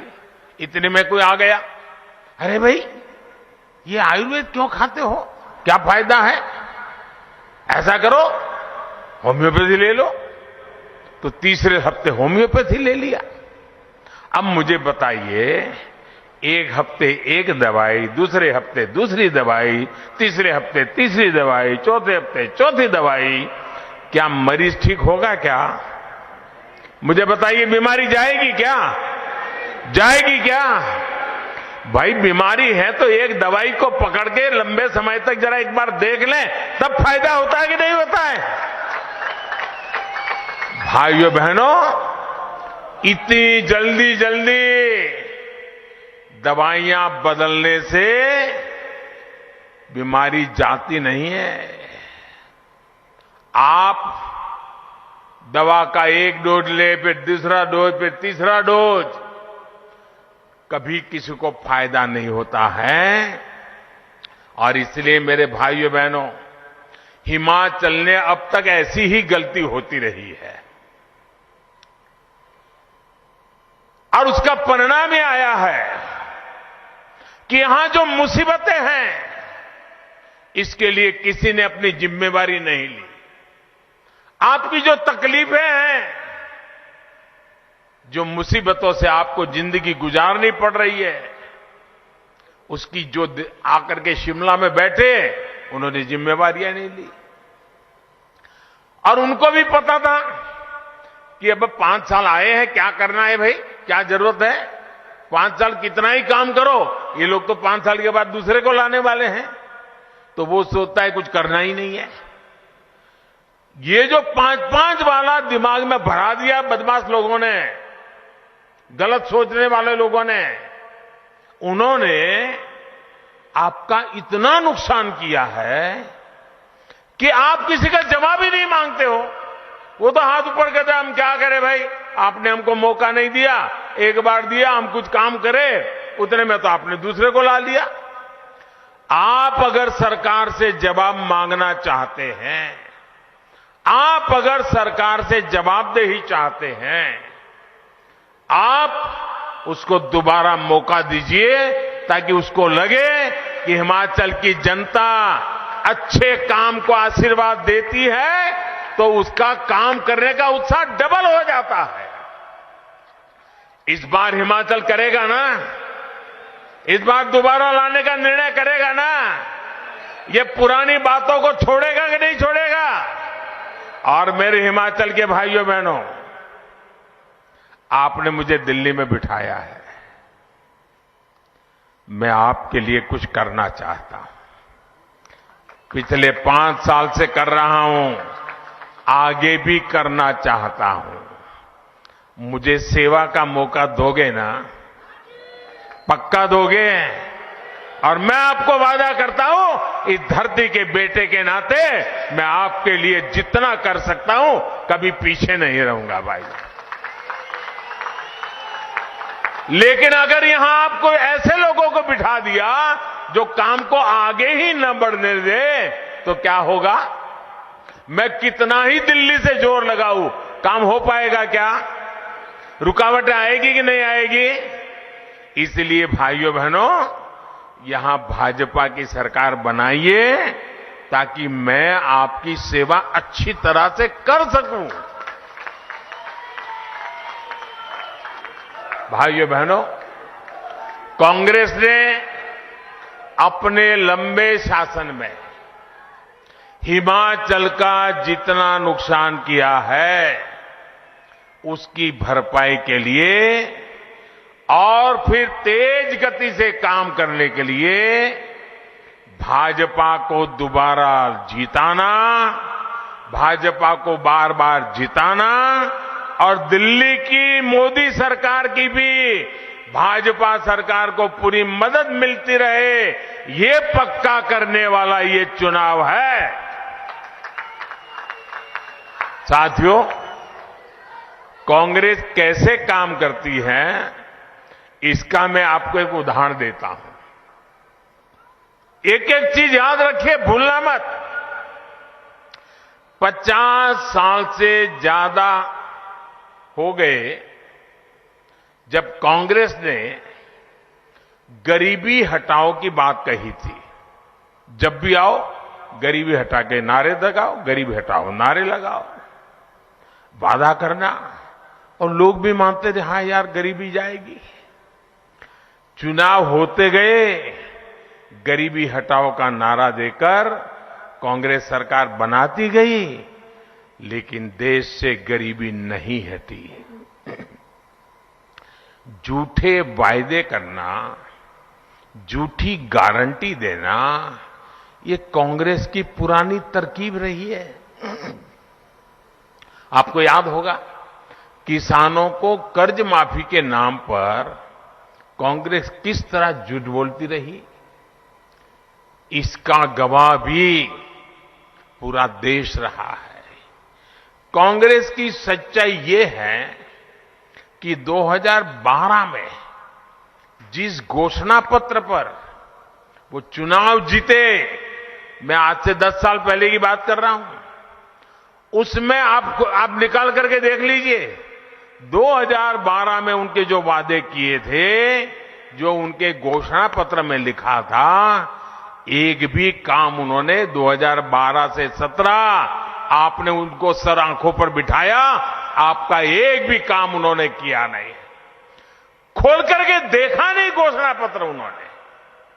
जबकि भाजपा की पहचान है कि जो हम कहते हैं उसे पूरा करने के लिए दिन रात खपा देते हैं। भाइयों बहनों, दिन रात खपा देते हैं।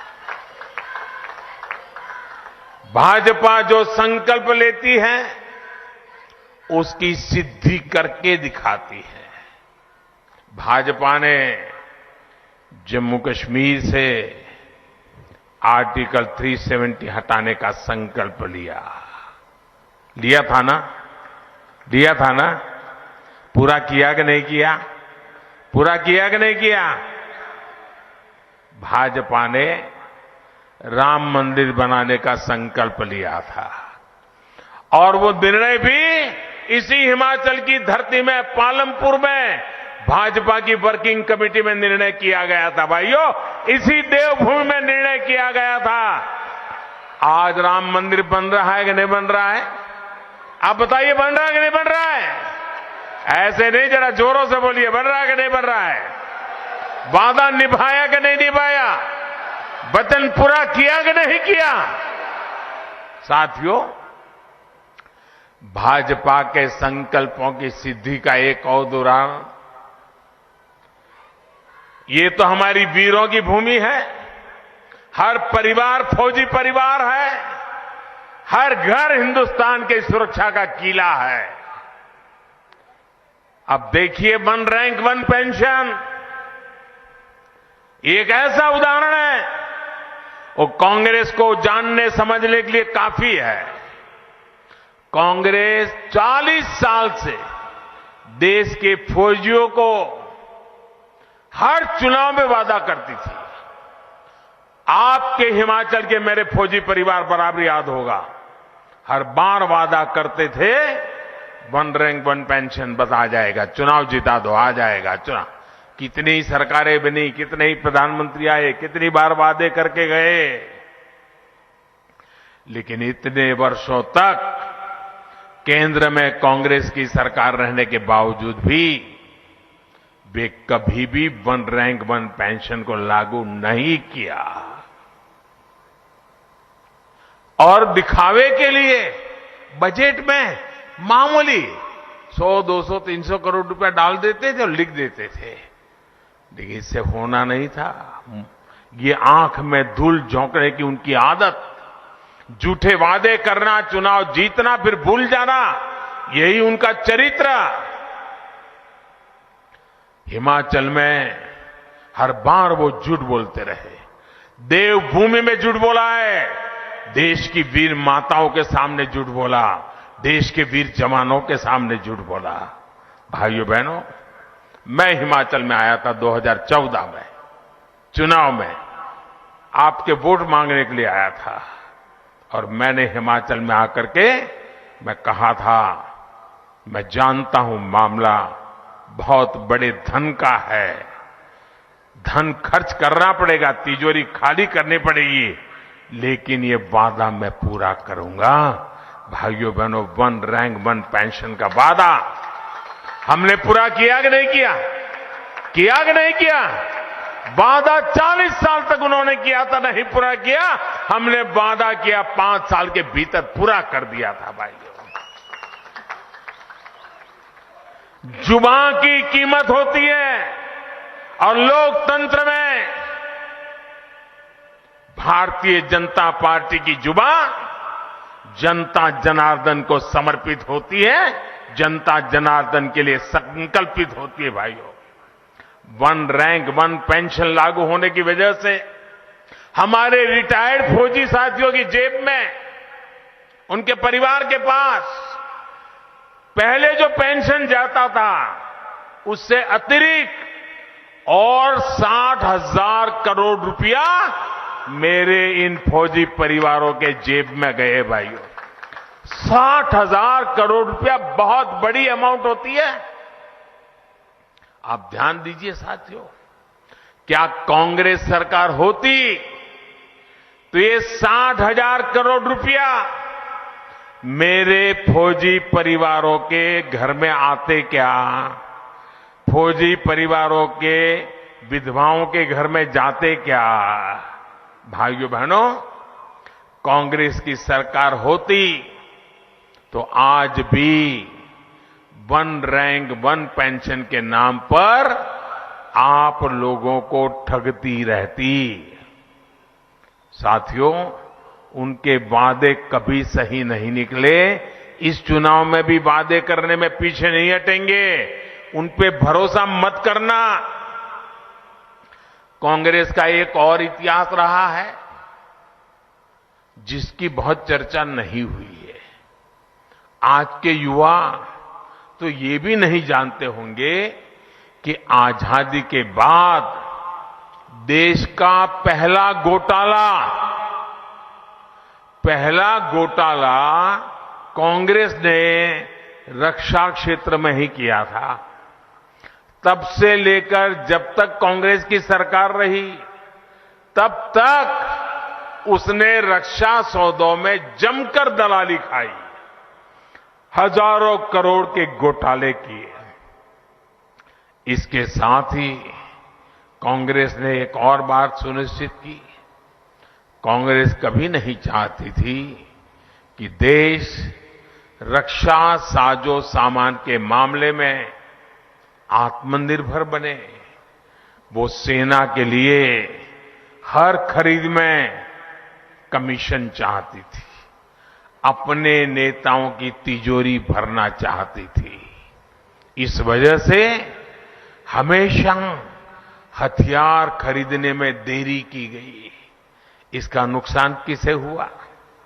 इसका सबसे बड़ा नुकसान हुआ हिमाचल की उस वीर माताओं को जिसने अपना बेटा मातृभूमि की रक्षा के लिए बॉर्डर पर लड़ने के लिए भेजा था।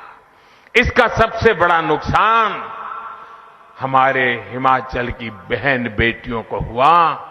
उन बहनों ने जिसने अपना भाई दुश्मन से मोर्चा लेने के लिए सीमा पर भेजा था। इसका नुकसान हिमाचल की हजारों महिलाओं ने उठाया, हजारों बच्चों ने उठाया।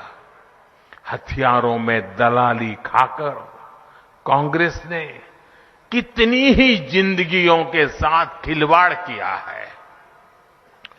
मैं हिमाचल की किसी माता, बहन, बेटी के साथ यह अन्याय नहीं होने दूंगा। इसलिए आज भारत आत्मनिर्भर होने का अभियान चला रहा है, अपने हथियार खुद बनाने पर जोर दे रहा है। साथियों, कांग्रेस देश की रक्षा की ही नहीं बल्कि देश के विकास की भी हमेशा से विरोधी रही है। गुजरात में इतने साल मुख्यमंत्री रहते हुए मैंने इसे खुद महसूस किया है। जब 2014 में आपने मुझे सेवा का अवसर दिया तो मैं चाहता था कि हिमाचल में विकास की योजना तेजी से आगे बढ़े। मैं 2014 की बात कर रहा हूं। जब मैं दिल्ली में बैठा तो हिमाचल के साथ मेरा लगाव रहा था। हिमाचल ने मुझे बहुत प्यार दिया था, तो मुझे स्वाभाविक बैठते ही हिमाचल याद आना बहुत स्वाभाविक था।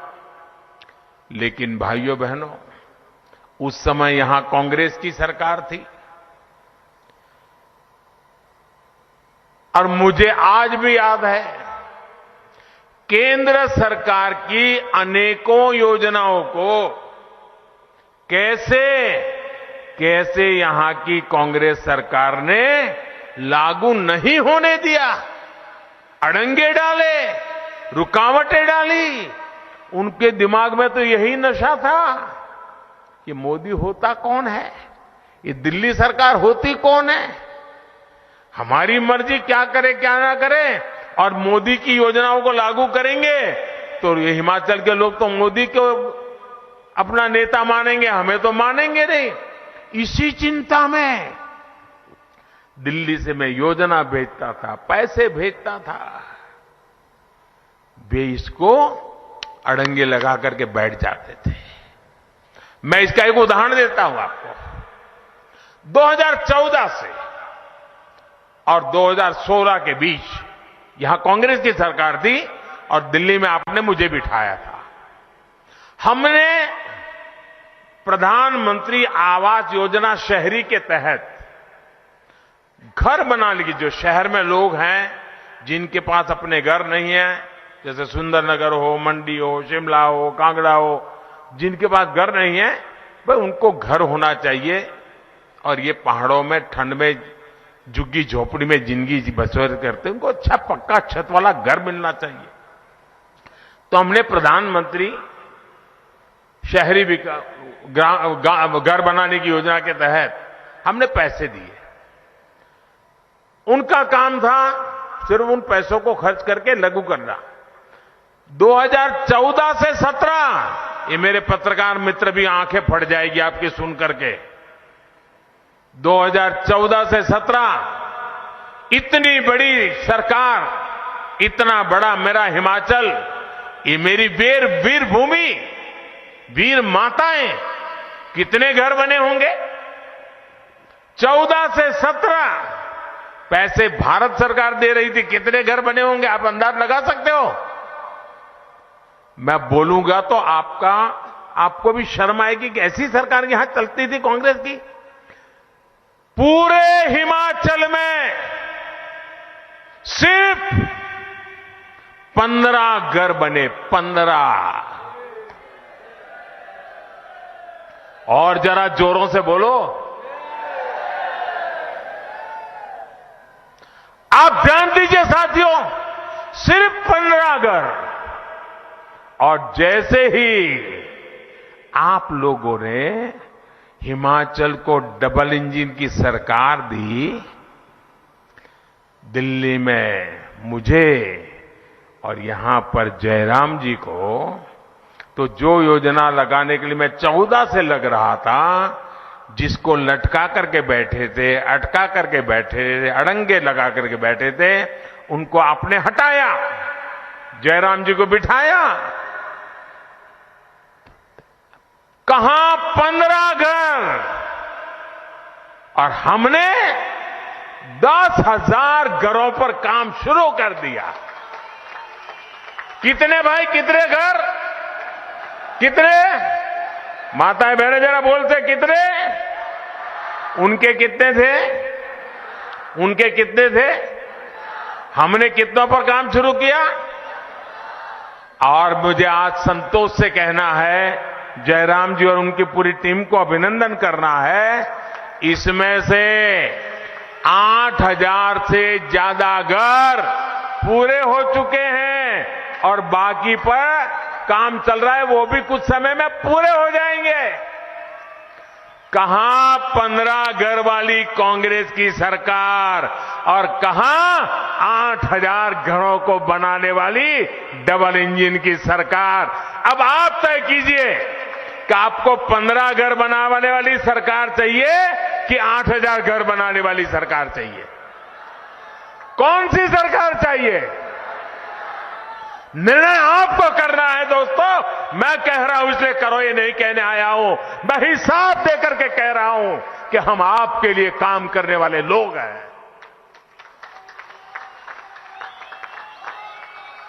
यानी 2017 के बाद से भाजपा सरकार में हिमाचल के विकास ने अभूतपूर्व तेजी पकड़ी है।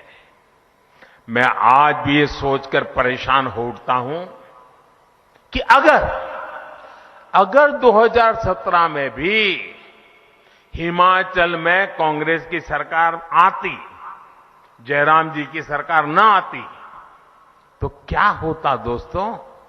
15 के बजाय 25 घर बना लेते, 25 नहीं तो 50 बना लेते।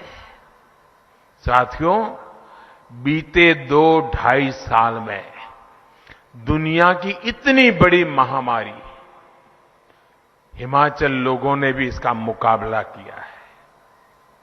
भाजपा की सरकार में हिमाचल ने देश में सबसे पहले 100% टीकाकरण का लक्ष्य हासिल किया। आप कल्पना करिए, अगर महामारी के समय भी यहां कांग्रेस होती तो क्या होता? कांग्रेस का तो इतिहास है कि उसने गंभीर से गंभीर बीमारी के टीकों के लिए भी देश के लोगों को बरसों बरसों तक इंतजार करवाया था। और हिमाचल में टीका लगवाने का मतलब सिर्फ एक नागरिक की जान से जुड़ा हुआ नहीं है। जब हिमाचल में सबको टीका लग गया तो बाहर से आने वाले टूरिस्टों को भरोसा हो गया कि हिमाचल सेफ है। फिर से टूरिज्म ने गति पकड़ना शुरू किया, यहां के लोगों की रोजी रोटी चल पड़ी। ये वैक्सीन की ताकत थी और ये जयराम जी और भाजपा सरकार की ताकत थी कि उन्होंने पूरे देश में हिमाचल को पहला, और मैं यहां के हमारे आशा वर्करों, हमारे आंगनवाड़ी वर्कर, हमारे गांव में काम करने वाले हेल्थ वर्कर, उनको आज नमन करता हूं कि उन्होंने पहाड़ों पर चल करके जाकर के बर्फीली जगह पर जाकर के भी वैक्सीनेशन का काम कर लिया और जिंदगी बचाने का काम कर लिया, और मुफ्त में, एक पैसा नहीं लिया किसी भाइयों बहनों। कोरोना के समय में अगर हिमाचल में कांग्रेस होती तो हिमाचल में सबसे अंत में टीके पहुंचते, क्योंकि 4 सीट वाले हैं, क्या लेना देना। दूर दराज वाले क्षेत्र तो आज भी कोरोना वैक्सीन का इंतजार कर रहे होते भाइयों। 100 साल की सबसे बड़ी आपदा में ये डबल इंजन की सरकार आज भी हिमाचल के गरीबों को, लाखों गरीब परिवारों को मुफ्त राशन दे रही है। मुफ्त राशन मिल रहा है ना। ये मेरी माताएं बहनें मुझे आशीर्वाद हमेशा देती हैं कि दिल्ली में एक उनका बेटा बैठा है जिसने हमारे घर के चियूले को कभी बुझने नहीं दिया। दिल्ली में एक ऐसा बेटा बैठा है जिसने कभी हमारे घर के चूल्हे को बुझने नहीं दिया। कोई रात ऐसी नहीं थी जब बच्चों को भूखे सोना पड़े, क्योंकि दिल्ली में एक बेटा बैठा था जो जागता था कि मेरा बेटा खा करके सो जाए। और इसलिए भाइयों बहनों, कांग्रेस की सरकार होती तो गरीब का राशन लूट जाता दोस्तों, गरीब की रसोई तक नहीं पहुंच पाता। साथियों, 2017 में कांग्रेस की सरकार ना बनाकर भाजपा को सेवा का मौका देकर हिमाचल के लोगों ने इस देश भूमि की रक्षा करने का काम किया है। अगर हिमाचल के लोगों ने भाजपा को सेवा का मौका नहीं दिया होता तो आज 9 लाख नए घरों में नल से जल नहीं पहुंचता भाइयों। अगर हिमाचल के लोगों ने हमें सेवा का मौका नहीं दिया होता तो यहां की लाखों रसोइयों में उज्ज्वला का सिलेंडर नहीं पहुंचता। अगर हिमाचल के लोगों ने भाजपा को सेवा का मौका नहीं दिया होता तो आयुष्मान योजना और हिम केयर योजना के तहत 4 लाख लोगों को मुफ्त इलाज नहीं मिलता। अगर यहां 2017 में भाजपा सरकार नहीं बनती तो अटल टनल का काम शायद वहीं अटका लटका पड़ा होता, वो काम कभी पूरा नहीं होता। साथियों, आज अटल टनल से हमारी योजनाओं को भी फायदा हो रहा है। लाहौल स्पीति के मेरे भाई बहनों को आजादी के बाद पहली बार जीवन का उनका सुख का समय आया है, ये काम हमने किया है। और इसे आप हमेशा याद रखिए, ये सब किसने किया? ये सारा काम किसने किया? ये काम किसने किया? ये काम के जरा जोर से बताइए, किसने किया? ये काम किसने किया? आपका जवाब गलत है। आपका जवाब गलत है। ये मोदी जी ने नहीं किया है, ये जयराम जी ने नहीं किया है, ये तो आपके एक वोट ने किया है। ये आपके वोट की ताकत है, इसलिए हुआ है। वोट सही जगह पर डाला तो इतने सारे काम किए। इस बार भी आपका वोट सही होगा, आगे भी इससे भी बढ़िया काम होंगे भाइयों बहनों। हिमाचल के लोगों का एक वोट आज हिमाचल में इंफ्रास्ट्रक्चर का काम तेजी से करा रहा है, यहां रेल रोड का नेटवर्क बनवा रहा है। आप सोचिए, यहां से चंडीगढ़ से मनाली हाईवे को बने कितने साल हो गए थे। इसका चौड़ीकरण हो, इसकी याद कांग्रेस को अपने 10 साल के शासन में नहीं आई। अब हिमाचल के लोगों के एक वोट के कारण इस मार्ग पर 4 लेन का ऐसा नेशनल हाईवे बन रहा है जो आपके टूरिज्म को बहुत बड़ी ताकत देने वाला है। हमारी सरकार पठानकोट से मंडी जाने वाले नेशनल हाईवे को भी आधुनिक बनाने पर 9,000 करोड़ रुपए खर्च कर रही है भाइयों बहनों। पिछली कांग्रेस सरकार के समय गांव में जितनी सड़कें बनवाई गई थी, हमारी सरकार ने उससे 2 गुनी सड़कें बनाकर दिखा के दिया है आपको भाइयों। डबल तेजी से काम, डबल इंजन की सरकार की पहचान है। 8 दिसंबर को नतीजे आने के बाद हिमाचल के विकास में और तेजी लाई जाएगी।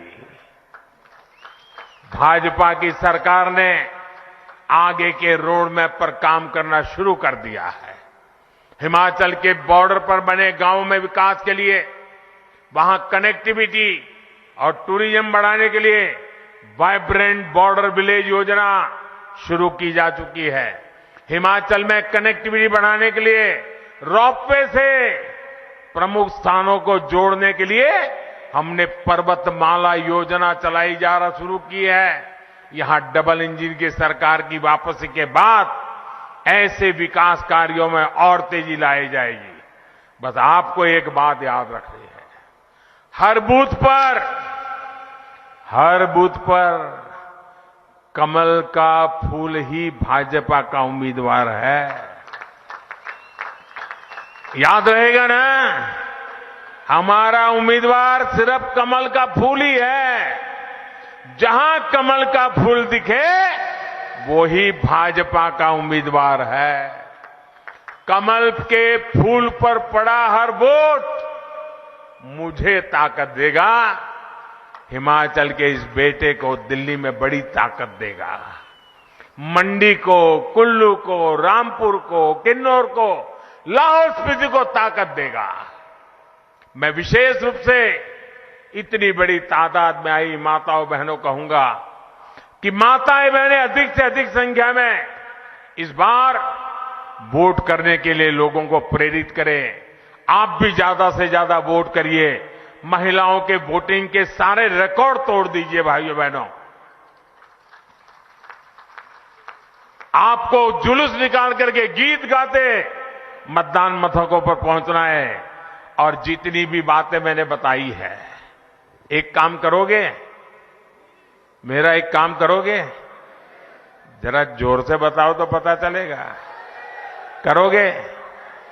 घर घर जाओगे, मेरी बात लोगों को बताओगे, जो मैं कह के रहा हूं समझाओगे, और जहां भी जिस घर में जाएंगे ना, तो मेरी तरफ से एक बात कहना कि अपने मोदी जी आए थे मिलने के लिए।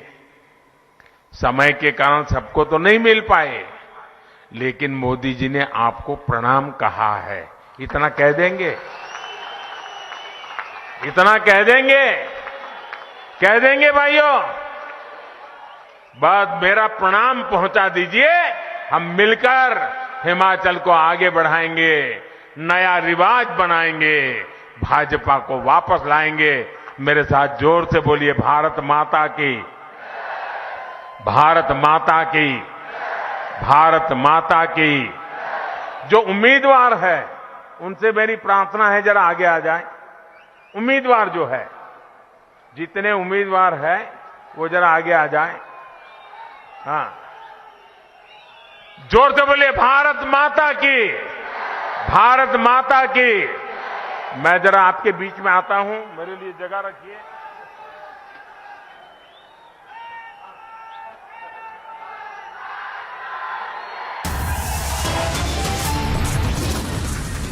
All right, viewers, the Prime Minister addressing a rally in Himachal Pradesh. Many points being made there where he said that Himachal did not matter to the Congress. Taking a short break, much more coming up on the other side. Stay tuned. Amity has been ranked India's #1 not-for-profit private university for 10 years, with top 10 ranked institutions in management, engineering, biotech, law, masscom, telecom, hospitality, fashion and more. Yet another top ranking for Amity University.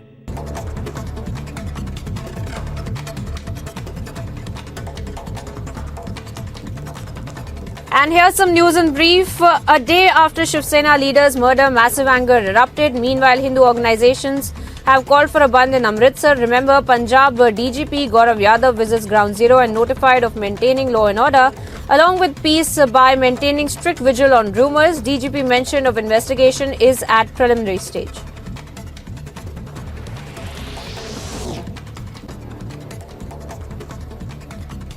Prime Minister to visit Himachal Pradesh and address rallies in Sundarnagar and Solan for upcoming Himachal elections. Prime Minister likely to highlight need for a double-engine government for development and prosperity of the state. Mukhtar Ansari's son Abbas Ansari arrested by ED after 9 hours of questioning by Enforcement Directorate with high security arrangements made for avoiding any conflict. A court in Delhi has granted 9 days interim bail to Olympic medalist wrestler Sushil Kumar on medical and humanitarian grounds for his wife's surgery.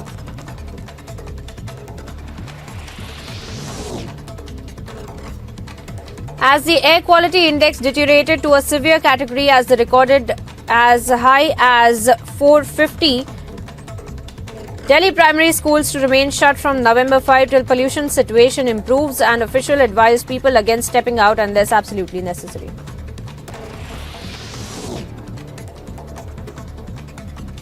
Karnataka Pradesh Congress Committee President D.K. Shivakumar summoned by Enforcement Directorate to appear before it on November the 7th.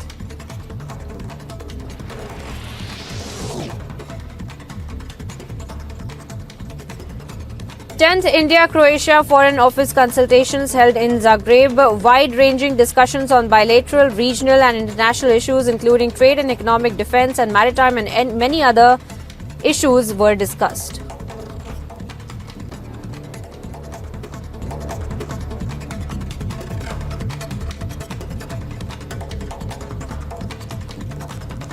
And here's some news in brief. A day after Shiv Sena leader's murder, massive anger erupted. Meanwhile, Hindu organizations have called for a bandh in Amritsar. Remember, Punjab DGP Gaurav Yadav visits Ground Zero and notified of maintaining law and order, along with peace by maintaining strict vigil on rumours. DGP mentioned of investigation is at preliminary stage.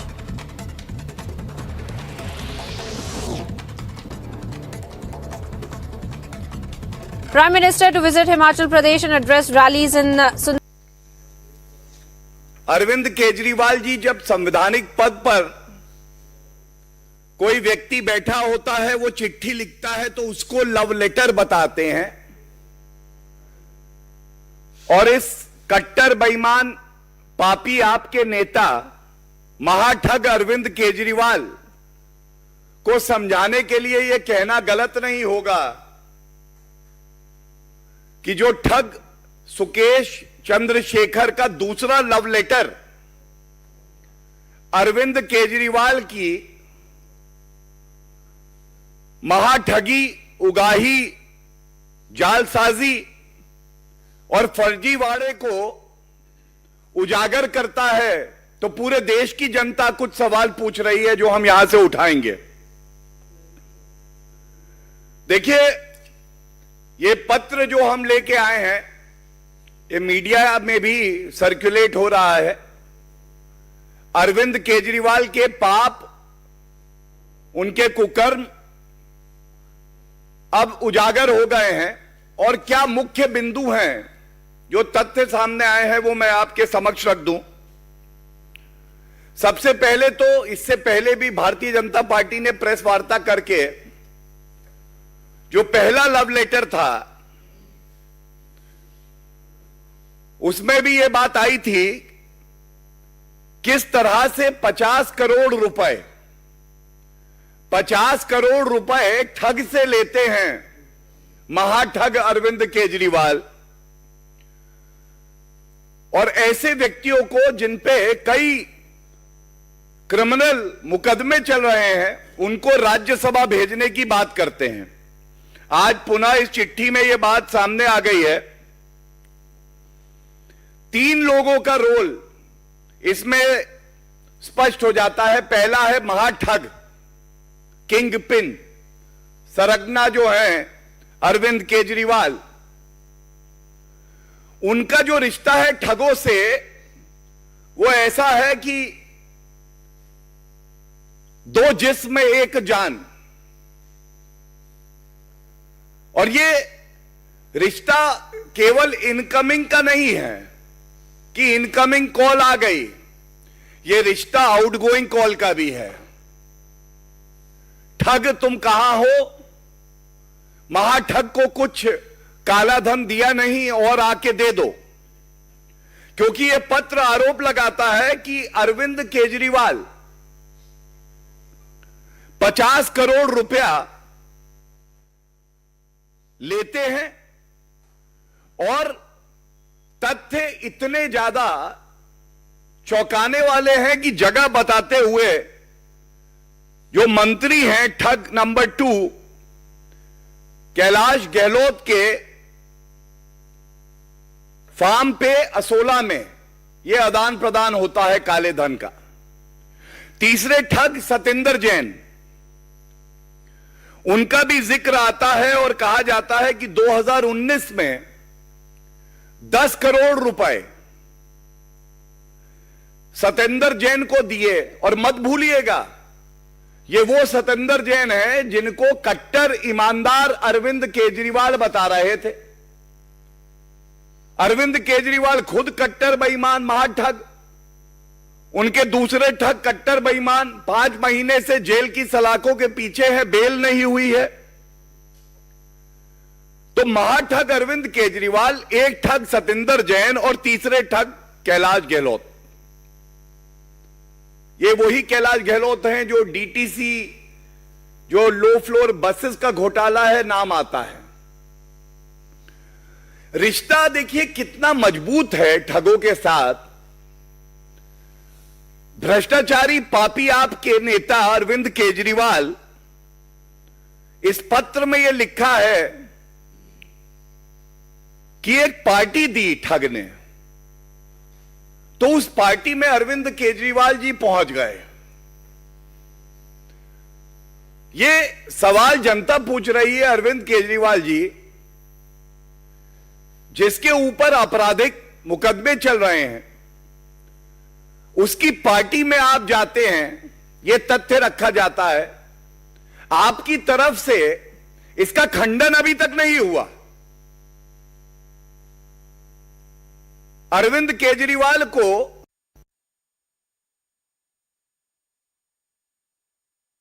कोई परेशानी नहीं है, केवल गुलाबी गड्डियां मिलती रहें। एक बात और सामने आती है,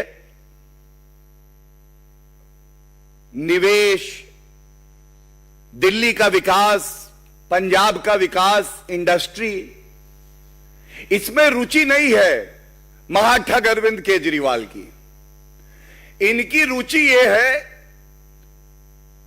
कि जो ठगी है इसको एक इंडस्ट्री के पैमाने पे पहुंचा दो, क्योंकि ये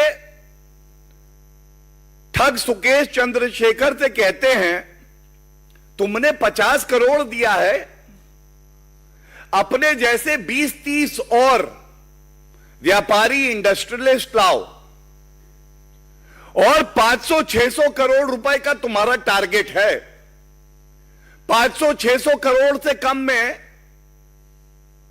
तो कट्टर ईमानदार का सर्टिफिकेट मैं देता नहीं हूं। अब यह बात जब आती है, आप सोचिए एक मुख्यमंत्री वो ठगों से मिलके कहता है कि पूरे ठग सब लोग जुड़ जाओ, इसे इंडस्ट्री बना दो।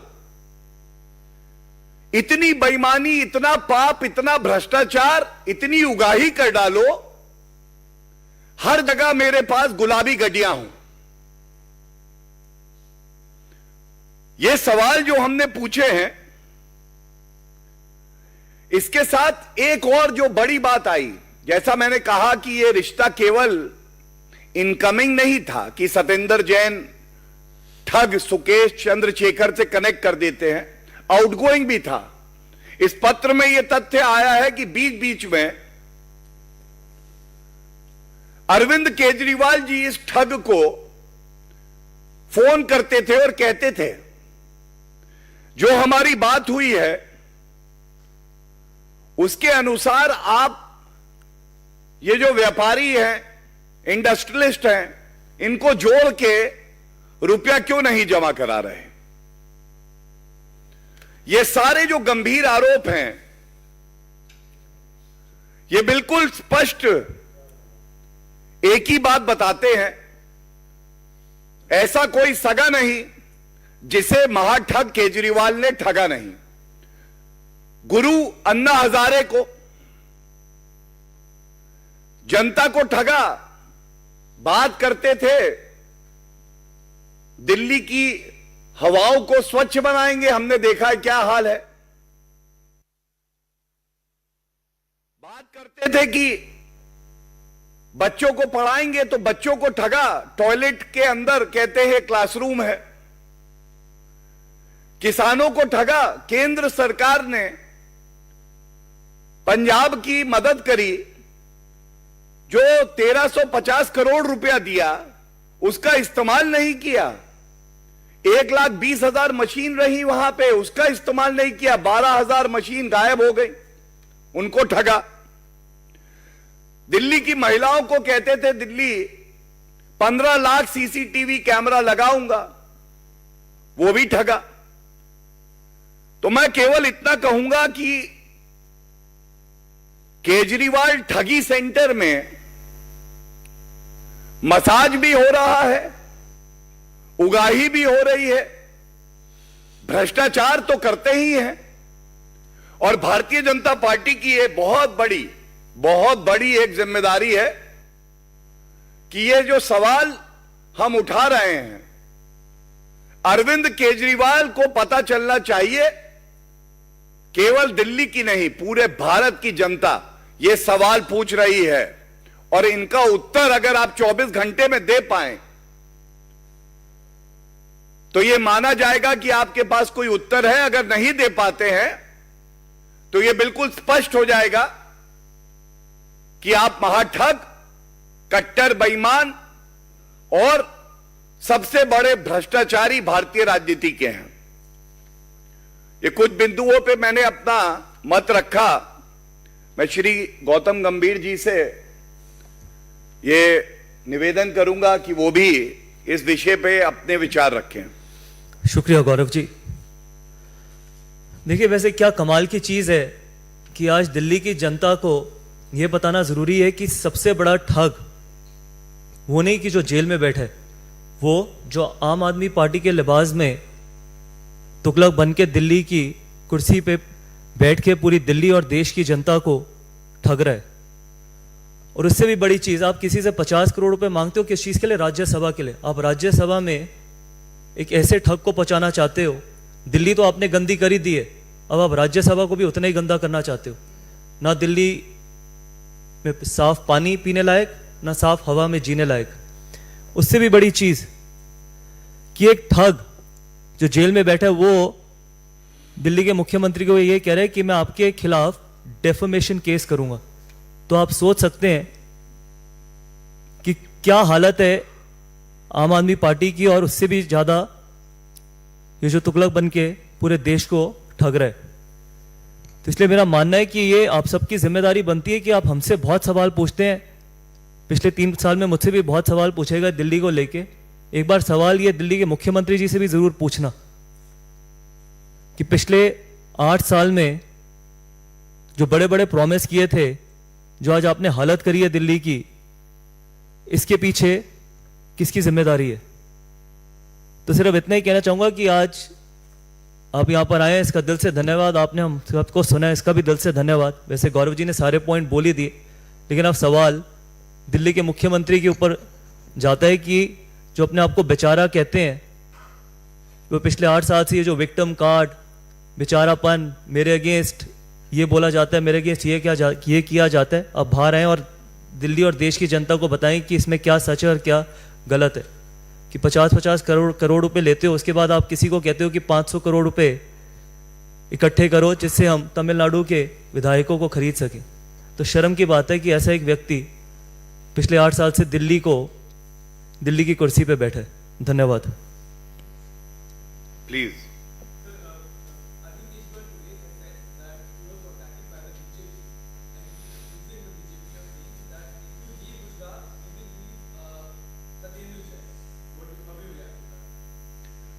Arvind Kejriwal today is the most corrupt politician of India.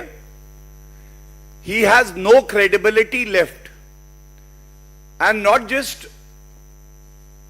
the Bharatiya Janata Party, but the people of our country have stopped taking him seriously for his words. और इस चिट्ठी में जो बात अभी गौतम जी ने भी उठाई, आपको याद होगा किस तरह से झूठ, फरेब, धोखे की राजनीति जो अरविंद केजरीवाल करते हैं।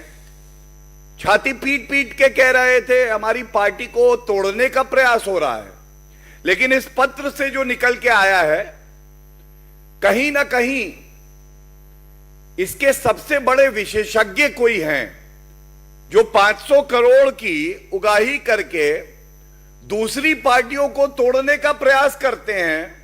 ये बात तो अब सबके सामने आ गई है। तो अरविंद केजरीवाल जी जो कह रहे थे, असलियत यह है कि दूसरे प्रदेशों में वही करने का प्रयास कर रहे थे। और ये हम नहीं कह रहे, ये महाठग जो गुरु हैं ठग के, महाठग अरविंद केजरीवाल के लिए उनके शिष्य सुकेश चंद्रशेखर कह रहे हैं।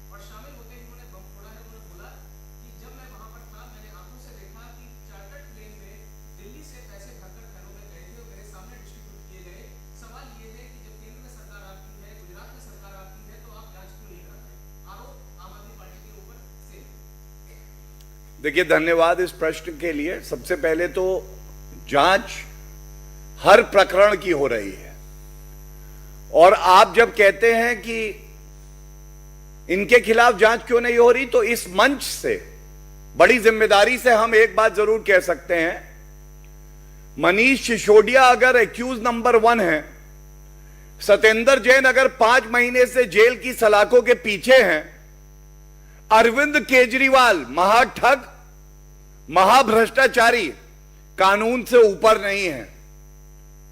और वो समय भी आएगा जब जुड़ जाएंगी सारी कड़ियां और लग जाएंगी इनको हथकड़ियां। ये चप्पे चप्पे पर अरविंद केजरीवाल का भ्रष्टाचार, पाप और ठगी आज दिखाई दे रही है।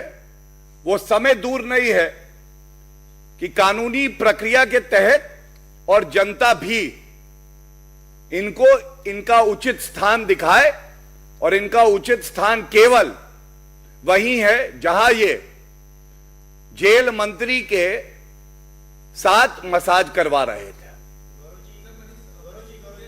एक एक प्लीज, वन बाय वन।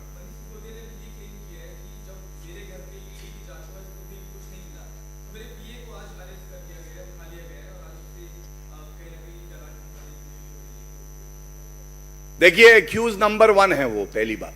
दूसरी बात, उनको आज 2 महीने का समय मिल चुका है। कोई आरोप अगर उन्हें लगता है कि जिसके तथ्य गलत हैं, राजनीतिक द्वेष से कोई मामला लिखा गया है उनके खिलाफ, तो वो न्यायालय क्यों नहीं गए?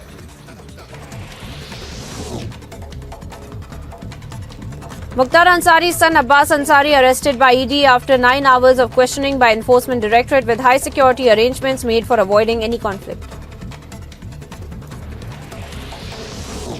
A court in Delhi has granted 9 days interim bail to Olympic medalist wrestler Sushil Kumar on medical and humanitarian grounds for his wife's surgery.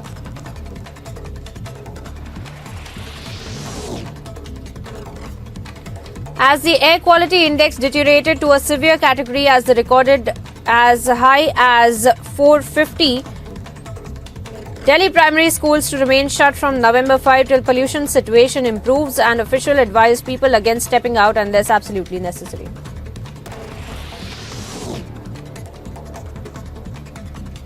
Karnataka Pradesh Congress Committee President D.K. Shivakumar summoned by Enforcement Directorate to appear before it on November the 7th.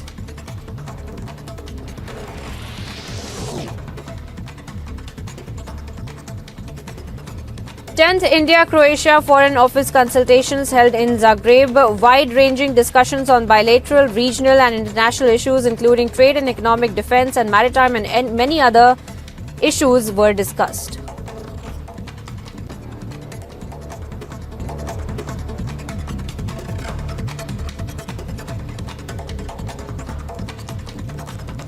And here's some news in brief. A day after Shiv Sena leaders' murder, massive anger erupted. Meanwhile, Hindu organizations have called for a bandh in Amritsar. Remember, Punjab DGP Gaurav Yadav visits Ground Zero and notified of maintaining law and order, along with peace by maintaining strict vigil on rumours. DGP mentioned of investigation.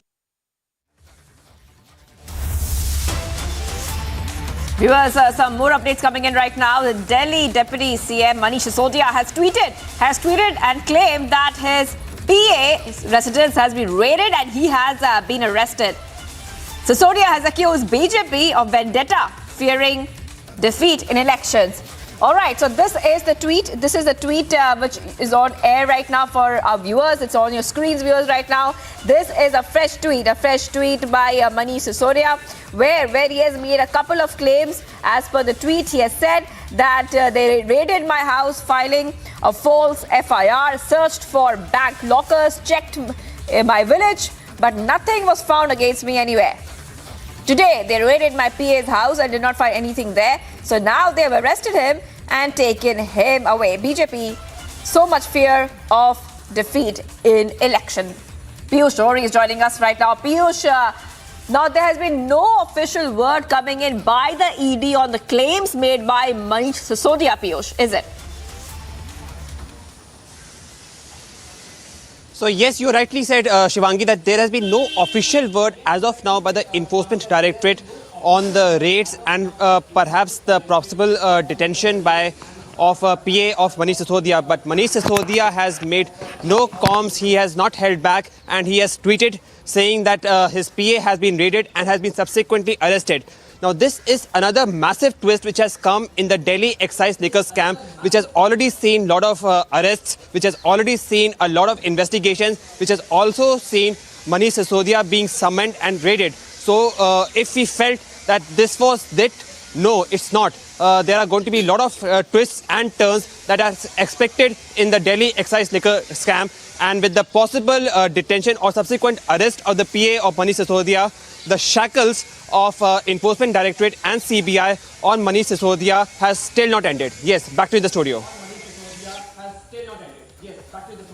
And Piyush, now as Manisha Sisodia is making fresh claims, we also saw a press conference from the BJP a short while back where they were speaking about conman Sukesh's fresh salvo against Kejriwal. Kejriwal received 50 crores from me, attended my party. So we are seeing a lot of to and fro and a fresh face-off right now coming out today between the Aam Aadmi Party and the BJP. Piyush. So controversies and corruption and lack of integrity allegations on Aam Aadmi Party is just not ending. After this Delhi excise liquor scam, now Aam Aadmi Party leaders and most possibly Arvind Kejriwal is also being linked to conman Sukesh Chandrashekhar. How much of this is really going to affect Aam Aadmi Party's integrity, of which it has often made tall claims of, is going to be interesting to see. We are going to keep you updated of all the possible corruption updates in which Aam Aadmi Party is reportedly being made involved. That involves its links with conman Sukesh Chandrashekhar and now also the possible arrest of PA of Manisha Sisodia. Stay tuned to Republic Media Network as we see you on the other side of the break.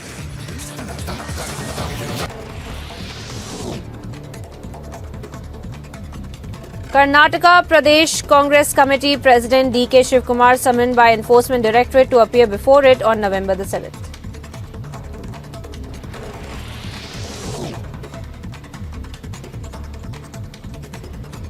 Tenth India-Croatia Foreign Office consultations held in Zagreb. Wide-ranging discussions on bilateral, regional and international issues including trade and economic, defence and maritime and many other issues were discussed.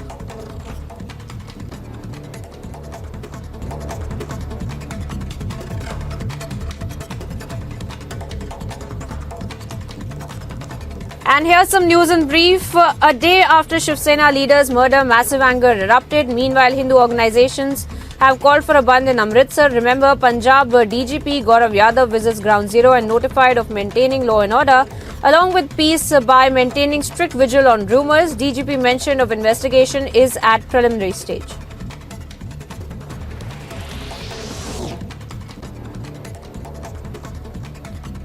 Prime Minister to visit Himachal Pradesh and address rallies in Sundarnagar and Solan for upcoming Himachal elections.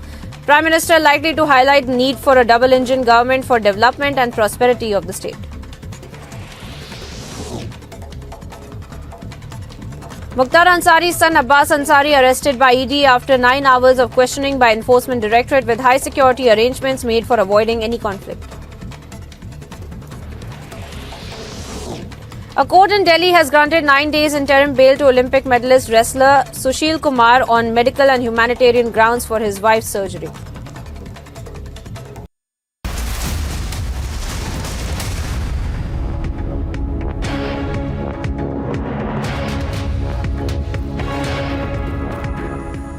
Viewers, we're live and breaking this Saturday afternoon. I'm Shivangi Shukla. Some more breaking news coming in from Maharashtra right now. Fire has broken out in Mumbai's Fashion Street in Churchgate. Before that, let's go to the BJP press conference, which is happening right now. Let's go ahead and see what the BJP is saying. प्रदेश में गंगा जल हाथ में लेके कसम खाई थी किसानों का कर्जा माफ करेंगे, उन्होंने तो नहीं किया, भारतीय जनता पार्टी की सरकार ने किया।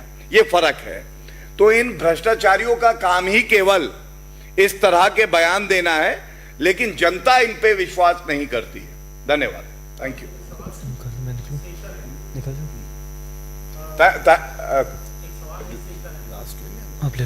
This is the last question, please, because my colleague has to leave urgently.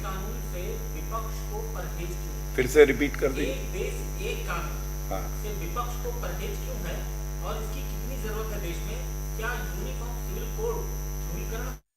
All right, viewers, that was a BJP press conference right there where they have hit out at the Aam Aadmi Party. Let's go back to the breaking news we were talking about. This is coming from Maharashtra, where a fire has broken out in Mumbai's Fashion Street in Churchgate area. Fire tenders have been rushed to the spot.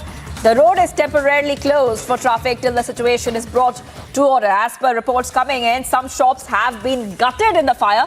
So far, no injuries have been reported in the incident. So those are the visuals coming in right now. Alicia is joining us as well. Alicia, the fire has broken out in Mumbai's Churchgate. We can see, heavy flames and smoke coming out as well. What are the details we're getting? Well, yes, that was a fire that was broken in many shops in Fashion Street. So Fashion Street is being known as the famous clothing market. And the fire broke out at around 1 p.m. in the afternoon. And there was a fire brigade team which reached. We know that there were 4 fire engines and the jumbo tankers. We reached to the location, and specifically the first priority that was taken up from the fire brigade team is to control the fire, but within half an hour, the fire was extinguished and the cooling operation that was underway. And no injuries has been reported, but of course there is a loss of the material that was kept in the shop. And as I earlier mentioned, that it was a level 1 fire that was reported in a series of shops. It was 4 to 5 shops that caught fire. The reason is yet to be that the cooling operation is still underway, and after which the administration will conduct an inquiry. What is the reason behind where the fire broke out, which 4 to 5 has gotten into the fire. All right. Thank you so much, Manisha, for getting us all those details. A fire breaks out there in Mumbai. This is the area of Church Gate in Mumbai's Fashion Street. On that breaking update, let's take a short break. We will continue to be live in breaking this Saturday afternoon on Republic TV.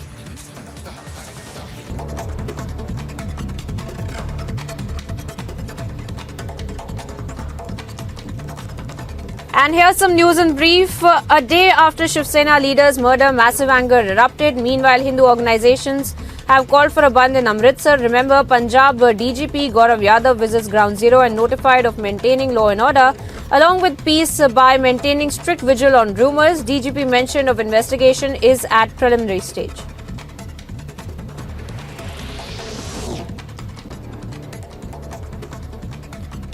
Prime Minister to visit Himachal Pradesh and address rallies in Sundarnagar and Solan for upcoming Himachal elections. Prime Minister likely to highlight need for a double-engine government for development and prosperity of the state. Mukhtar Ansari's son Abbas Ansari arrested by ED after 9 hours of questioning by Enforcement Directorate with high security arrangements made for avoiding any conflict. A court in Delhi has granted 9 days interim bail to Olympic medalist wrestler Sushil Kumar on medical and humanitarian grounds for his wife's surgery.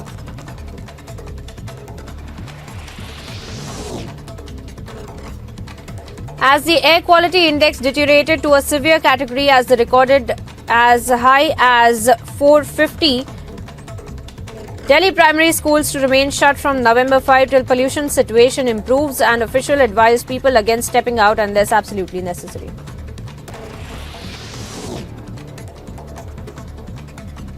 Karnataka Pradesh Congress Committee President D.K. Shivakumar summoned by Enforcement Directorate to appear before it on November the 7th.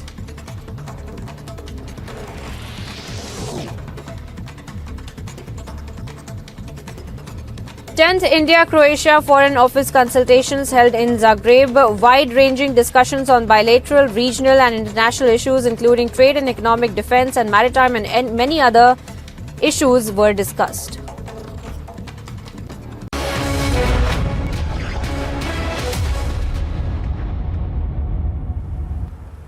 Hello and welcome, ladies and gentlemen. Thank you for watching Superfast 50 this Saturday afternoon on Republic TV. I'm Ankit Prasad and we are tracking a number of stories from the pole-bound states to Delhi, where the air pollution is completely out of control, and also in Amritsar, where the city is reeling from the shocking daylight murder yesterday. We'll get you all that and more, and we'll get you all caught up with 50 big stories. Let's begin. Prime Minister Narendra Modi, viewers, addressed a rally in Himachal Pradesh's Mandi today. He took on predecessor non-BJP governments and told the people that if they give him an opportunity in the hill state once again, he would amp up the various developmental efforts. Addressing the mega rally in Himachal Pradesh's Mandi, PM Modi took a dig at the Congress, saying that it did not care a jot for Himachal Pradesh in the years that it ruled in the state and at the centre. Taking another veiled swipe at the Congress, Prime Minister Modi, while addressing his mega rally in Himachal Pradesh's Mandi, said that the Saffron Party delivers on the promises that it makes to the people. He cited the example of the one rank, one pension scheme. Coming down heavily on the Congress, Prime Minister Narendra Modi, while addressing his mega rally, said that the Vadra Congress hoodwinked veterans for over 4 decades. Also in his Himachal Pradesh mega rally, PM Modi raked up the Ram Mandir and Article 370's abrogation. The mega rally came ahead of the upcoming assembly elections, which results will be declared on December the 8th. The national capital continues to choke on toxic air. The average air quality stands at 431 with a layer of thick smog blanketing the national capital even today. As the Delhi-NCR region continues to choke, the political blame game continues as well. BJP's Dushyant Kumar said that Delhi is now tantamount to a gas chamber, while Kejriwal is doing nothing to solve the problem. As the politics over pollution continues, Nitish Kumar, the Bihar Chief Minister, waded into the controversy. Hitting out at the AAP government, Nitish said that if Delhi's pollution is increasing, it will impact other states as well. A day after Shiv Sena leader Sudhir Suri's daylight murder, anger simmers in Amritsar. Suri's supporters staged a massive protest and demanded justice for him. A Pakistan-Khalistan ISI link has emerged in Shiv Sena leader Sudhir Suri's daylight murder in Amritsar. Pro-Khalistani ISI agent warned that more killings and a larger plot could be in the offing. The BJP will release its election manifesto for the Himachal Pradesh Assembly elections tomorrow. The party's national president JP Nadda and Chief Minister Jairam Thakur will be releasing the document in Shimla. A fire broke out in the iconic Fashion Street in South Mumbai with copious amounts of smoke seen billowing out from afar. Fire tenders were rushed to the spot and the blaze was extinguished with no casualties reported thus far. Jailed conman Sukesh Chandrashekhar has written an explosive and sensational new letter accusing the Aam Aadmi Party chief Arvind Kejriwal of allegedly dealing with him for copious amounts of money for parliament seats. He mentioned Kejriwal also attended a party that he had hosted in 2016 and added warnings on future action that he'll be taking. The arrested accused in the shocking daylight murder of Shiv Sena leader Sudhir Suri in Amritsar yesterday has been remanded into police custody for 7 days. Following Shiv Sena leader Sudhir Suri's daylight murder and the chaos that resulted in Punjab's Amritsar, furious Hindu groups have demanded that the holy city be bandh today. 7 women died and 11 people were injured in a collision between a truck and an auto rickshaw in Karnataka's Bidar. The incident occurred near the Bemal Kheda village and the injured persons were shifted to Bidar hospital. A fire broke out at a plastic slippers and shoes manufacturing factory in Narella industrial area in Delhi. As many as 20 fire tenders were rushed to the spot. No casualties have been reported thus far. There is another Chinese spy vessel in the Indian Ocean. The Yuan Wang 6 entered the Indian Ocean south of the Andaman Island ahead of a planned Indian missile test in the Bay of Bengal. This is being viewed as a repeat of the Hanbantota episode when the Yuan Wang 5 had docked at the Sri Lankan port ahead of a similar missile exercise by India. In the 2008 Malegaon bomb blasts case, yet another witness has turned hostile, making him the second in just the last 2 days and the 29th overall, escalating the question marks over the probe. 1 person died and 3 were injured in a building collapse incident at the Netaji Subhash Chandra Bose Road in Chennai. Fire service persons rescued the wounded people and were involved in clearing the debris after the collapse. The Enforcement Directorate has again summoned Congress State Unit President for Karnataka, DK Shivakumar, and his brother and Member of Parliament, DK Suresh, in the National Herald money laundering case. The ED has asked them to appear before the agency officials on November the 7th. Ahead of the Gujarat Assembly elections, the Congress received a big blow. Senior leader Himanshu Vyas has resigned and may join the BJP today. Prime Minister Narendra Modi attended the Radha Swami Satsang at Bias in Amritsar. He also met sect head Baba Gurinder Singh Dhillon. The Election Commission of India announced the schedule for the by-election in the 5 assembly constituencies located in Odisha, Rajasthan, Bihar, Uttar Pradesh and Chhattisgarh, and 1 parliamentary constituency in Uttar Pradesh. The polling will be held on December the 5th and the counting of votes will be held on December the 8th. The Minister of State for External Affairs, V. Muralidharan, will be paying an official visit to Brazil from 7 to 8 November. This will be his first visit to Brazil and is part of the high-level exchanges between India and the South American nation, the first since Lula's government took over in Brasilia. An FIR was registered against Congress leader Rahul Gandhi, Party General Secretary Jairam Ramesh and social media head Supriya Srinath. This for copyright infringement of a KGF 2 movie song as part of their campaign. A fire broke out in the luggage van of Mumbai-bound Shalimar Express at Nashik Road station this morning. Fortunately, there were no injuries in the incident. The cops said that the cause of the fire is not known and that the reason will be further investigated. A motorcyclist met with an accident inside the Atal tunnel in Rohtang. The duo on the bike have been seriously injured and have been shifted to the hospital. In a big success for security forces in Jammu and Kashmir, 2 terrorists having links to the banned terror group Lashkar-e-Toiba have been arrested in Sopore. 1 pistol, a magazine, some pistol rounds and an improvised explosive device were recovered from the 2 arrested terrorists. President Draupadi Murmu, along with Krishna Rai, the wife of Sikkim Chief Minister Prem Singh Tamang, joined the members of a local dance troupe who performed the integration dance during her visit to Gangtok. Ukrainian President Volodymyr Zelensky thanked the G7 nations for announcing a coordination mechanism to help rebuild Ukraine's shattered energy infrastructure. Volodymyr Zelensky has also met with White House National Security Advisor Jake Sullivan, who made a surprise visit to Kiev. Further military aid to Ukraine is on the agenda. Intense rain and landslides have left at least 7 dead and some 330 houses affected in Azotagui in eastern Venezuela. For the past 5 weeks, nearly 14,000 families have been affected by the heavy rains, floods and landslides ravaging the South American nation.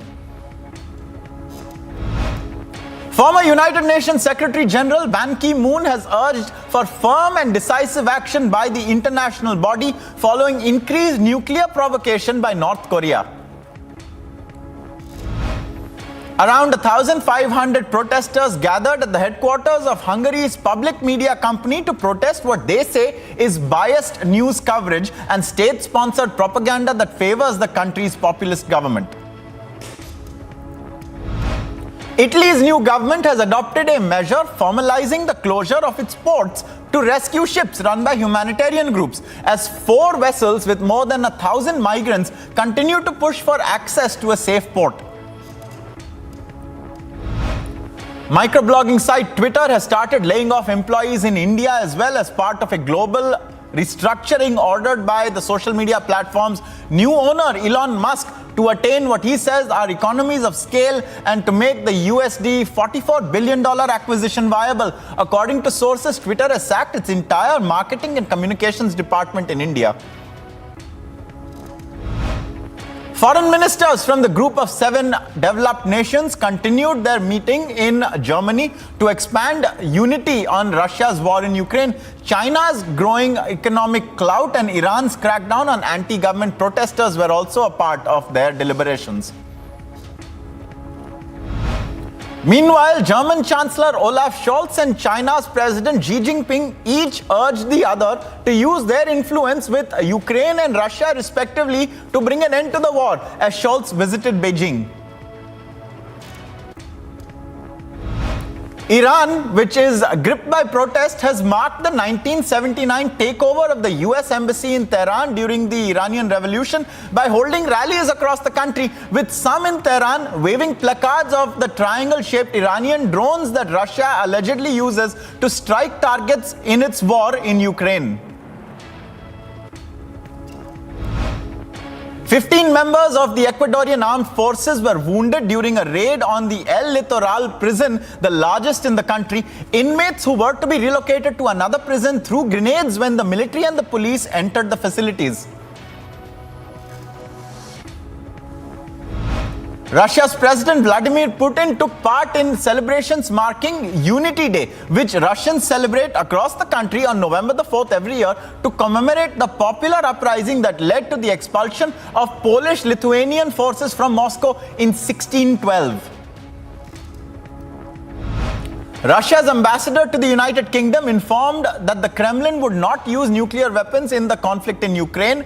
Ambassador Andrei Kelin alleged that Britain was involved in an attack on Russian warships. In sports, England prepared to kick-start with a new zeal for the FIFA World Cup scheduled in Qatar this month after last year's agonizing defeat on penalties in the finals of the European Championships to Italy. Coach Gareth Southgate is set to make his team selection from a group of up to 55 players. In American ice hockey, Sebastian Aho scored 3 goals and an assist to help the Carolina Hurricanes beat the Buffalo Sabres 5-3 for their 4th straight win. Martin Necas scored a goal and 2 assists. Jesperi Kotkaniemi also scored, and Andrei Shavenikov and Tovro Televenin also had 2 assists each for the Hurricanes.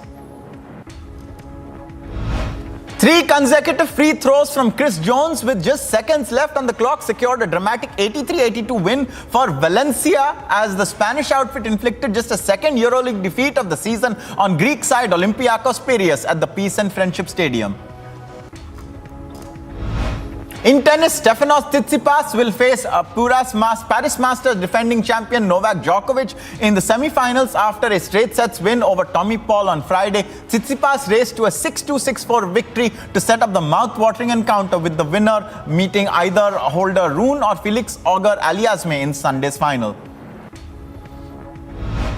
Also in NBA, Kevin Durant racked up 28 points, 11 assists and 9 rebounds, and the Brooklyn Nets beat Kyrie Irving's Washington Wizards in the NBA championships. Arina Sabalenka kept her chances of a semi-final berth in the WTA finals alive following a 6-3, 7-5 win over Jessica Pegula. And among all the sides, Poland are prepared for a good showing at the 2022 Football World Cup. They have high hopes as they finish second in their UEFA qualifying group behind England and will face Argentina, Saudi Arabia and Mexico in their group.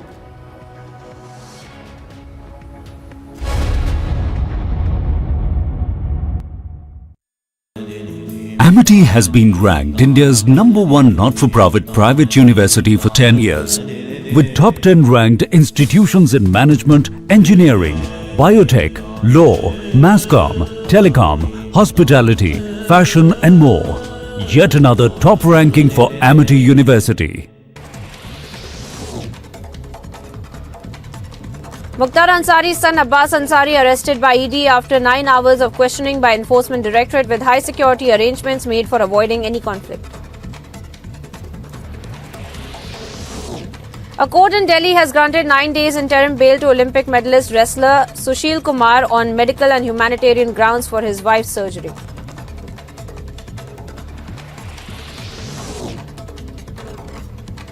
As the air quality index deteriorated to a severe category as recorded as high as 450, Delhi primary schools to remain shut from November 5 till pollution situation improves, and official advise people against stepping out unless absolutely necessary.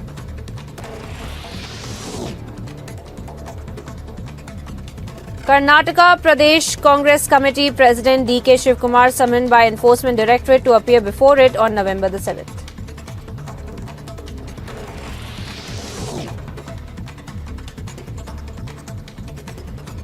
Tenth India-Croatia Foreign Office consultations held in Zagreb. Wide-ranging discussions on bilateral, regional and international issues including trade and economic, defence and maritime and many other issues were discussed.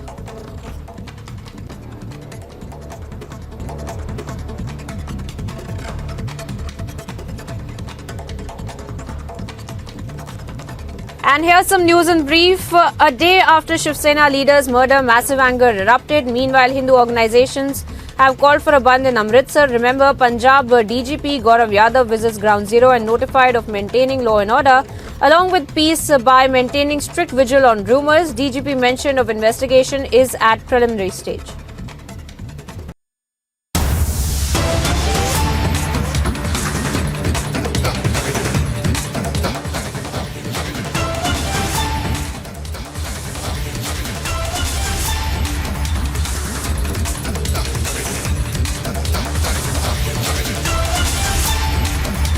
Viewers, we have breaking news coming in from Karnataka. The NIA is conducting raids in 3 districts across 5 locations. The NIA has also arrested 3 accused and seized documents and electronic devices. This is the information we are currently getting. The raids are currently being conducted in Dakshin Kannada, in Hubballi and in Mysore districts. 3 persons have been arrested from Dakshin Kannada in association with the murder of Praveen Nettaru.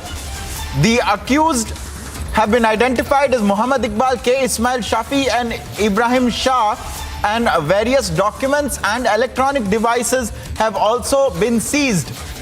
So the NIA moving in the Praveen Nettaru murder case.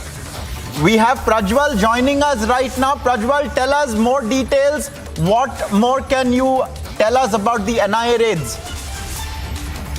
Now, we are getting to understand that the NIA raids have been conducted in 5 locations across 3 districts of Karnataka, mainly Hubballi, Mysuru, and Dakshina Kannada. And we get to understand that in Dakshina Kannada, 3 people have been taken into custody. And this is mainly in regards to the Praveen Nettaru murder case, which happened in Bellare. And now it is also being understood that 10 people were taken into custody in this particular regard. And post that, the NIA has also gone ahead and stated that they have offered a cash reward for a sum of 5 lakh each for the prime accused and 2 lakh each for accused number 3 and accused number 4. And we are also getting to understand that several incriminating evidence in the form of digital currency as well as many other gadgets too has been seized from the houses of the accused over here. Mainly when it comes to the houses of the accused and the ones who are involved in this, it is being stated that some of them were PFI functionaries and some of them were from the STPI. And all the arrests have been made from Dakshina Kannada itself. So we are waiting for further more updates as to what were the NIA raids which happened in Mysuru and Hubballi, because we understand that 2 people have been detained but they have still not been taken into custody, but they are only being questioned. But in the arrest, 3 people's names have been mentioned already, and they will be grilled further, because the NIA has clearly gone on to state that there are more inroads that will be made in this particular case, Ankit. Absolutely. Prajwal, they are sharing details of at least one of the raid locations among the 3 districts in which the NIA is moving. Visuals on your screen indicate that they are fairly large raids. We'll get you more details on the arrests and the detentions in the Praveen Nettaru case very shortly. I thank Prajwal for joining us. उसका तो court से आदेश है, जो बाकी के घोटाले हैं उसमें से एक भी घोटाले में कोर्ट से राहत क्यों नहीं मिली? तो केवल संवैधानिक संस्थाओं को, कभी कोर्ट को, कभी एलजी साहब को, कभी और किसी को केवल अपमानित करना, उन पर हमला करना, ये आम आदमी पार्टी का चरित्र बन चुका है। मैं इसलिए कहता हूं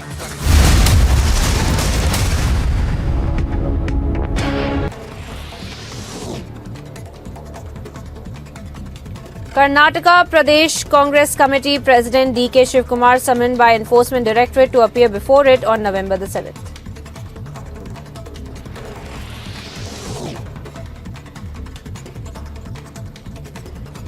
Tenth India-Croatia Foreign Office consultations held in Zagreb. Wide-ranging discussions on bilateral, regional and international issues including trade and economic, defence and maritime and many other issues were discussed.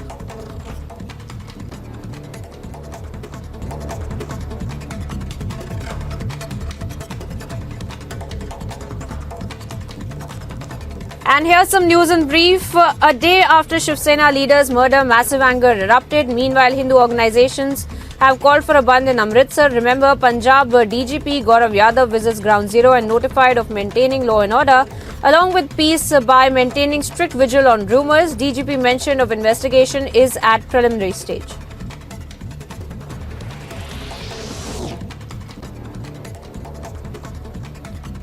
Prime Minister to visit Himachal Pradesh and address rallies in Sundarnagar and Solan for upcoming Himachal elections. Prime Minister likely to highlight need for a double-engine government for development and prosperity of the state. Mukhtar Ansari's son Abbas Ansari arrested by ED after 9 hours of questioning by Enforcement Directorate with high security arrangements made for avoiding any conflict.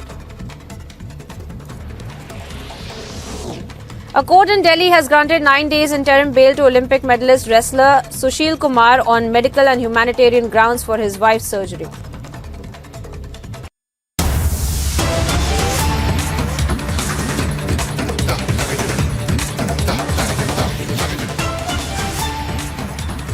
Viewers, we have breaking news and visuals coming from Poonch in Jammu and Kashmir. A mortar shell has been found in the Ajot area of Poonch. The bomb disposal squad has been rushed to the spot. The mortar shell is to be disposed of using a controlled detonation. These are visuals on your screen, I presume, of the bomb disposal squad, and the hole that they have dug there, I presume also is for the controlled detonation. We have Gursimran joining us. Gursimran, tell us what is going on in Poonch and what is the state of the detonation efforts of the bomb disposal squad? See, Ankit, it was during the afternoon that the construction was going on and the locals found a mortar shell, after which the police was informed, and the Jammu and Kashmir police along with the Indian Army have sent their bomb disposal squad to the site. The entire area has been cordoned in, and now the process to detonate this using the controlled explosion is on. A dig has been dug, as you were saying. This is to detonate this so that there is no threat to the local population that is residing in the nearby area. This area has already in the past been prone to the Pakistan's mortar shelling, and Pakistan used to pound shells in this very area, and this seems to be one such shell that landed in this area, has now been taken by the Indian armies and Jammu and Kashmir police bomb disposal squad, and they are going to detonate it very soon with following all the precautionary measures so that there is no danger to the local population residing in the area. Ankit. So Gursimran, just a clarification then, so this mortar shell was already existing there? It's something that has remained there for some time and has now surfaced, or is it a fresh mortar shell that has landed and not exploded? If you could shed some light on that. See, what has been shared by the police as of now, that this was an active mortar shell. So this means that this has the capacity to cause the destruction in the area. Whether it was an old one or a new one, that is something the police is yet to ascertain. But what it primarily seems that this was the one which has been there in that very place for almost some time, and but was active. So keeping in view the sensitivity of an active mortar shell in the area, the bomb disposal squads were rushed to the spot, and they are going to detonate it using the controlled explosions. Absolutely. I thank Gursimran for joining us. Viewers, the bomb disposal squad is going to attempt to detonate that live mortar shell. It's a death-defying and very dangerous task. We wish them well for it. I thank Gursimran for joining us with this information. As Khan climbs on his container, make sure that the entire Pakistani public and Pakistanis overseas target the Election Commission of Pakistan. It is Imran Khan who's causing political uncertainty in Pakistan. It is Imran Khan who's causing Pakistan to implode. This recent march, this recent long march that Imran Khan calls it, is going to enter Islamabad in the next 1 week. And when it does, it will cause chaos. This is exactly what Imran Khan wants.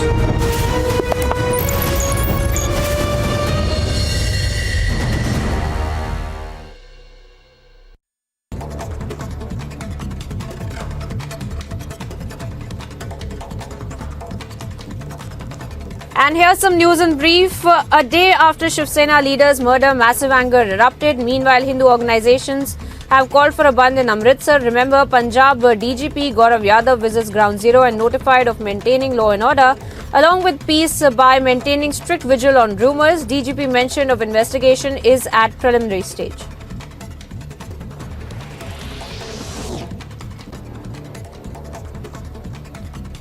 Prime Minister to visit Himachal Pradesh and address rallies in Sundarnagar and Solan for upcoming Himachal elections. Prime Minister likely to highlight need for a double-engine government for development and prosperity of the state. Mukhtar Ansari's son Abbas Ansari arrested by ED after 9 hours of questioning by Enforcement Directorate with high security arrangements made for avoiding any conflict. A court in Delhi has granted 9 days interim bail to Olympic medalist wrestler Sushil Kumar on medical and humanitarian grounds for his wife's surgery.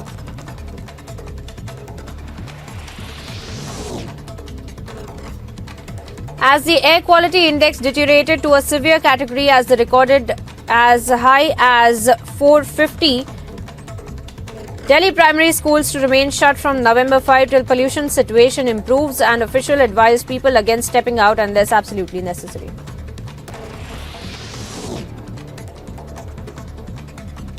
Karnataka Pradesh Congress Committee President D.K. Shivakumar summoned by Enforcement Directorate to appear before it on November the 7th.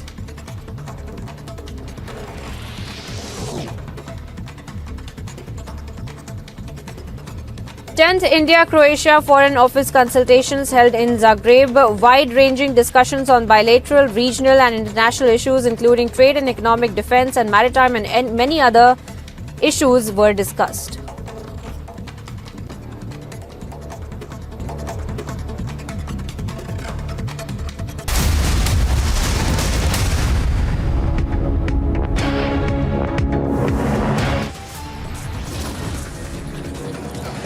Political fireworks in poll-bound Himachal Pradesh. Prime Minister pushes for double-engine government, takes on Congress for corruption.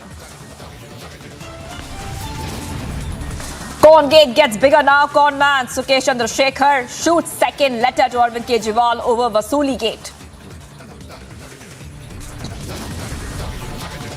Delhi Deputy CM Manisha Sisodia's personal secretary raided. Sisodia claims PA arrested, but no official word yet. Pakistan link emerges in Shiv Sena leader's murder. Pakistan-based Khalistani exposes ISI hand. A Chinese spy vessel spotted in Indian Ocean near the Andamans. A repeat of the Hambantota episode. AIMIM chief Owaisi speaks exclusively to Republic on the UCC. Claims UCC just a tactic of diversion.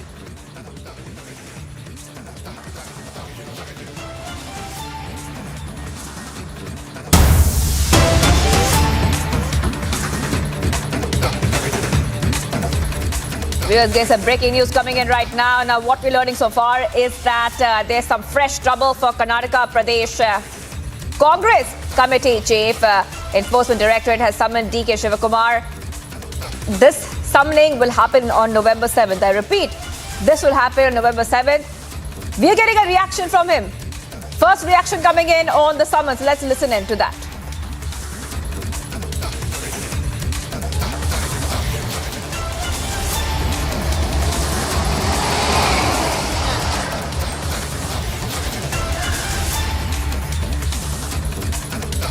Yes, yes, I got a summons that I have to appear on 7th. I have been fully occupied with our national president's program. Just the day before yesterday, I got a summons. So I am looking at it. For me and my brother, they have summoned it. I will take a call on this. Yes, yes, I got a summons that I have to appear on 7th. I have been fully occupied with our national president's program. Just the day before yesterday, I got a summons. So I am looking at it. For me and my brother, they have summoned it. I will take a call on this. All right, let's go straight. Let's go straight to Prajwal right now. Prajwal, D.K. Shivakumar has been summoned. He has responded. What has he said in that soundbite that our viewers just heard? Now, looking at what DK Shivakumar stated, he said that he has already received the summons by the Enforcement Directorate and he will have a word with his brother. He will think about it, whether to appear before the Enforcement Directorate or not, because right now he is busy with the felicitation ceremony of the newly sworn in AICC President, Mr. Mallikarjun Kharge. Because remember, tomorrow the Congress is having quite a gala event. It's quite a big event out here in Palace grounds, where all the top leaders of the Karnataka Congress will be present along with their cadres and functionaries, and over 50,000 to 75,000 people are expected to come to Palace grounds for this felicitation program for newly sworn in AICC President Mallikarjun Kharge. So he was particularly referring to this program, stating that if time permits, I will go, I will attend the ED interrogation. But all said and done, this program is going to end tomorrow between 4:30 to 5:30. So the KPCC President, Mr. DK Shivakumar, should not have any sort of problem in going and attending the ED questioning, because summons has been issued for the 7th of November, where both DK Shivakumar as well as DK Suresh, both of them have been called in this particular case by the Enforcement Directorate. Right. And Prajwal, if you could take our viewers exactly through the case as well. ED has issued fresh summons to DK Shivakumar. Just take us through the earlier summons as well. He has been questioned, and DK Shivakumar's brother has also been questioned in connection with a National Herald case. Prajwal.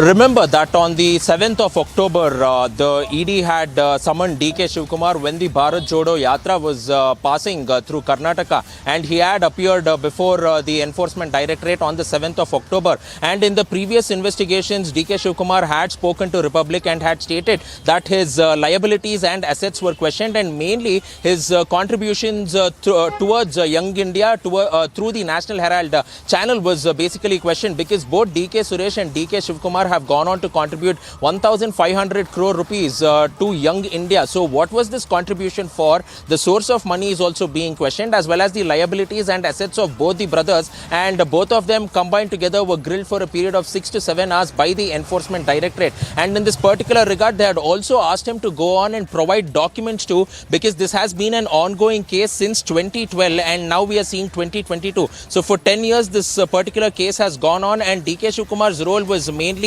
quizzed by the Enforcement Directorate since 2020 in the National Herald case and the contribution towards Young India Foundation. So now it is being understood that he is mainly being questioned in this particular case, because remember that the Delhi High Court had gone on to issue a notice to the Enforcement Directorate stating that DK Shivakumar had appeared before them with a plea asking them to quash the case against him in the Prevention of Money Laundering under the Prevention of Money Laundering Act and in the disproportionate assets case, which was between 2015 to 2018, as well as the income tax evasion too. So these are three separate cases, but now he is being particularly called in for his contribution towards towards Young India, and both of them will be questioned over here, because the documents that was provided by DK Shivakumar is not correlating with the amount of money that has been given in. So his liabilities, his assets and the source of income will also be questioned over here,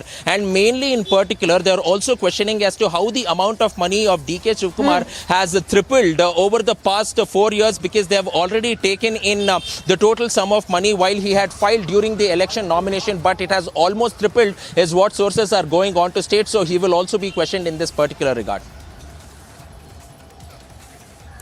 Right. Well, thank you, Prajwal, for getting us all the details. So fresh trouble for DK Shivakumar as ED has summoned him, and that summoning is for November 7th. That is the date, and is reacted as well. Thank you, Prajwal, for getting us all the details. Let's go ahead to what is happening in the national capital. Now, in the national capital, the AQI is dropping by the day. The air quality in the national capital continues to get worse. The residents are bearing the brunt.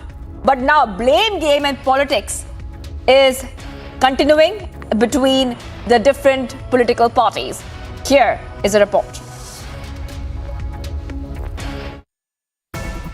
impact of the pollution is happening in Delhi, so as in Noida as well. Because if you talk about the air quality index through the government operated app, I would like to show you that in Noida it is 529 at a very critical position, as you were also stating. In Delhi, the overall AQI is 431, which is very severe. So the impact of stubble burning, road dust and smoke through vehicle or the farm fires is directly impacting not only Delhi but also Noida. सब ये राजनीति हो रही है, farmers के ऊपर इनका कोई कंट्रोल नहीं है, कोई कुछ नहीं कर सकते हैं. सबसे पहले जब तक स्टबल बर्निंग नहीं इसकी कंट्रोल होगी, पोल्यूशन आपकी कंट्रोल नहीं हो सकती. So these are the views and thoughts of the elderly people who are joined with me here in Noida, who are clearly stating that stubble burning is one of the most important reason which is clearly impacting the armed public, the general public. And from many years, time to time, every year we talk about the rising pollution, about the air quality index which gets from very poor to severe and the worst category. But only politics is happening. The blame game is continuing between centre and state, but nothing is being done.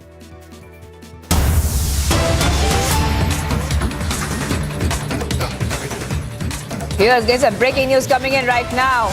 Russia emergency officials say a fire in a cafe has killed 15 people in a city north of Moscow. This is being reported by AP agency. It's a massive fire which has engulfed a cafe there in Russia. It's a big fire. As you can see the visuals on your screen as well, viewers. Huge flames, plumes of smoke coming out right now, viewers. This is the stories, a developing story that we're getting for you right now. What we know so far is that the fire in a cafe has killed 15 people in city just north of Moscow.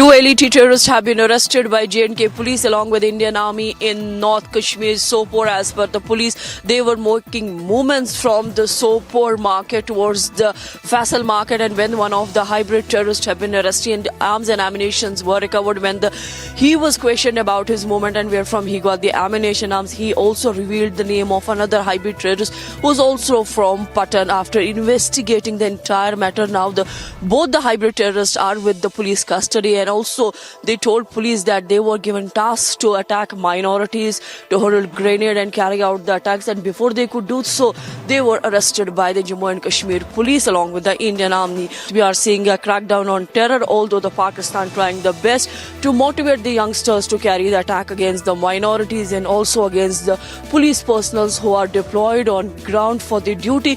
But despite all this, we are also seeing a blow coming to the terror organizations as the terrorists are being neutralized in almost every anti-terror operation. Building portion collapse incident at the Chennai, 1 dead and 3 injured at the NSC Bose Road. Killing of Sudhir Suri, there is anger among the Hindu organizations in Punjab. That is the reason they have given the call of Bandh today in Amritsar. The AQI level over here in Delhi is around 431, which is at severe category. This is slightly better than what the situation was yesterday.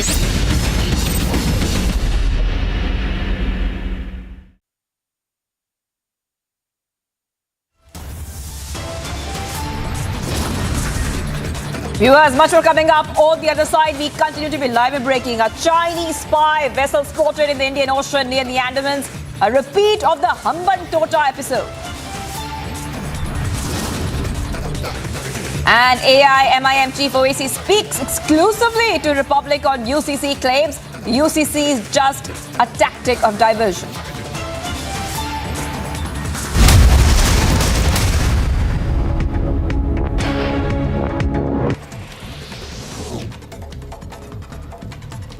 Mukhtar Ansari's son Abbas Ansari arrested by ED after 9 hours of questioning by Enforcement Directorate with high security arrangements made for avoiding any conflict.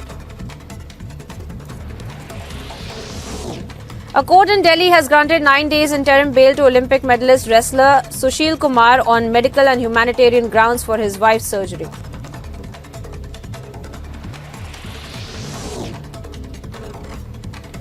As the air quality index deteriorated to a severe category as recorded as high as 450, Delhi primary schools to remain shut from November 5 till pollution situation improves, and official advise people against stepping out unless absolutely necessary.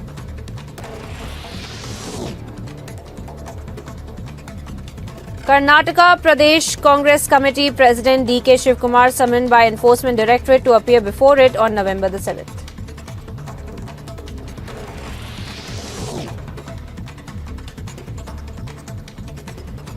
Tenth India-Croatia Foreign Office consultations held in Zagreb. Wide-ranging discussions on bilateral, regional and international issues including trade and economic, defence and maritime and many other issues were discussed.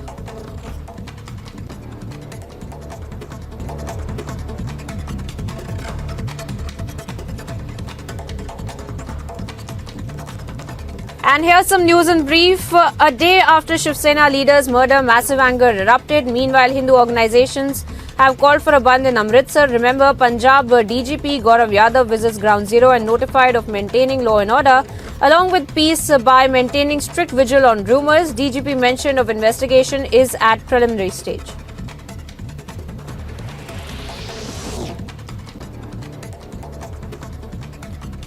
Prime Minister to visit Himachal Pradesh and address rallies in Sundarnagar and Solan for upcoming Himachal elections. Prime Minister likely to highlight need for a double-engine government for development and prosperity.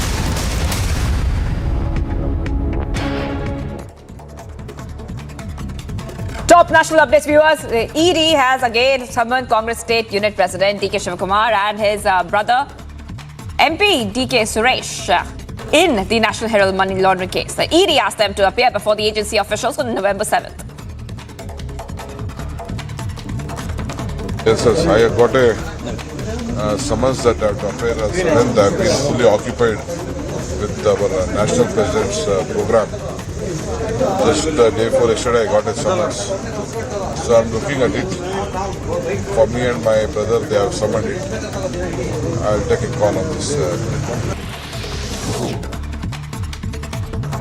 Ahead of the Gujarat Assembly elections, the Congress received a big blow. Senior Congress leader Himanshu Vyas created a commotion with his resignation. It said that Himanshu Vyas may join the BJP today. PM Modi today arrived at in Amritsar. He also met the sect head there, Baba Gurinder Singh Dhillon. Later in the day, PM Modi is scheduled to address a public meeting in Sundarnagar and Solan in Himachal Pradesh. They run up to the November 12 assembly polls.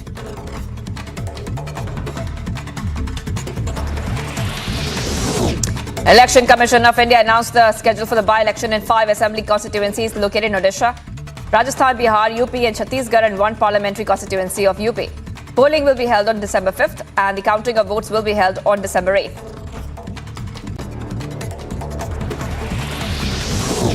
Minister of State for External Affairs now will be paying an official visit to the Federative Republic of Brazil from 7 to 8 November. This will be his first visit to Brazil and is part of the high-level exchanges between India and Brazil.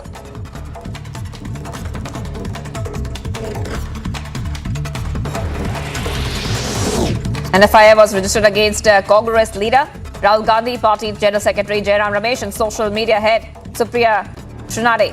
This will be, in fact, a copyright infringement of the KGF 2 movie songs. Congress social media featured a video showing Rahul Gandhi in KGF style and used the film song.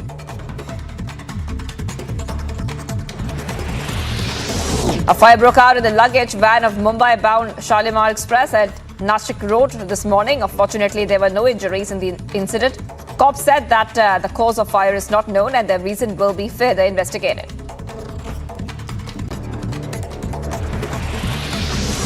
A motorcyclist met with an accident inside the Atal tunnel in Rohtang. The duo on the bike have been seriously injured and have been shifted to the hospital. The injured were returning from Sisu to Manali when the fatal accident took place.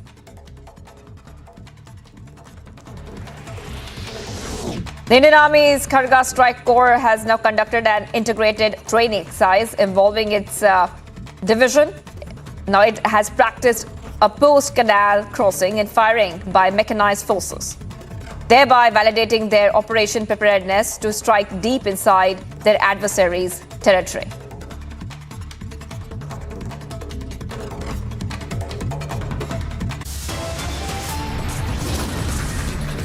Viewers, we continue to be live and breaking this Saturday afternoon. Congate gets bigger. Conman Sukesh Chandrashekhar shoots second letter to Arvind Kejriwal over Vasuli Gate.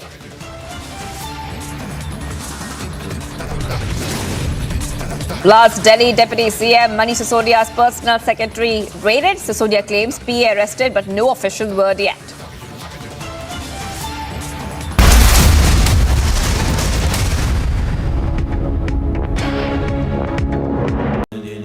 Amity has been ranked India's #1 not-for-profit private university for 10 years, with top 10 ranked institutions in management, engineering, biotech, law, mass comm, telecom, hospitality, fashion and more. Yet another top ranking for Amity University. Karnataka Pradesh Congress Committee President D.K. Shivakumar summoned by Enforcement Directorate to appear before it on November the 7th.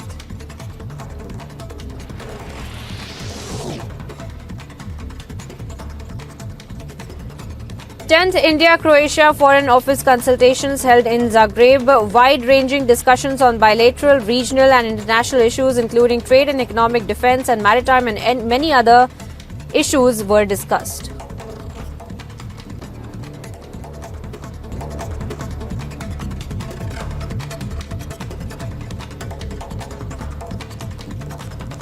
And here's some news in brief. A day after Shiv Sena leader's murder, massive anger erupted. Meanwhile, Hindu organizations have called for a bandh in Amritsar. Remember, Punjab DGP Gaurav Yadav visits Ground Zero and notified of maintaining law and order, along with peace by maintaining strict vigil on rumours. DGP mentioned of investigation is at preliminary stage.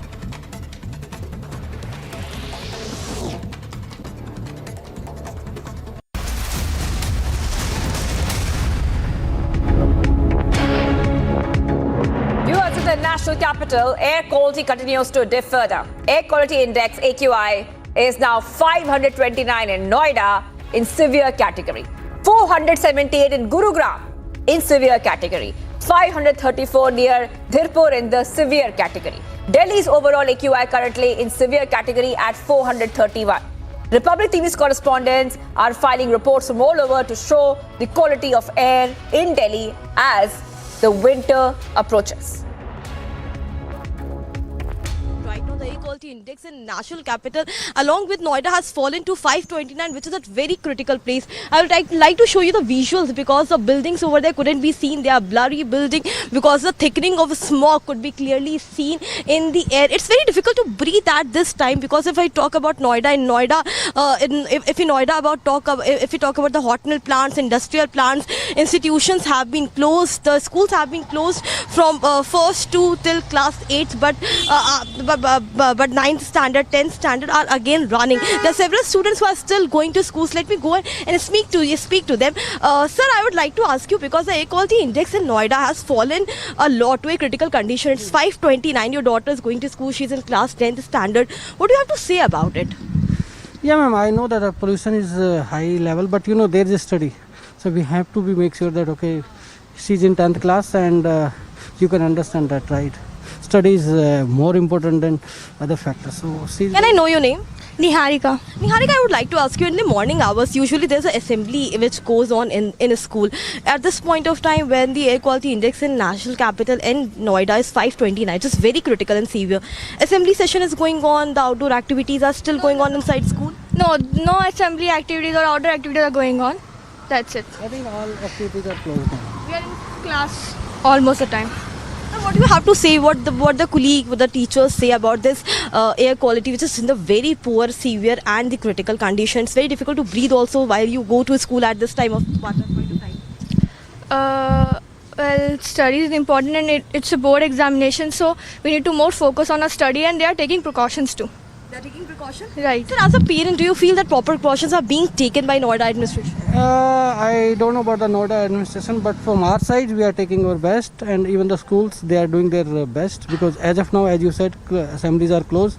They are inside the classes, and teachers are sending the many, notes to us, okay, what we have to do and what we should not do. The students should not go outside. So yes, from our side, we are doing best, but from Noida administration, I can't say much.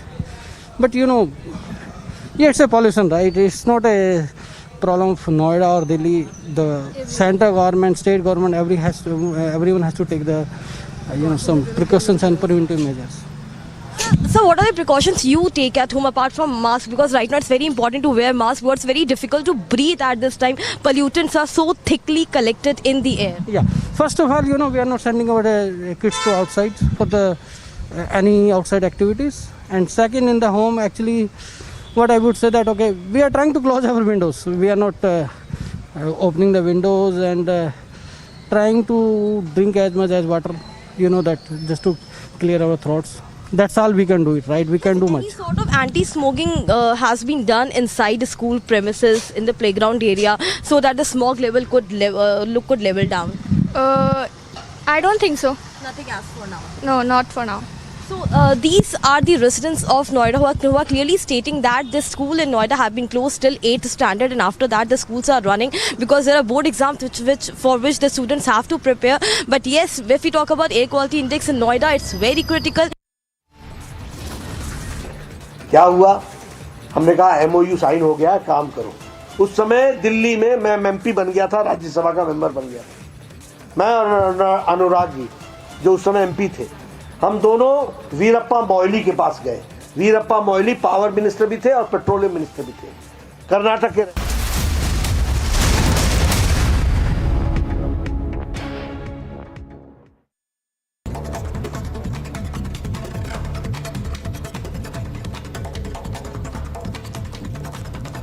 And here's some news in brief. A day after Shiv Sena leader's murder, massive anger erupted. Meanwhile, Hindu organizations have called for a bandh in Amritsar. Remember, Punjab DGP Gaurav Yadav visits Ground Zero and notified of maintaining law and order, along with peace by maintaining strict vigil on rumours. DGP mention of investigation is at preliminary stage.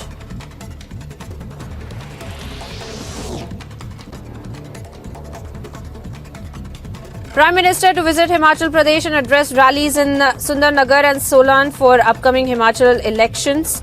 Prime Minister likely to highlight the need for a double-engine government for development and prosperity of the state. Mukhtar Ansari's son Abbas Ansari arrested by ED after 9 hours of questioning by Enforcement Directorate with high security arrangements made for avoiding any conflict.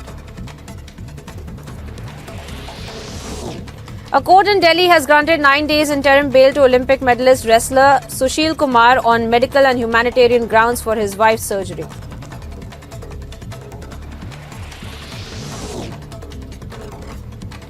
As the air quality index deteriorated to a severe category as recorded as high as 450, Delhi primary schools to remain shut from November 5 till pollution situation.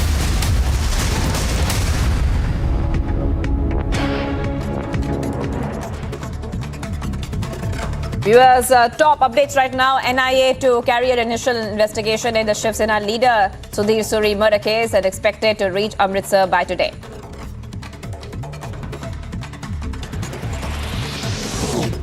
PRC and Nitish Kumar criticized stable burning in Punjab and highlights the need for awareness in farmers of the country.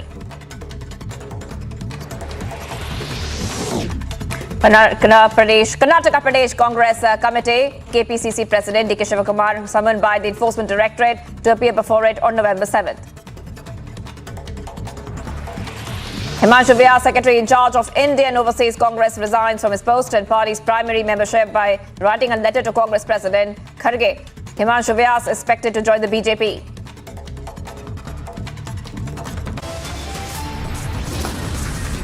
Indian Army's Kharga Strike Corps conducted an integrated training exercise involving its division, practiced a post canal and crossing and fired by mechanized forces, validating their operation preparedness.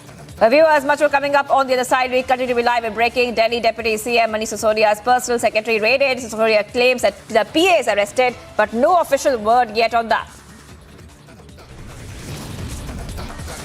Pakistan link emerges in the Shiv Sena leader's murder.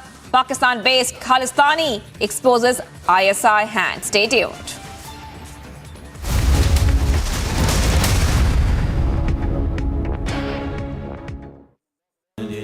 Amity has been ranked India's #1 not-for-profit private university for 10 years. with top 10 ranked institutions in management, engineering, biotech, law, mass comm, telecom, hospitality, fashion and more. Yet another top ranking for Amity University. Mukhtar Ansari's son Abbas Ansari arrested by ED after 9 hours of questioning by Enforcement Directorate with high security arrangements made for avoiding any conflict. A court in Delhi has granted 9 days interim bail to Olympic medalist wrestler Sushil Kumar on medical and humanitarian grounds for his wife's surgery.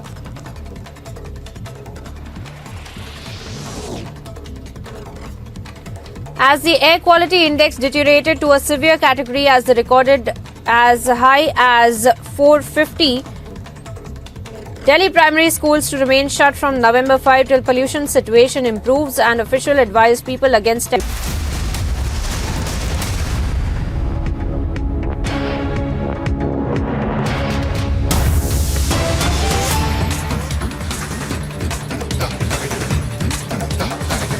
Viewers, breaking news coming in right now. Organizations, Hindu organizations, giving, they are putting up their hands. They are protesting there against the murder of Sudhir Suri. Let's go across to Amandeep, who has some details for us. Amandeep, what are you picking up?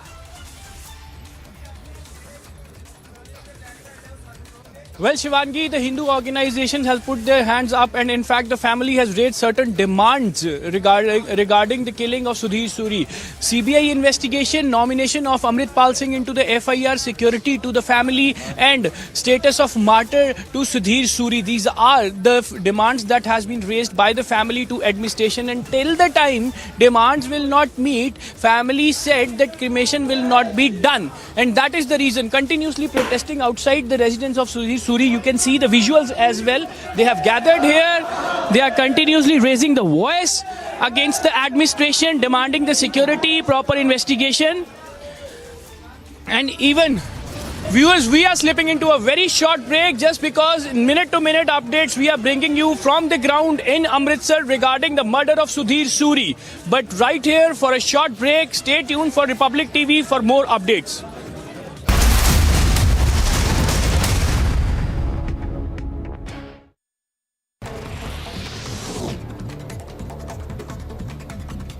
Karnataka Pradesh Congress Committee President D.K. Shivakumar summoned by Enforcement Directorate to appear before it on November the 7th.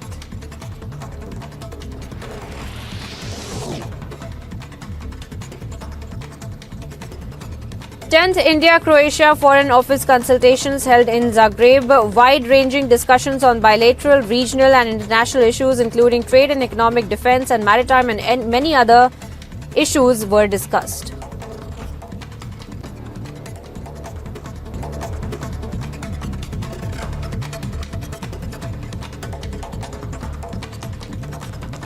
And here's some news in brief. A day after Shiv Sena leader's murder, massive anger erupted. Meanwhile, Hindu organizations have called for a bandh in Amritsar. Remember, Punjab DGP Gaurav Yadav visits Ground Zero and notified of maintaining law and order, along with peace by maintaining strict vigil on rumours. DGP mention of investigation is at preliminary stage.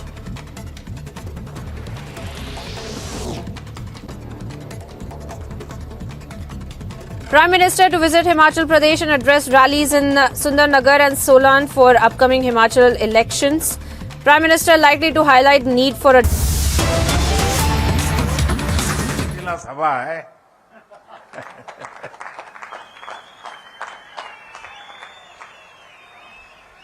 आज सोलन ने पूरे देश को संदेश दे दिया है। हिमाचल में एक बार फिर डबल इंजन सरकार, हिमाचल में एक बार फिर भाजपा सरकार। साथियों, माता शूलिनी देवी के आशीर्वाद से सोलन ने अपनी पहचान मशरूम सिटी और लाल टमाटर की वजह से रेड गोल्ड के नाम से भी बनाई है। और मुझे खुशी है कि जब मैं गुजरात का मुख्यमंत्री था तो मैंने हमारे मशरूम किंग ठाकुर बुद्धराम जी को गुजरात बुला करके उनका सम्मानित किया था।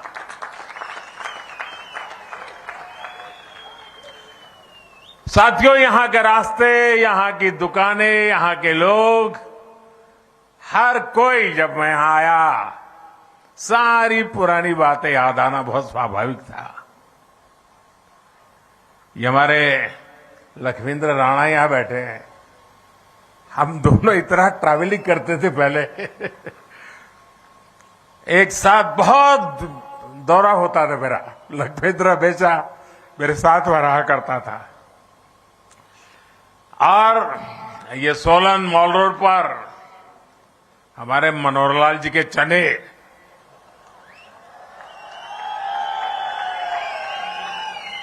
शायद ही मैं कभी यहां से गया हूं और मनोहरलाल जी के चने न खाए हो। ये हमारे राजीव बिंदल बैठे हैं, हमारे सोफत जी, धीरेन्द्र कश्यप जी, मनोहरलाल सूरी जी, वैद्य राम कुमार बिंदल जी, अनेक पुराने साथी, सबके साथ कंधे से कंधा मिला के काम करने का अवसर मिला। हमारे रामानंद ठाकुर जी, JL शर्मा जी, गोकुलचंद मेहता जी, बहन रितु सेठी, अभी मुझे हेलीपैड पे मिलना हो गया। सबके साथ इतना काम करने का आनंद आया, अवसर मिला। और मैं अक्सर यहां सोलन रेस्ट हाउस में रुकना होता था मेरा, और मुझे याद है वहां एक हमारे खड़क बहादुर और दूसरा शायद सुंदर, ये दो चौकीदार हुआ करते थे। सोलन ने मुझे खूब खिलाया भी है और सोलन ने मुझे बहुत कुछ सिखाया भी है। और इसलिए मैं सोलन का डबल कर्जदार हूं, और इसलिए मुझे हिमाचल में डबल इंजन की सरकार आप सबसे आशीर्वाद से बनेगी, ये पूरा विश्वास है, आपके प्यार पर विश्वास है। साथियों, हिमाचल में बिताए लंबे समय की जो स्मृतियां, वो आज भी मुझे हिमाचल की तरफ खींचती है। और ऐसा बहुत कम मिलता है कि कोई ऐसा प्रधानमंत्री हो जो एक राज्य को इतनी बारीकी से जानता हो। ये मेरा सौभाग्य है कि मैं हिमाचल के हर गली मोहल्ले को जानता हूं। और इसलिए आपने भी देखा है कि मैं देश में रहूं या विदेश में, हिमाचल के साथ मेरा जो लगाव बना रहता है, न हिमाचल मुझे छोड़ता है, न मैं हिमाचल छोड़ता हूं। आपको मालूम होगा, कुछ दिन पहले मैं इजराइल गया था, तो इजराइल में मैं हिमाचली टोपी पहन करके कार्यक्रम में गया, तो लंबे अरसे तक चर्चा चली, कहां इजराइल और ये मोदी जी हिमाचल में की टोपी पहन करके इजराइल में घूम रहे हैं। अभी कुछ महीने पहले जब मेरी नेपाल के प्रधानमंत्री जी से मुलाकात हुई, तो मैंने उन्हें कांगड़ा की राधा कृष्ण की पेंटिंग उपहार के तौर पर दी थी। और दादा, ऐसा ही नहीं है कि मैं ही हिमाचली वस्तुओं का उपहार सबको देता हूं, हिमाचल के लोग भी तो मुझे इतने सारे उपहार देते हैं। अब जैसे 2-3 सप्ताह पहले जब मैं केदारनाथ जी में था, दिवाली के एक दिन पहले, तो जो चोला डोरा मैंने पहना था, वो चोला डोरा मुझे हिमाचल की एक बहन ने भेंट किया था। और तब मैंने उनसे कहा था कि मैं किसी ठंडे कार्यक्रम में, ठंडी होगी जहां जाना होगा, मैं जरूर आपका एक जो गिफ्ट भी मुझे दिए मैं जरूर पहनूंगा। और मैंने पहना केदारनाथ में। देखिए, हिमाचल के लोगों का स्नेह अमूल्य है। इस ऋण को भी कभी मैं चुका नहीं सकता जी। मैं बार बार कोशिश करता रहूंगा, लेकिन हिमाचल का विकास करके, हिमाचल के लोगों का जीवन आसान बनाकर मैं अपना ये दायित्व निभाने के लिए हर पल तैयार हूं। साथियों, हिमाचल को आज जिसकी सबसे ज्यादा जरूरत है, वो है राज्य को स्थायित्व देने वाली भाजपा सरकार। भारत ने 80 के दशक के बाद से 3 दशक तक 30 साल हमारे बर्बाद हो गए। आपने देखा होगा दिल्ली में अस्थिरता रही, सरकारें आती थी जाती थी, आती थी जाती थी, बार बार चुनाव होते थे, हजारों करोड़ रुपए का बर्बादी होती थी, न नीतियों में स्थिरता, सारा माहौल बिगड़ चुका था। इतना बड़ा देश, कई बार चुनाव हुए, देश का हजारों करोड़ रुपए का व्यय हो गया भाइयों। अगर यही स्थिति बनी रही, इस अस्थिरता के समय देश नीति के मामले में, निर्णयों के मामले में, विकास के मामले में पिछड़ गया और दुनिया भारत की तरफ से उदासीन हो गई, फिर देश के लोगों ने तय किया कि जब तक दिल्ली में स्थिर सरकार नहीं आती है, मजबूत सरकार नहीं आती है, भारत का भाग्य नहीं बदलेगा। और इसका नतीजा ये हुआ कि आप सबने, पूरे हिंदुस्तान ने 2014 में हमें इतने आशीर्वाद दिए और हमने भी आपने जो जिम्मा दिया उसको 2014 से 2019 दिन रात मेहनत करके आपकी अपेक्षाओं को पूरा करने में कहीं पीछे नहीं रहे और उसका परिणाम यह हुआ कि 2019 में दोबारा आपने आशीर्वाद दिया। साथियों, हमारे देश में जो छोटे छोटे राज्य हैं, वहां भी अस्थिर सरकारों का लंबा दौर रहा है। छोटे राज्यों ने इसका बहुत नुकसान उठाया है, लेकिन बीते वर्षों में हमारे पड़ोस में उत्तराखंड हो, गोवा हो, मणिपुर हो, अनेक ऐसे छोटे राज्य, उन्होंने अब स्थिर सरकार की तरफ अपना मुंह मोड़ लिया है और पूरी तरह सरकार को दोबारा लाना, और भाजपा सरकारें आज छोटे राज्यों में दोबारा जीत करके आ रही है। इतना ही नहीं, उत्तर प्रदेश में भी यही परंपरा हो गई थी, वहां के लोगों ने रिवाज बदल दिया, उत्तर प्रदेश में भी योगी जी की दोबारा सरकार ला दी। स्थिर सरकार में विकास भी तेज होता है और जनता के प्रति, अपनी जवाबदेही के प्रति भी सरकार गंभीर रहती है। जहां हर 5 साल में सरकार बदलने का ट्रेंड रहता है, वहां सरकारों में भी यही रहता है कि भाई क्या करना है, काम करो, कोई करने की जरूरत नहीं है। 5 साल के बाद तो हिमाचल वाले बदल देते हैं। इसके कारण वो भी चुनने के बाद उनको मालूम है फिर से जीतना नहीं है, तो वो कुछ करते भी नहीं है। इसलिए भी स्थिर सरकार के प्रयोग करने की बहुत आवश्यकता है भाइयों। तो मुझे खुशी है कि हिमाचल में जयराम जी की सरकार ने जो विश्वास हासिल किया है, उनकी पूरी टीम ने 5 साल के लिए जो काम किया है, उसी का नतीजा है कि मेरी आज ये दूसरी सभा है। इन दोनों सभाओं को कोई भी देख ले, बीजेपी की सरकार बनाना हिमाचल की जनता ने तय कर लिया है भाई। हिमाचल में भाजपा सरकार अपने कार्यों का हिसाब भी दे रही है और सरकार में वापसी के लिए भी उतनी ही प्रतिबद्ध है।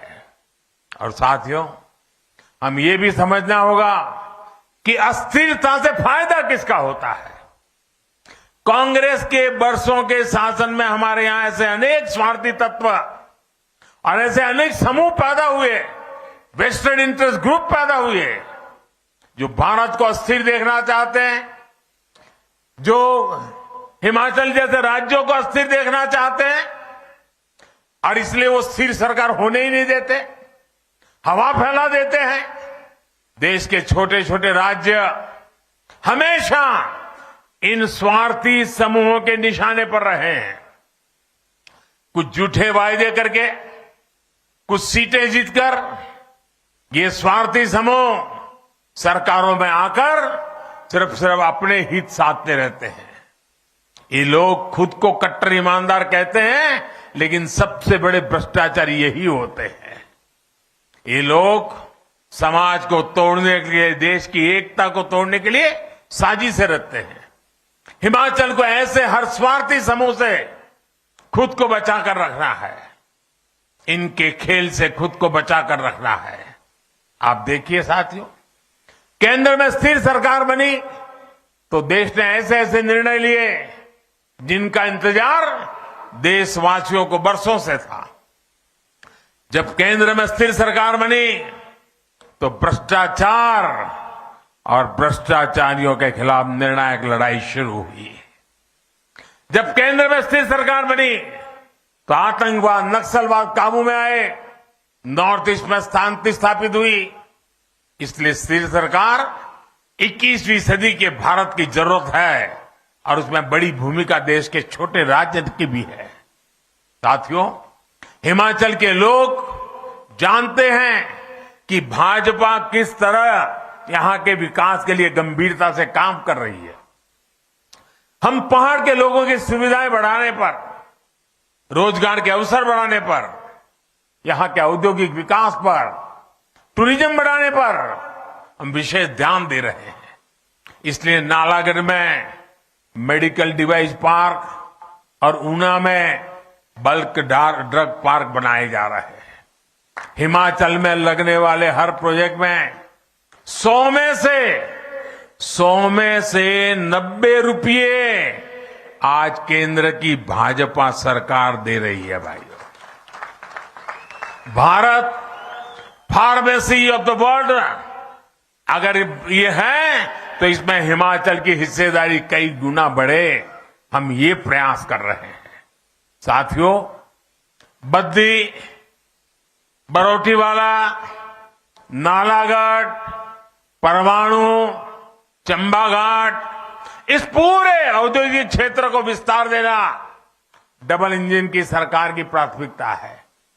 टूरिज्म उद्योग हो या फिर खेती से जुड़े उद्योग हो, इसके लिए आवश्यक आधुनिक इंफ्रास्ट्रक्चर पर अभूतपूर्व बल दिया जा रहा है। बिलासपुर में एम्स के बनने से इस क्षेत्र में मेडिकल टूरिज्म भी बहुत बल मिलने वाला है, बहुत ताकत आने वाली है। परमाणु, सोलन, कैथलीघाट, शिमला, इस बाईपास से यहां के पर्यटकों को सुविधा होने वाली है। पिंजौर, बद्दी, नालागढ़ 4 लेन का काम जब पूरा हो जाएगा तो औद्योगिक क्षेत्र को बेहतर कनेक्टिविटी मिलेगी। साथियों, सोलन से लेकर शिमला तक ये पूरा क्षेत्र वैसे भी शिक्षा और स्वास्थ्य के एक बड़े हब के रूप में विकसित हो रहा है। डबल इंजन सरकार इसी ताकत को बढ़ावा देगी ताकि हिमाचल आत्मनिर्भर बने, हिमाचल विकसित बने। भाइयों और बहनों, सोलन हो, शिमला हो, सिरमौर हो, ये फल और सब्जी की टोकरी कहे जाते हैं। यहां अधिकांश छोटे किसान हैं, छोटे बागवान हैं। कांग्रेस के लोग किसानों और बागवानों को लेकर बड़ी बड़ी बातें करते रहते हैं, लेकिन कांग्रेस का इतिहास हमेशा नागरिकों को धोखा देना, युवाओं को धोखा देना, बहन बेटियों को धोखा देना, वैसे ही किसानों को भी धोखा देना। कांग्रेस ने कभी देश के छोटे किसानों की परवाह नहीं की। जिस कर्ज माफी का कांग्रेस ने ढिंढोरा पीटा, उसमें भी कांग्रेस ने खेल कर दिया। उसका लाभ छोटे छोटे किसानों को बिल्कुल हुआ नहीं, नाम मात्र का भी नहीं हुआ। जबकि भाजपा सरकार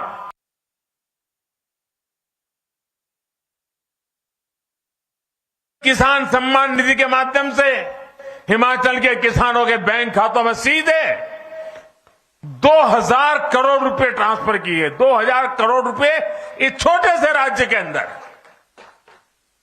और इसका लाभ हिमाचल के 9 लाख से ज्यादा छोटे किसानों को हुआ है। 9 लाख किसानों के जेब में 2000 करोड़ रुपया पहुंचना यानी उनके जीवन में एक बहुत बड़ा बदलाव की ताकत लेके आता है। साथियों, हम हिमाचल के फल सब्जी सेक्टर में सहकारिता को बढ़ावा देने पर भी फोकस कर रहे हैं। किसान उत्पादक है, वही भंडारण का, कोल्ड स्टोरेज का मालिक भी हो और फूड प्रोसेसिंग कारखानों में हिस्सेदार भी हो, इस पर हम बल दे रहे हैं।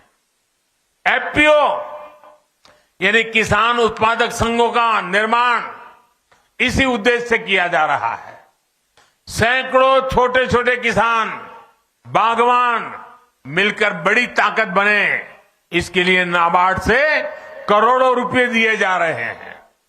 दिसंबर 8 के बाद जब फिर डबल इंजन सरकार काम संभालेगी, उसके बाद इस काम को और ज्यादा गति दी जाएगी और तेज किया जाएगा। यहां के सेब, यहां की सब्जियां, यहां का दूध किसान रेल से बहुत कम भाड़े में देश के बड़े बड़े बाजारों तक पहुंचे, इसके लिए भी काम चल रहा है। साथियों, हम कैसे किसानों का, बागवानों के हित की चिंता करते हैं, इसका एक और उदाहरण आपको देना चाहता हूं। दुनिया में पहले कोरोना के कारण और फिर लड़ाई के कारण खाद के दाम, फर्टिलाइजर के दाम कई गुना बढ़ गए, लेकिन डबल इंजन सरकार ने किसान पर बोझ नहीं पड़ने दिया। आपको जरा सुनना चाहिए और इन चीजों को याद रखना चाहिए भाइयों। शायद आप तक ये बात पहुंची नहीं होगी। आज यूरिया की एक बोरी हमें बाहर से लाना पड़ता है, विदेशों से हमारे किसानों के लिए लाना पड़ता है। एक बोरी हम 2000 रुपये में लाते हैं, लेकिन हमारे किसानों को कितने में देते हैं? 2000 की यूरिया की बोरी मेरे किसानों को 270 रुपये से भी कम रुपयों में दी जाती है। 2000 से लाना और 270 से भी कम में देना, ताकि मेरे किसान के सर पर बोझ न पड़े। और करीब करीब 1700-1800 रुपया ये बोझ सरकार खुद उठा रही है। कुछ लोग 100 रुपये की भी अगर छूट देंगे ना, तो 1000 रुपये का विज्ञापन छपवा देते। ऐसे लोगों से भी हिमाचल के लोगों को सतर्क रहना है। साथियों, आपसे बात करते हुए मुझे एक बात और याद आ रही है। पिछली बार जब मैं शिमला आया था, तो पहाड़ की एक बिटिया ने मुझे एक तस्वीर भेंट की थी। वो तस्वीर मेरी मां की थी। जब मैंने उस तस्वीर को देखा, तो अपनी मां के साथ ही हिमाचल के गांव, कस्बों की हजारों माताओं बहनों का स्मरण हो आया। यहां कितनी माताओं बहनों के हाथ की बनी रोटी मैंने खाई है। अनेक परिवारों में मेरा भोजन हुआ है, और मैं इसे अपना सौभाग्य समझता हूं कि यहां की माताओं बहनों के लिए कुछ कर पा रहा हूं, उनकी सेवा कर पा रहा हूं। महामारी के इस समय में गरीब परिवारों की बहनों को अपने बच्चों की भूख की चिंता ना करनी पड़े, इसके लिए हमारी सरकार मुफ्त राशन दे रही है। मेरी किसी गरीब मां को ऐसे दिन नहीं देखने पड़े कि घर में चूल्हा न जला हो। मेरी गरीब मां को कभी ये देखना न पड़े कि आज बच्चों को पानी पिला करके सुलाना पड़ा। ये नौबत न आए। आज इतना समय हो गया कोरोना काल का, 80 करोड़ लोगों को मुफ्त में खाना देता, और जब दुनिया के लोग ये सुनते हैं ना, तो उनका अचरज होता है, कितना बड़ा काम हो रहा है। लेकिन माताएं बहनें, अगर दिल्ली में तुम्हारा बेटा बैठा हो और तुम्हारे घर में चूल्हा न जले, ये कैसे हो सकता है? हिमाचल में 17 लाख के आसपास परिवार गांव में रहते हैं। आजादी के 7 दशकों तक इनमें से आधों के पास नल से जल नहीं था, पानी घर में नहीं आता था।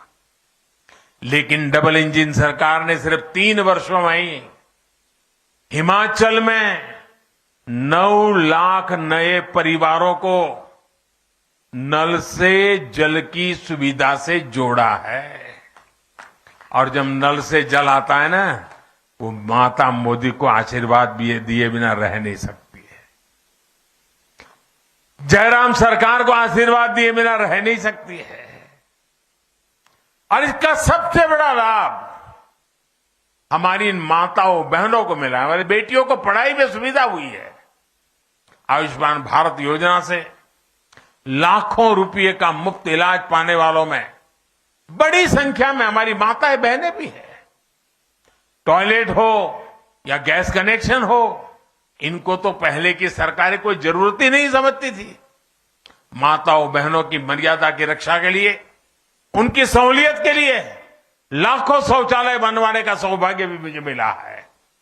उज्ज्वला के गैस सिलेंडर ने भी लाखों महिलाओं का जीवन आसान बनाया है, उनके जीवन की रक्षा की है। भाई और बहनों, हिमाचल के लोग ये भली भांति जानते हैं कि काम भी भाजपा ने किया है, और अगर कोई चुनौतियां हैं तो उनका स्थायी समाधान भी भाजपा ही कर सकती है। हिमाचल के लोग ये भी जानते हैं कि कांग्रेस मतलब भ्रष्टाचार की गारंटी, कांग्रेस मतलब स्वार्थ भरी राजनीति की गारंटी, कांग्रेस मतलब भाई भतीजेवाद की गारंटी। हिमाचल के लोगों को याद रखना है कि वही कांग्रेस है जिसके शासन में वृद्धावस्था पेंशन के लिए 80 साल का होना जरूरी था।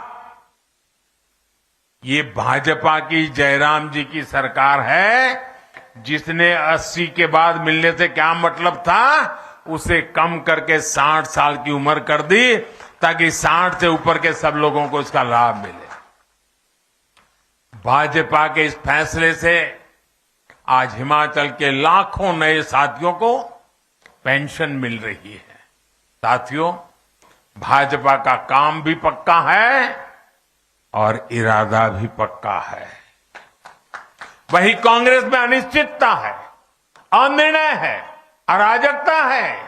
कांग्रेस में इतने दल में फंसा हुआ है, गुटबाजों का दलदल, और दलदल कभी स्थिरता नहीं ला सकता। हिमाचल के लोगों को स्थिरता के लिए, स्थायित्व के लिए भारतीय जनता पार्टी को विजयी बनाने के लिए प्रार्थना कर रहा हूं। और याद रखिए, हमारा भारतीय जनता पार्टी का उम्मीदवार कौन है? आपको किसी को याद रखने की जरूरत नहीं है, सिर्फ कमल का फूल याद रखिए। मैं आपके पास कमल का फूल लेकर आया हूं। अगर आपको कमल का फूल जब वोट डालने जाए दिखाई दे, समझ लीजिए कि ये भारतीय जनता पार्टी है, ये मोदी जी आपके पास आए हैं।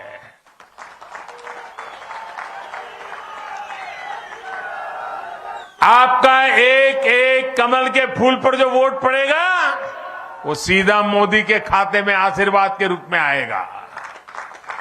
गांव गांव, घर घर जाकर के मैंने जो बातें बताई है, बताओगे आप लोग? जरा जोर से बोलो तो सुनाई देगा। घर घर जाओगे? घर घर जाओगे? मेरी बात बताओगे? जितना मैं कह रहा हूं कहोगे? दोबारा सरकार क्यों चाहिए समझाओगे? हिमाचल जैसे राज्य को प्रगति करने के लिए स्थिरता की क्यों जरूरत है समझाओगे? दिल्ली में मोदी हो तो यहां भी मोदी को मजबूती मिलनी चाहिए कि नहीं मिलनी चाहिए? होना चाहिए नहीं होना चाहिए? आप घर घर जाएंगे? अच्छा, मेरा एक काम करेंगे आप लोग? जरा जोर से बताइए तो मैं कहूं। दोनों हाथ ऊपर करके बताइए, मेरा एक काम करेंगे? सब लोग करेंगे, जो ऊपर हैं वो भी करेंगे। अच्छा, मैं काम आपको बताता हूं।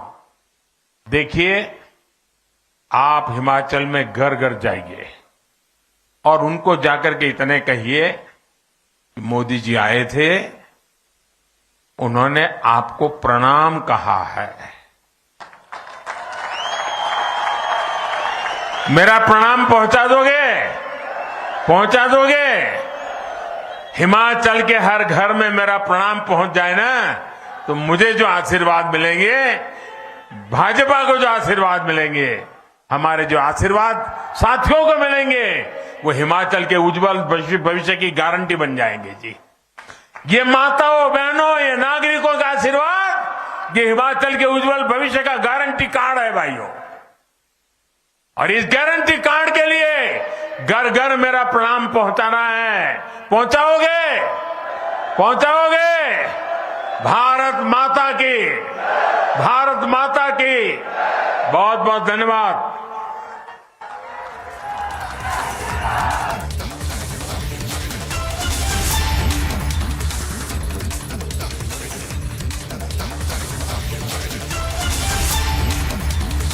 All right, we just heard the Prime Minister speak there in Himachal Pradesh, where he's addressing many rallies today. Many important points being made by the Prime Minister, where he said that the government is providing free amenities and ration to the people. And he's also saying that development is a top focus at this point of time. And he said that earlier the governments used to ignore the basic needs of common people. But right now, the focus is on providing development. On that note, let's take a short break. Much more coming up on the other side. We continue to be live in breaking.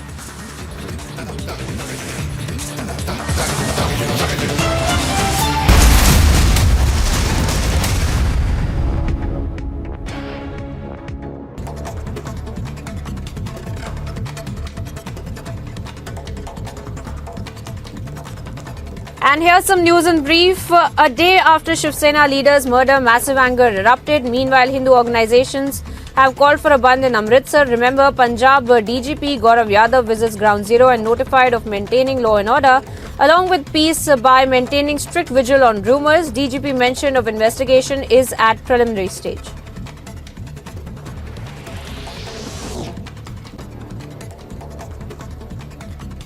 Prime Minister to visit Himachal Pradesh and address rallies in Sundarnagar and Solan for upcoming Himachal elections. Prime Minister likely to highlight the need for a double-engine government for development and prosperity of the state. Mukhtar Ansari's son Abbas Ansari arrested by ED after 9 hours of questioning by Enforcement Directorate with high security arrangements made for avoiding any conflict. A court in Delhi has granted 9 days interim bail to Olympic medalist wrestler Sushil Kumar on medical and humanitarian grounds for his wife's surgery.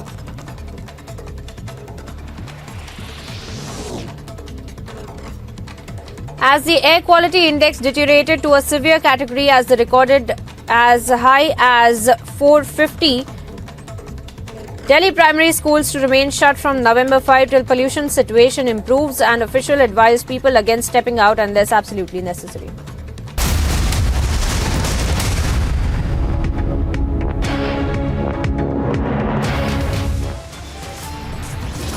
Viewers, top headlines at 4:30 p.m. this Saturday. Political fireworks in poll-bound Himachal Pradesh. Prime Minister pushes for double engine. Government takes on Congress for corruption.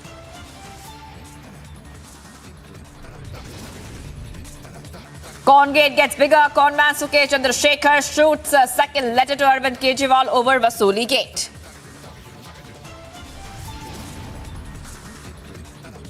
Delhi Deputy CM Manisha Sisodia's personal secretary raided. Sisodia claims PA arrested, but no official word yet. Pakistan link emerges in Shiv Sena leaders murder. Pakistan-based Khalistani exposes ISI hand.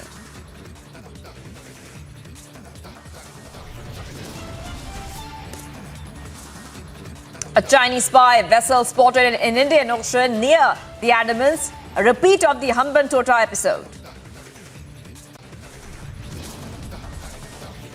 AIMM Chief Owaisi speaks exclusively to Republic on UCC, claims UCC just a tactic of diversion.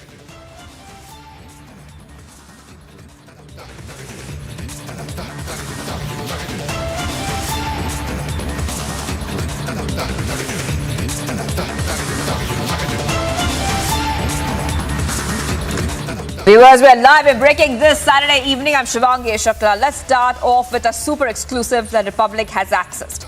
Republic has accessed the super exclusive with the murder of Hindu activist.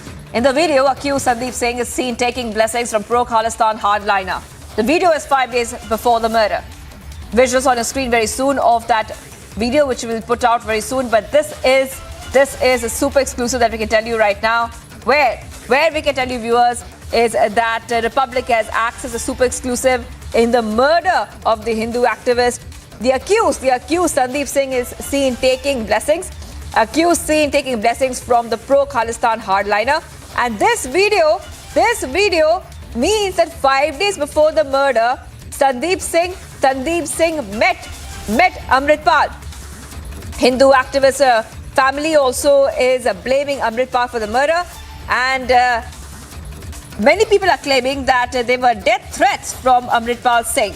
The video has been accessed by Republic, is now being looked at as well. So this is a very super exclusive that we're getting for you right now, viewers, on Republic TV. Remember that a Pakistan link was also exposed to Shiv Sena Neta's murder, while Hindu groups are calling for Bandh in Amritsar. Suri, now the family has raised certain demands to the administration, and in fact in demand the nomination of Amritpal Singh, security to the family, CBI investigation, as well as the status of martyr to Sudhir Suri, just because he was killed in a broad daylight and full public view. We are joining with us son of Sudhir Suri, Manik Suri.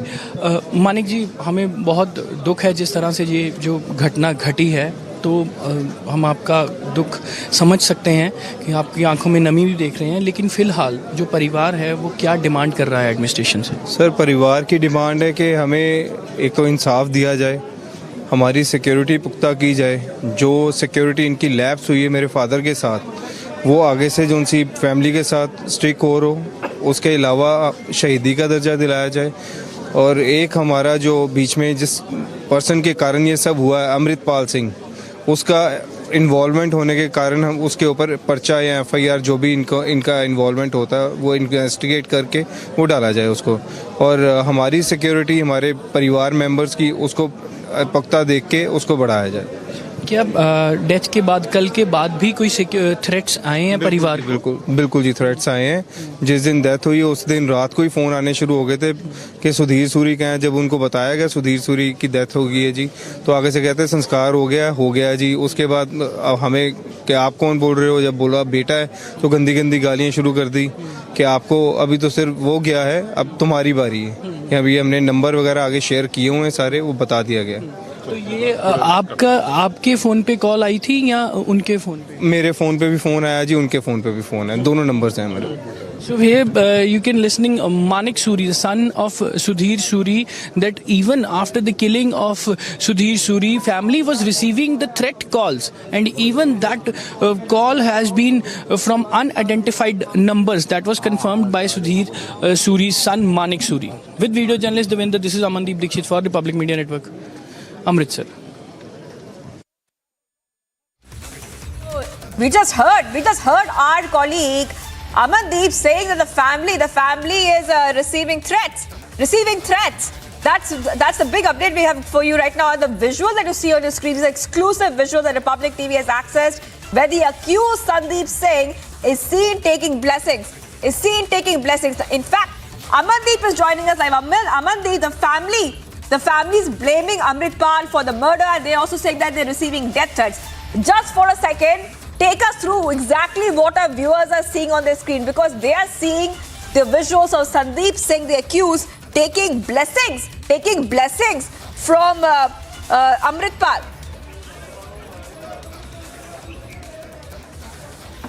Well, Shivangi, absolutely. And this video was recorded around 5 days back when Amritpal Singh was here in Golden Temple. And Amritpal was the one who was actually and continuously addressing the gatherings for the separate state for the Sikh in Punjab as well. And he's the one who was delivering continuously speeches from the different stages and putting Sikh sentiments into the entire speeches and a totally kind of separate speech. And that is the reason Sandeep Singh was visited Golden Temple, taking the blessings of Amritpal Singh and turned himself as a baptized Sikh.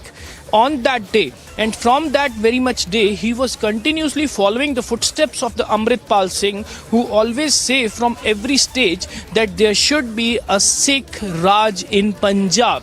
This is the sentiment that was being floated among the Sikhs in Punjab, and even that sentiment turned to be against the Hindus as well, that resulting the murder of Sudhir Suri. And now the family is demanding that police should nominate Amritpal Singh into the case. An FIR has been registered against the Amritpal Singh as well. And you can see, Shivangi, you can see the anger of these Hindu supporters, and you can see the anger of the Hindu organizations against the administration and even the police as well. We are just trying to talk with the people.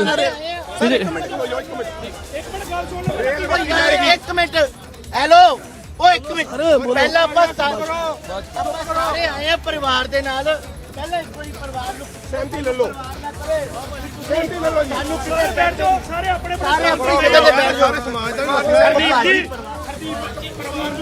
एक जी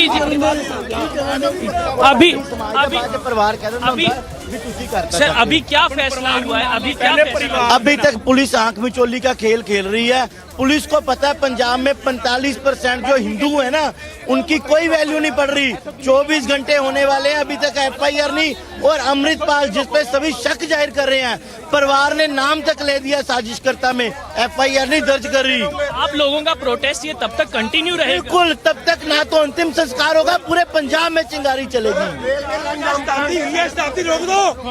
So the protest is getting bigger. तो आप लोग protest के लिए यहाँ इस location से और भी जगह पे जाएंगे? बिल्कुल, रेल भी रोकेंगे और सड़कें भी जाम करेंगे, ताकि सोई हुई सरकार को जगाए कि 45% हिंदुओं को पंजाब में लवारिस न समझा जाए। पंजाब की सरकार की तरफ से कोई मंत्री, बड़ी दुर्भाग्यपूर्ण बात है कि पंजाब के मुख्यमंत्री गुजरात में गड़बा खेल रहे हैं। पंजाब के मुख्यमंत्री गुजरात में चुनाव प्रचार कर रहे हैं, 1-2 लाइनों का ट्वीट करके दुख नहीं प्रकट कर सके। और देश के प्रधानमंत्री के लिए शर्म की बात है कि आज अमृतसर की धरती पे आते हैं, लेकिन 2 लफ्जों में दुख नहीं प्रकट कर सके। तो आपका प्रोटेस्ट ये कंटिन्यू है? So you can see Shivangi, the protesters are in very much anger. They are demanding that the Amritpal's name should be nominated in the FIR, just because that is the person from where this entire provocation against the Hindu in the mind of Sandeep Singh has been produced, and they wanted the entire conspiracy should be hashed by Amritpal Singh, and his name should be added in 120B. So that is the reason. You can see the visuals, Shivangi. And meanwhile, Shivangi, the most important details that we want to share with our viewers is that how it was a pre-planned conspiracy. How this ISI and Khalistan link emerged into this. We will give you the proof. Yesterday evening, Sudhir Suri was shot to death in Amritsar. And soon after his killing, family members received a WhatsApp call from an international number. And in fact, that call was received by the son of Sudhir Suri, Manik Suri. Manik Suri attended that call and asking who is calling. And the other caller take all the details from Manik Suri, that has he been declared dead, what all is happening. And after taking every kind of detail, the caller says that job done, and make sure you people should remain safe. And then he started abusing the family. And not only one call, family has received multiple calls yesterday, and this information has also been shared with the police. And this is how it is a bigger conspiracy. This is how the Republic is saying with an evidence that this is a bigger conspiracy. This is not spur of the moment. This is not all of a sudden. This is not due to any personal enmity. And this conspiracy is hashed in Canada and Pakistan, executed in Amritsar by the killing of Sudhir Suri. Yes, Shivangi. All right, hold on for us there, Amandeep. You're getting us all the updates. I just want the viewers to understand what is happening right now. 2 top updates coming in, 2 top updates, viewers. One is that Sudhir Suri had claimed that he was getting death threats from Amritsar Singh. Number two, after that gruesome attack and murder of Sudhir Suri, the family is claiming that they're still receiving death threats. Now, those are exclusive visuals on your screen, viewers. On the left, you can see the accused taking blessings. On the right, you're seeing the family getting threats. After the killing of Sudhir Suri, now the family has raised certain demands to the administration, and in fact in demand the nomination of Amritsar Singh, security to the family, CBI investigation, as well as the status of martyr to Sudhir Suri, just because he was killed in a broad daylight and full public view. We are joining with us son of Sudhir Suri, Manik Suri. Manik ji, हमें बहुत दुख है जिस तरह से ये जो घटना घटी है, तो हम आपका दुख समझ सकते हैं कि आपकी आंखों में नमी भी देख रहे हैं, लेकिन फिलहाल जो परिवार है वो क्या डिमांड कर रहा है एडमिनिस्ट्रेशन से? सर, परिवार की डिमांड है कि हमें एक तो इंसाफ दिया जाए, हमारी सिक्योरिटी पुख्ता की जाए। जो सिक्योरिटी इनकी लैप्स हुई है मेरे फादर के साथ, वो आगे से जो उनकी फैमिली के साथ स्ट्रिक्ट हो, उसके अलावा शहीदी का दर्जा दिलाया जाए। और एक हमारा जो बीच में जिस पर्सन के कारण ये सब हुआ है, अमृतपाल सिंह, उसका इन्वॉल्वमेंट होने के कारण हम उसके ऊपर पर्चा या FIR जो भी इनका इन्वॉल्वमेंट होता है वो इन्वेस्टिगेट करके वो डाला जाए उसको। और हमारी सिक्योरिटी, हमारे परिवार मेंबर्स की, उसको पुख्ता देख के उसको बढ़ाया जाए। क्या डेथ के बाद, कल के बाद भी कोई थ्रेट्स आए हैं परिवार? बिल्कुल जी, थ्रेट्स आए हैं।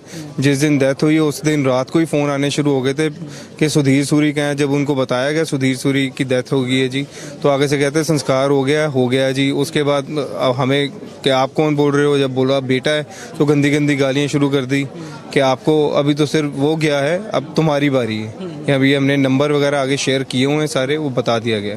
तो ये आपके फोन पे कॉल आई थी या उनके फोन पे? मेरे फोन पे भी फोन आया जी, उनके फोन पे भी फोन है, दोनों नंबर्स हैं मेरे। So here you can listening Manik Suri, the son of Sudhir Suri, that even after the killing of Sudhir Suri, family was receiving the threat calls, and even that call has been from unidentified numbers. That was confirmed by Sudhir Suri's son Manik Suri. With video journalist Devinder, this is Amandeep Dixit for Republic Media Network, Amritsar.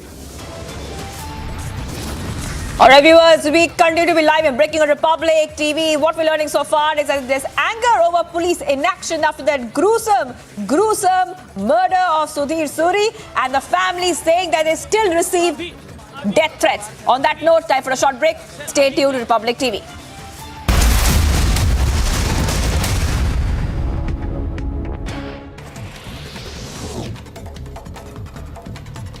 Mukhtar Ansari's son Abbas Ansari arrested by ED after 9 hours of questioning by Enforcement Directorate with high security arrangements made for avoiding any conflict. A court in Delhi has granted 9 days interim bail to Olympic medalist wrestler Sushil Kumar on medical and humanitarian grounds for his wife's surgery.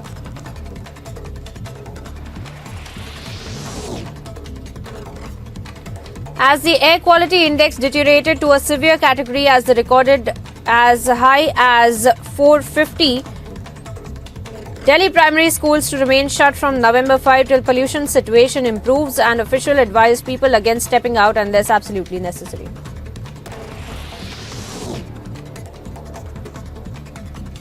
Karnataka Pradesh Congress Committee President D.K. Shivakumar summoned by Enforcement Directorate to appear before it on November the 7th.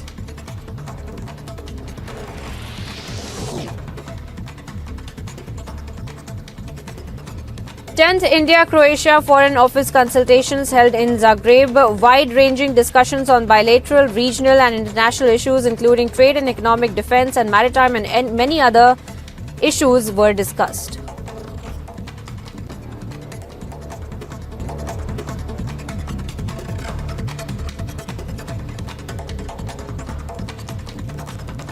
And here's some news in brief. A day after Shiv Sena leader's murder, massive anger erupted. Meanwhile, Hindu organizations have called for a bandh in Amritsar. Remember,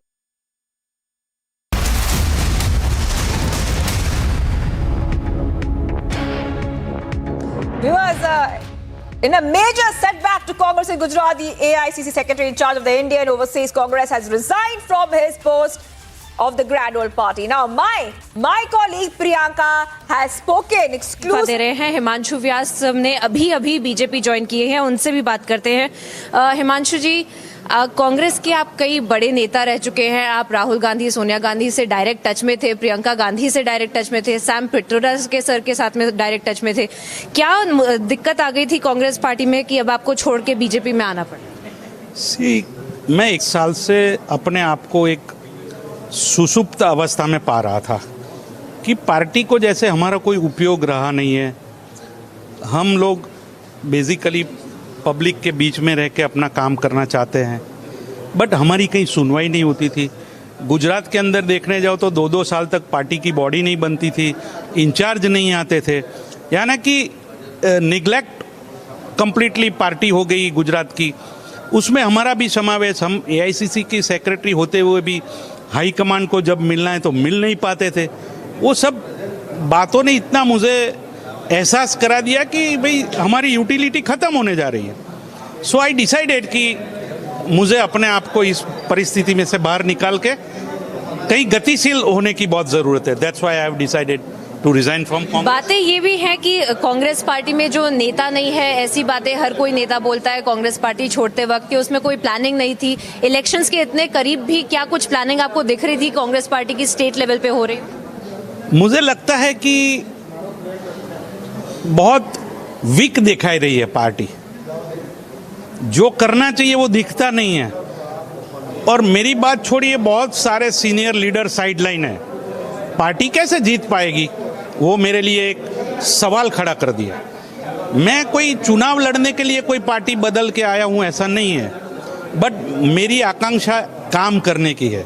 अगर मुझे मौका ये party देती है तो मैं इसीलिए Bharatiya Janata party में जुड़ा हूं कि यहाँ एक गतिशील नेतृत्व है, कार्यकर्ता लगे हुए हैं, तो उसमें मैं मेरा कुछ प्रदान लोगों के लिए कर पाऊंगा आगे। और ये भी बात है, जैसा कि आपने कहा कि इलेक्शंस को ध्यान में रखते हुए ऐसा बोला जा रहा है कि कई सारे कांग्रेस के नेता छोड़ के अब बीजेपी में आना चाह रहे हैं। और क्या टिकट्स की कोई बात हुई है कि आपको भी इलेक्शन में लड़ने का मौका मिलेगा? मैंने कोई टिकट की अपेक्षा नहीं रखी है। मैं नई चुनाव लड़ना चाहता हूं। मैं सिर्फ पार्टी के अंदर रह के संगठन में जो कामगिरी दी जाएगी वो करना चाहता हूं। Would you appeal to the Congress leaders anything now that you have left the party as to what they should be doing? Because there are a lot of shortcomings that we see by several leaders saying the same exact thing, that there is no leadership, that there is no coordination, that there is no planning. I think I am not the person who can advise them. But have you witnessed it? Have you experienced it yourself? They think that they are very much knowledgeable people and ground level workers are not important, and they decide tickets in Delhi and everything they decide from Delhi, and there is no analysis. Even what I can say, because I don't want to criticize anybody, but it is really disheartening for me.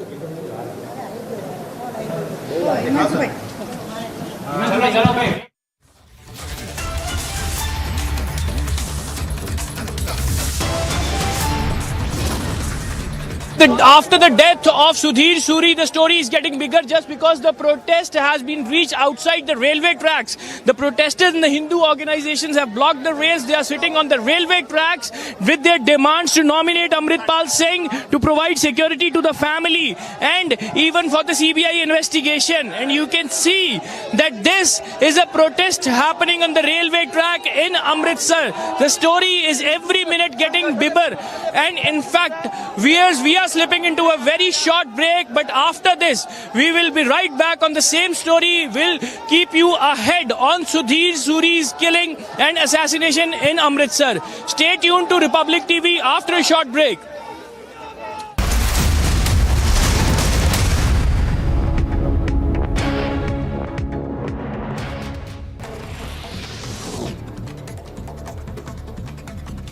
Karnataka Pradesh Congress Committee President D.K. Shivakumar summoned by Enforcement Directorate to appear before it on November the 7th.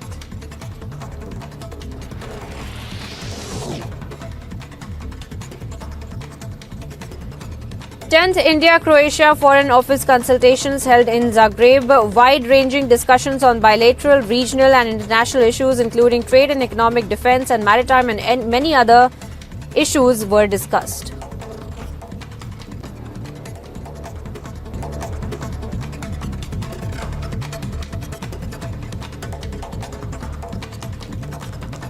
And here's some news in brief. A day after Shiv Sena leader's murder, massive anger erupted. Meanwhile, Hindu organizations have called for a bandh in Amritsar. Remember, Punjab DGP Gaurav Yadav visits Ground Zero and notified of maintaining law and order, along with peace by maintaining strict vigil on rumours. DGP mention of investigation is at preliminary stage.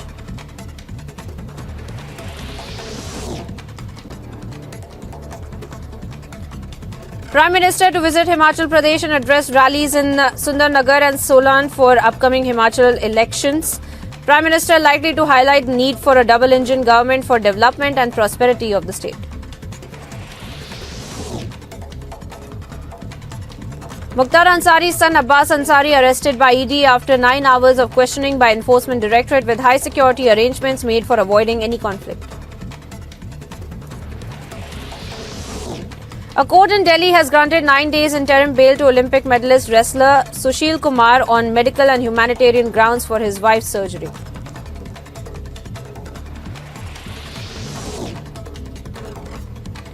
As the air quality index deteriorated to a severe category as the recorded as high as